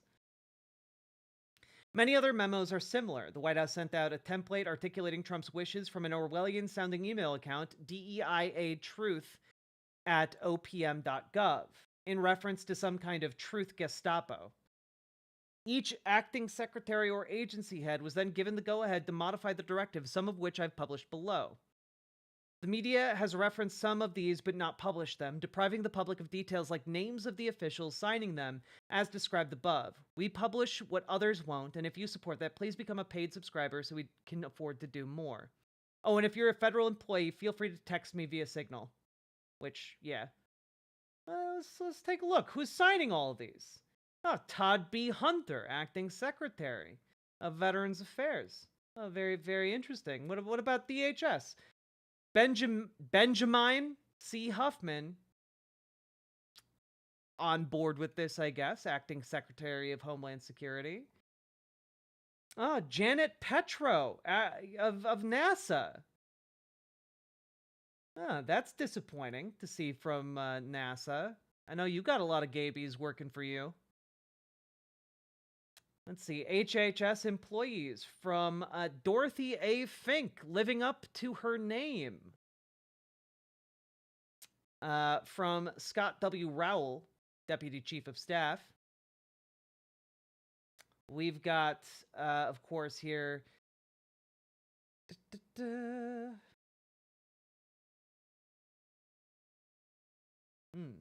Secretary of State, Washington, D.C. Interesting stuff here.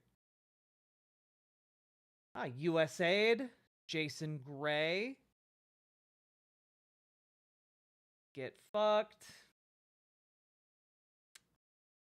Secretary of the Treasury. Get fucked. Interesting stuff. Now, what's interesting here is that we're already... We're not even through a week, guys. And administration officials are already leaking like a sieve, okay? Like, they are absolutely, like, chomping at the bit to just regurgitate information to anyone in the press. It's actually really impressive. So, I don't know. This is bleak. But at the same time, in the bleakness, the fact that there is this level of, frankly, rejection of the Donald Trump administration gives me some hope, because it can absolutely get worse than this. Like, they can do a lot more damage with what they can leak. And that, I think, gives me hope for where this could go in the next few months. Because keep in mind, guys, midterms start a year from now. 90 days from now, Donald Trump will finally start settling, the margins in the House. But he's still not going to have a big one in the House. Which means he can't afford to lose a lot of support. And if people are already willing to leak, like they are right here, well, I'm guessing there are damaging materials somewhere in the US government that would cost him support.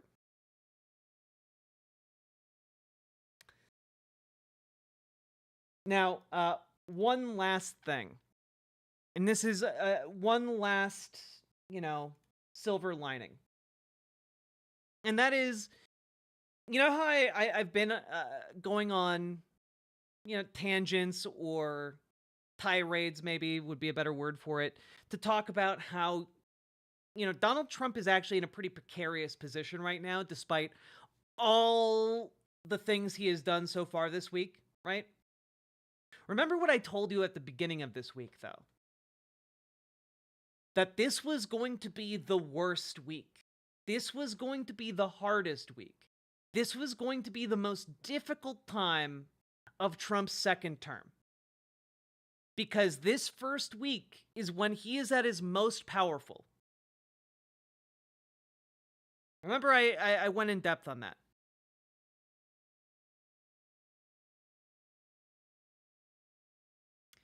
Well, guess what? Jacobin also agrees with me, which is, it's nice to see someone validate my analysis. Donald Trump is weaker than he looks. And I think this first paragraph kind of explains my point pretty well. As promised, Donald Trump kicked off his presidency with a show of speed and strength, citing what he called a massive mandate, complete with a powerful win in all 7 swing states in the popular vote. Trump has launched what his allies termed a strategy of shock and awe, alluding to the massive bombing campaign that made way for the U.S. invasion of Iraq. Trump unleashed a blitz of dozens of executive orders on everything from pulling the United States out of global agreements and rescinding Biden-era directives, to laying the groundwork for a large-scale purge of federal workforce and taking aim at conservative bugbears like birthright citizenship and wind energy. In short, it seems like the worst fears of what a second Trump presidency would mean are coming true, of an unstoppable right-wing wrecking ball that will leave a very different country behind in the ruins of what is smashed. This is certainly what the president would want his demoralized opposition to believe. But for all the big talk, both Trump's presidency and his political project are more fragile than either side realizes. And this article goes into a lot of the additional points here, which is that, essentially, people underneath Donald Trump all have loyalty to Trump, but they have no loyalty to each other. And Donald Trump has very little ability to actually get them in line. And he has a finite amount of energy to try and do so, right? So basically, the people under him hate each other's guts and are looking for any excuse to stab one another in the back. Point, in fact, being Vivek Ramaswamy being out at Doge, okay? Very funny, but also this is going to continue happening.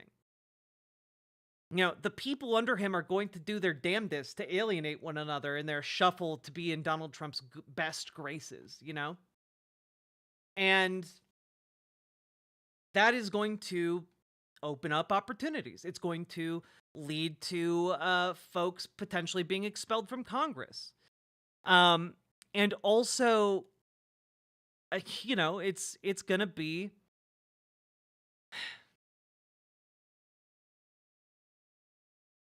It's gonna be hard, because as we go forward, time has this thing where as you move forward, things happen.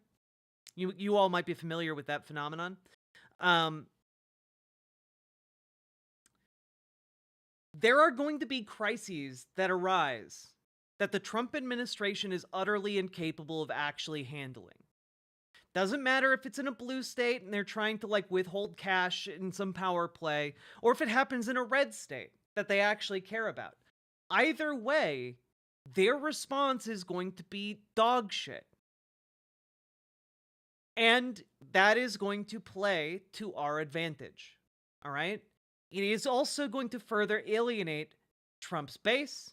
It's going to make his underlings fight each other and try and assign blame. And it's also going to deeply demoralize and tire out Donald Trump. It's going to take attention away from all of his, adoring fans, adoring him, worshiping him,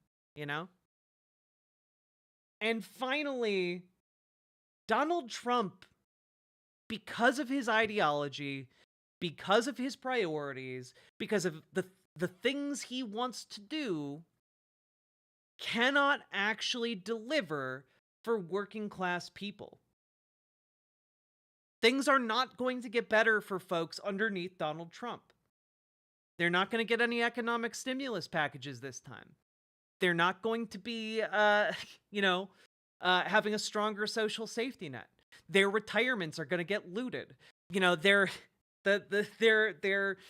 healthcare is going to be coming out of crypto wallets. It's going to get worse, and they're going to hate it. And as we look at all of these things, you have to understand Donald Trump is fighting against the tide of time, right? Meaning that he's at his strongest right now, but he only came into office with a 1.5 margin of victory, 1.5 point margin of victory. Half of what he came into office with last time. He does not have a broad mandate from the base. He does not, in fact, have that much support. And as he fucks up, as he certainly will, that support is going to erode. And understand that what they are doing right now is trying to cow us into complacency. They're trying to basically immobilize us with despair, to get us to look at what he's doing and say, oh my God, it's so much. How could we possibly handle it? And shut down. A gish gallop of hopelessness. I like that, Ms. Milena. Good turn of phrase. And I have to really emphasize this again. He has a very slim margin in the House right now. That slim margin is going to remain slim until the special elections conclude in about 90 days. 85 days now. Okay?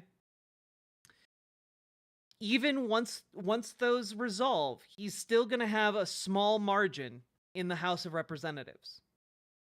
There are 400 members in that body. There are people that are going to be like, we're going to be able to pull some of them away. Like Lisa Murkowski, for example. We're going to be able to pull some folks away from the Republican, adhesive to Donald Trump. And we're going to be able to pull more of them the less powerful he is. And as we go forward, Trump is adhering to the old adage, if you cannot bedazzle them with brilliance, befuddle them with bullshit. There you go, very knifey duck. Very good.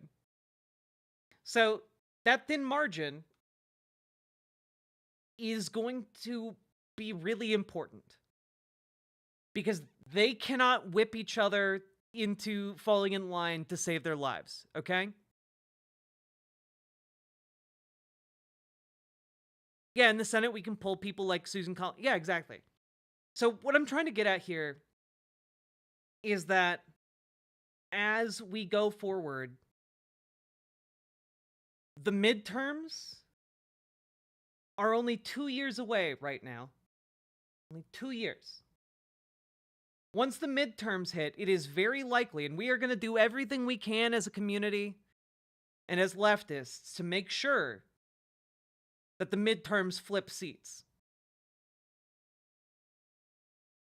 And once those seats are flipped, he is not going to have Congress behind him anymore, which will be a major roadblock for him doing any fucking thing. Until then, we've got 90 days taken out, and the election season for midterms begins 1 year from now. Okay? 1 year from now. So effectively, Donald Trump has, 1 year, 9 months to get stuff done. Well, he has 1 year to get stuff done right now. Only 9 months to get stuff done after the special elections conclude. So, while it does seem really overwhelming right now, I want to reiterate, this is the worst week. I do not think he can do worse than this. Now, I could be wrong, and that will make this clip very painfully funny, I'm sure, if I am.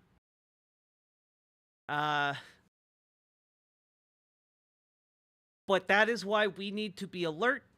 We need to resist at every conceivable step of the way. We need to delay any kind of legal action, any kind of political action or machinations by Republicans during this time period.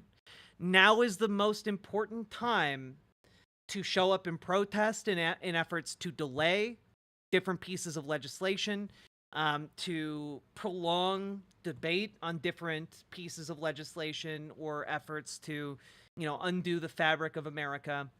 Now is the time to get involved and do something.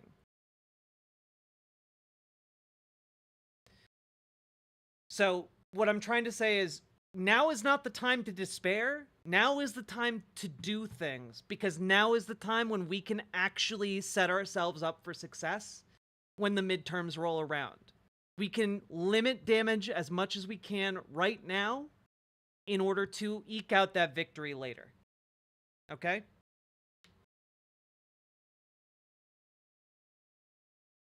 It's going to get worse. It's just that this week is when things get bad the fastest. I mean, there are more, let me put it this way. There are more bad things that are coming down the pipeline. I think this is the worst that he could do. All of the top line priority items that were the worst he could do have been done.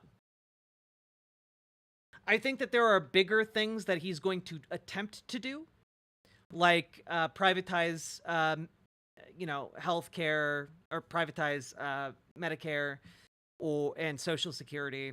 Those are things that I think they're going to try to do. I don't know that they're actually going to have the support to do those things. And additionally, the biggest thing that they're going to be able to do, absolutely, is get the tax cuts. That will be devastating. But this right here, I think, is the biggest attack on civil rights that they're actually going to be able to muster. And everything else is going to be hot air.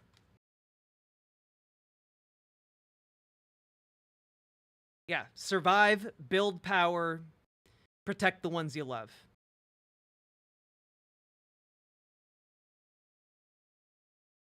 The Supreme Court has already been packed.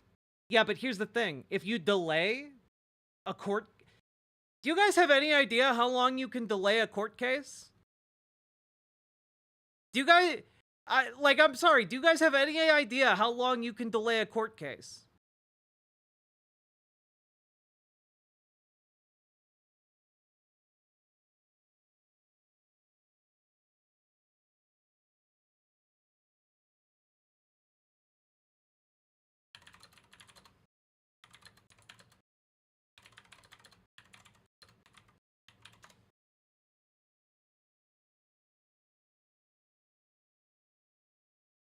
Like, when we're talking about one court case, right?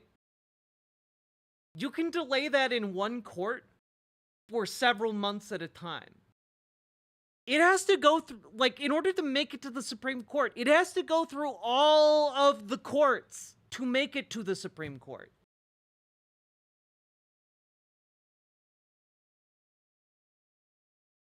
All I'm saying is, if we have decent lawyers, arguing this in court, we can delay these cases until Donald Trump is no longer president.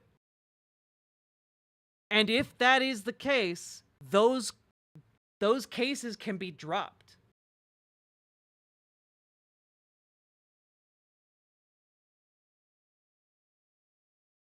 Okay?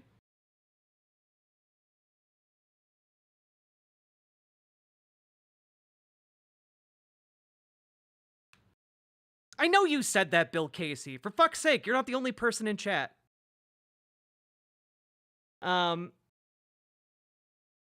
Yeah.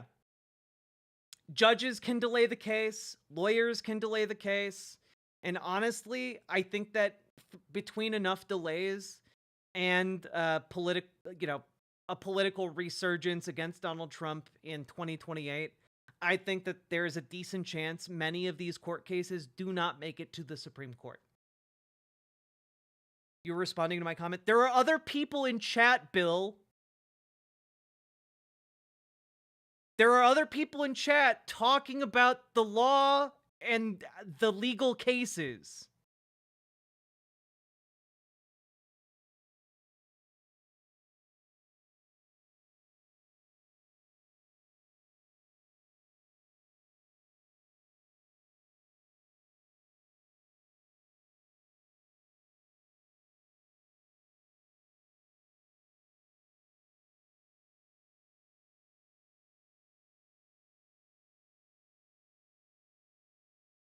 Yeah, I'm reading 3 chats right now, for fuck's sake. Are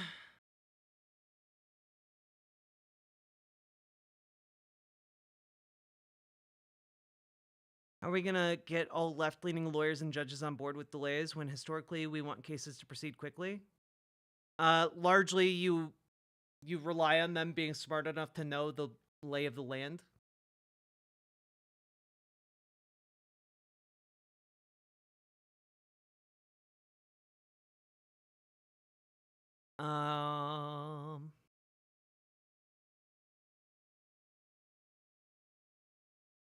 I know a lot of people. I know a lot of people. A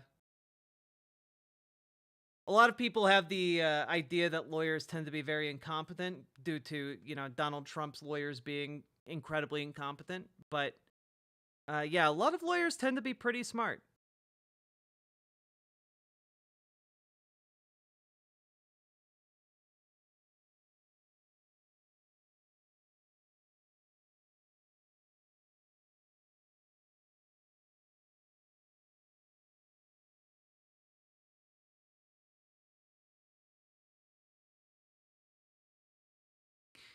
And I know I don't look it today, chat. I'm very angry.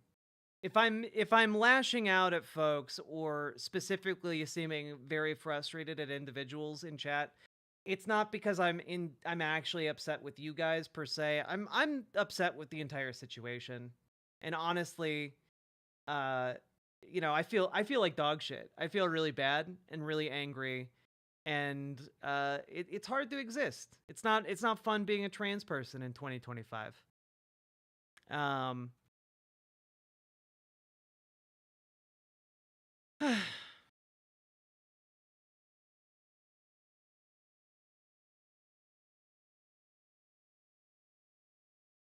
So basically, guys, we have a lot going for us, even though it doesn't seem like it right now.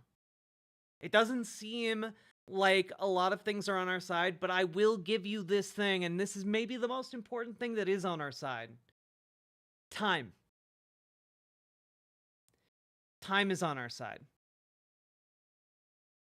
And so, one of the things I came across, and maybe, it depends on how helpful this may be, from Open Culture here. Discover the CIA's Simple Sabotage Field Manual, a timeless guide to subverting any organization with Purposeful Stupidity from 1944. Now, guys, I know a lot of you in chat will say something along the lines of like, what can I do? I'm just a dumb idiot. I'm just a small little bean. I don't know how to do anything real good. Well, guess what? Can you be purposely dumb? Can you pretend to be a moron? Well, guess what? I've got jobs for you. Okay? Let's take a look. I've always admired people who can successfully navigate what I refer to as Kafka's Castle, a term of dread for many government and corporate agencies that have an inordinate amount of power over our permanent records, and that seem as inscrutable and chillingly absurd as the labyrinth the character K navigates in Kafka's last allegorical novel. Even if you haven't read The Castle, if you work for such an entity, or like all of us have regular dealings with the IRS, the healthcare and banking system, etc., you're well aware of the devilish incompetence that masquerades as due diligence and ties us all into knots. Why do multi-million and billion-dollar agencies seem unable or unwilling to accomplish the simplest of tasks? Why do so many of us spend our lives in the real-life bureaucratic nightmares satirized in the office and office space? Etc., etc., etc. Let's jump ahead. All right, now declassified and freely available on the CIA website, the manual that the agency describes as surprisingly relevant was once distributed to OSS officers abroad to assist them in training citizen saboteurs in occupied territories like Norway and France. Such people, writes Rebecca Onion at Slate, might already be sabotaging materials, machinery, or operations of their own initiative, but may have lacked the devious talent for sowing chaos that only an intelligence agency can properly master. Genuine laziness, arrogance, and mindlessness may surely be endemic, but the field manual asserts that the purposeful stupidity is contrary to human nature and requires a particular set of skills. The citizen saboteur frequently needs pressure, stimulation, or assurance, and information and suggestions regarding feasible methods of simple sabotage. You can read the full document here. All right. Yeah, here are a few. In organizations and conferences, insist on doing everything through channels. Never permit shortcuts to be taken in order to expedite decisions. Make speeches. Talk as frequently as possible and at great length. Illustrate your points by long anecdotes and accounts of personal experiences. When possible, refer all matters to committees for further study and consideration. Attempt to make the committee as large as possible, never less than 5. Bring up irrelevant issues as frequently as possible. Haggle over precise wordings of communications, minutes, and resolutions. Refer back to matters decided upon in the last meeting and attempt to reopen the question of the advisability of that decision. Advocate caution, be reasonable, and urge your fellow conferees to be reasonable and avoid haste, which might result in embarrassments or difficulties later on. If you're a manager, in making work assignments, always sign out the unimportant jobs first. See that important jobs are assigned to inefficient workers. Insist on perfect work in relatively unimportant products. Send back for refinishing those which have the least flaw. To lower morale and with it production, be pleasant to inefficient workers. Give them undeserved promotions. Hold conferences when there is more critical work to be done. Multiply the procedures and clearances involved in issuing instructions, paychecks, and so on. See that 3 people have to approve everything where 1 would do. If you're an employee, work slowly. Work slowly. Contrive as many interruptions to your work as you can. Do your work poorly and blame it on bad tools, machinery, or equipment. Complain that these things are preventing you from doing your job right. Never pass on your skill and experience to a new or less skillful worker. And yeah, you can actually just download this thing. And yeah, it's short.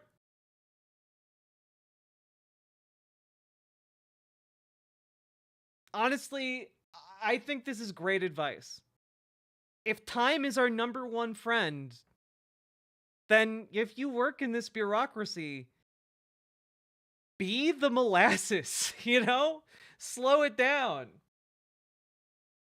Link in chat, here you go. I'll give you guys the easier to read version, I think. Also on Gutenberg.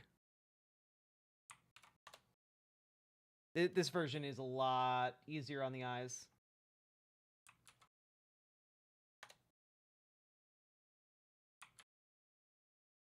There you go. Hope you enjoy Johnny Lillard.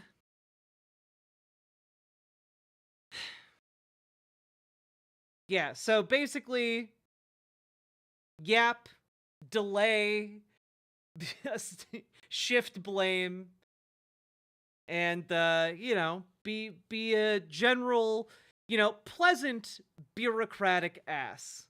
The Ron Swanson strat. Exactly, Liz Galahad. You got it.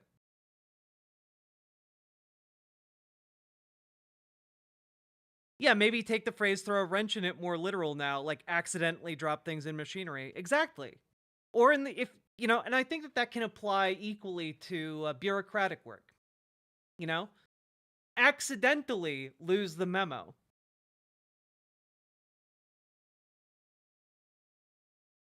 Or assign sending the memo, but make sure your employee doesn't BCC, and instead individually sends every email to each person, making sure it's personalized to them in particular.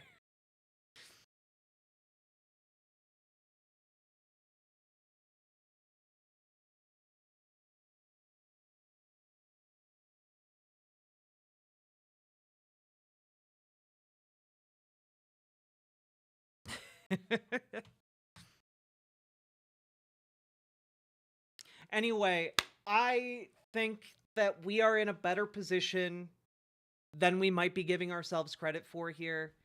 And I know that things look really fucking bleak right now. But I think we can make it. And I think that if we dedicate ourselves, each one of us, to doing something to organize political power, be it in our local Democratic Party or in our DSA or in, you know, whatever you want to organize in, I think we have a decent shot here of actually being able to enter into 2026 with a good shot at the midterms of building political power, and 2028 getting this orange fuck out of office. And I want to end on one last thing, okay? One last thing. And that is, I know a lot of people are really worried because Donald Trump has proposed, sorry, not Donald Trump, a member of the House has proposed a constitutional amendment to allow Trump a third term in office. It's been introduced into the House of Representatives. And I just want you all to understand that there's no way in hell that that actually goes anywhere.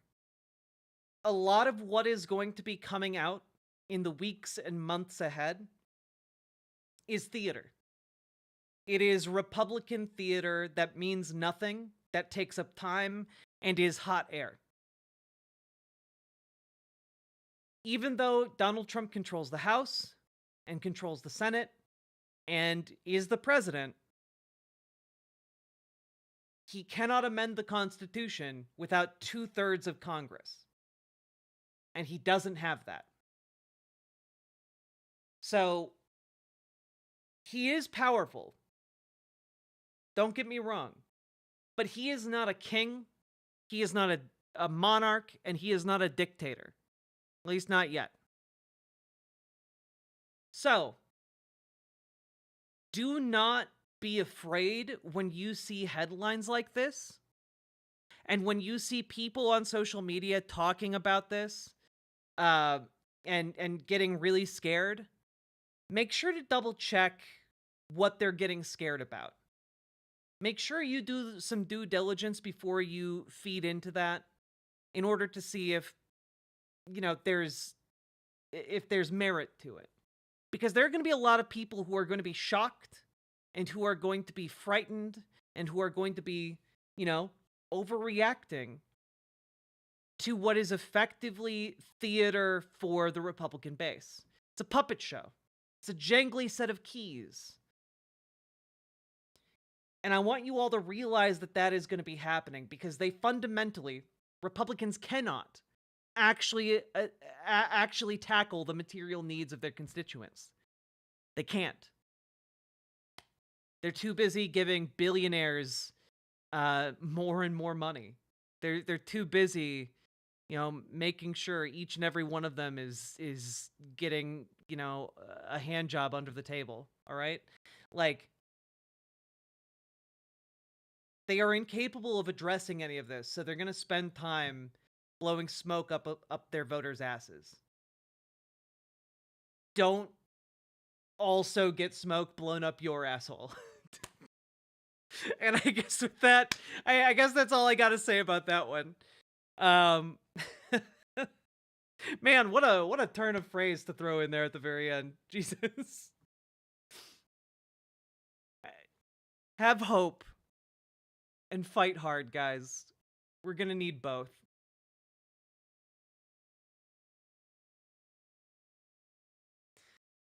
And that, folks, we have been going now for 5 hours. If you have been enjoying the stream, please hit the follow button on Twitch, hit the subscribe button on YouTube. Please consider liking the YouTube stream. I would very, very much appreciate it.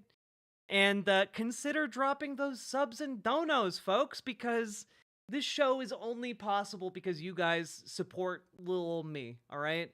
I do not make enough money off of ad revenue to pay any of my bills, so please consider supporting the show. You guys literally make it possible.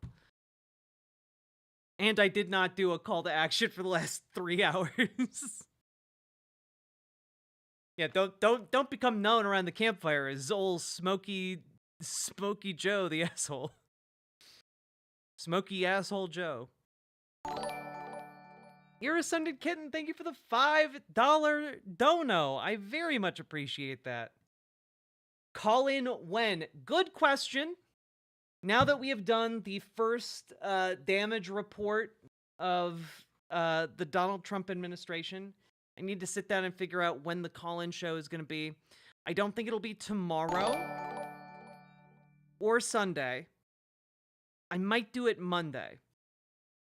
Monday or Tuesday. Okay? Oh, the all-powerful Kagan, thank you for the $2 super chat. You decided on a plan? Yeah, I wanted to get through this week because, it was gonna be hard, And honestly, guys, I did not finish all of what I intended to cover today. This Trump section took a lot out of me, guys. It took a lot out of me. We didn't even get to one of the things I wanted to cover. I would love to cover it, but it will take us another 2 hours. Akumi, thank you for the 5 tier 1 subs. 5 hours, 5 subs. 5 hours, 5 subs. Thank you so goddamn much. Sicko Fit. Yeah, we hit 10,000 subscribers on the YouTube, everybody. It's very exciting. And I'm really pumped to double that. We're shooting for 20K now. Shooting for 20K. And we'll celebrate big when we hit I think the milestones I'm looking at right now, 20K, 50K, 100K. Those are my 3 big milestones coming up now. It's so affirming to hear someone else say that the third term thing isn't happening. My trans sister was just dooming to me over it and I was at a loss for what to tell her to keep her hopes up. Ty. Oh, Max, thank you for the $10 super chat. And yeah, no, also I forgot to mention when I was wrapping up the segment, but not only do you need 2/3 of Congress, something Donald Trump does not have, you also need like 38 states to ratify the amendment. So like, that's definitely not happening. So yeah, double not happening for so many reasons. Tell your trans sister to keep her chin up, okay? We're gonna make it through. It's going to be rough, but we're going to do it. One translated to another. Whew.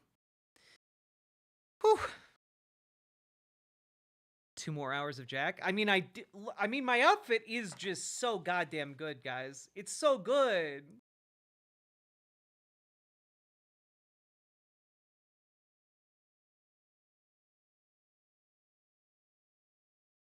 Also, yes, we are technically at 10,107 subscribers now, which is crazy. We're doing real good. I'm gonna keep on content training. I've been talking so long, my voice is going. Oof. All done. I'm now a DSA member. Fuck yeah, John Bogardus. Now you just got to go to those meetings and learn the ropes at the meetings. And after you learn the ropes, you can literally do whatever you conceive of in DSA. If you can get people to support you and go along with it, you can make DSA whatever the hell you want it to be. Super cool.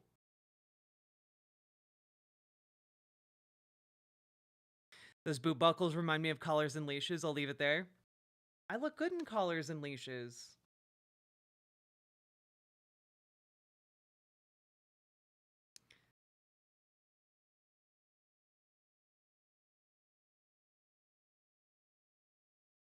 There's the whole law stuff, but there's also how the general vibes will make individuals target our community, feeling like they'll get away with it. Jan 6 pardons send a pretty clear message. Scroof, you are right. Like there are also like the extra legal responses to us that are gonna get worse. And like I'm not gonna sugarcoat it. It's gonna be bad. Just keep in mind, like if you're, and I don't know, some of you are probably pretty young. I'm 33, okay? And so I've lived through times when it was bad, like really not good, to be known as the local gay or trans person. My partner has had rocks thrown at her for being gay by an organized group of people. Like it is gonna be bad. But we have lived through that before and stood in solidarity with each other and been brave. And we're gonna have to do that again. And that sucks. A lot.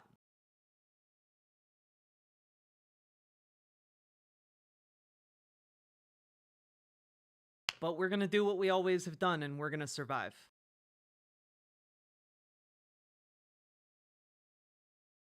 We didn't all live through it. No, we didn't. But no one ever has. In the best of times, no one does. Yeah, in the it comes for us all. And at a certain point, like, you gotta say fuck it and pick up a brick.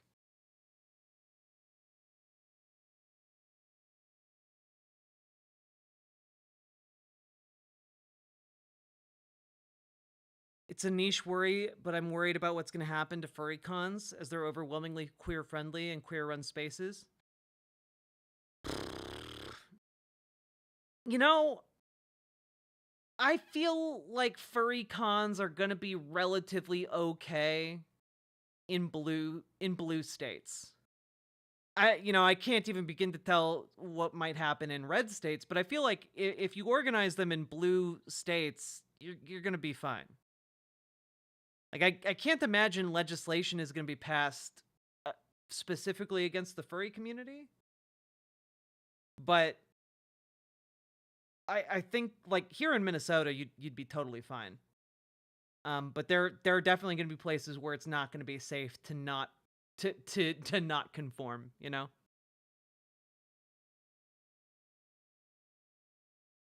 Now would be a good time to think laterally about your skills and how they can help. I'm learning about packet radio to create shortwave communications that cops can't track.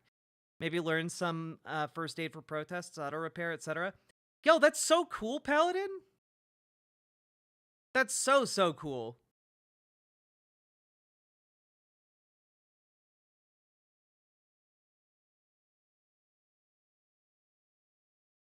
What about moral panics against board games like D&D? D&D is probably fine now. Like, honestly, there's nothing they could really do to get rid of D&D at this point. There are so many digital materials floating around on the internet. Who'd run the IT departments of the US without furries? True.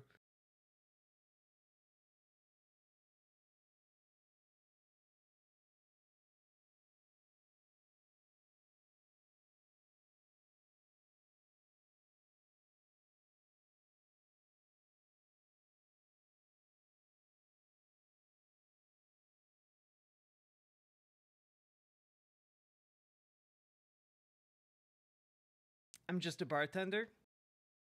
Yo, make drinks for your local socialists. Let's go. Nobody parties like socialists.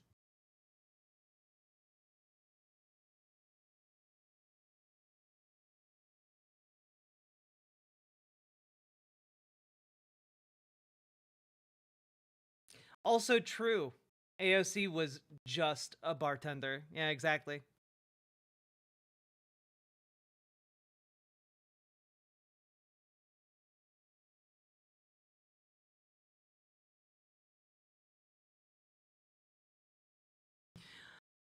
All right, folks, I am utterly exhausted. I will see you all on a new day. I may stream tomorrow night, though if I do, it's probably going to be like a chill gaming stream. I will be back on Monday with another politics stream, okay? I appreciate all of you so fucking much. Thank you all for tuning in and watching the stream. Y'all are cool as hell. Thank you so much. And with that, I'll see you all in a new day, okay? Bye.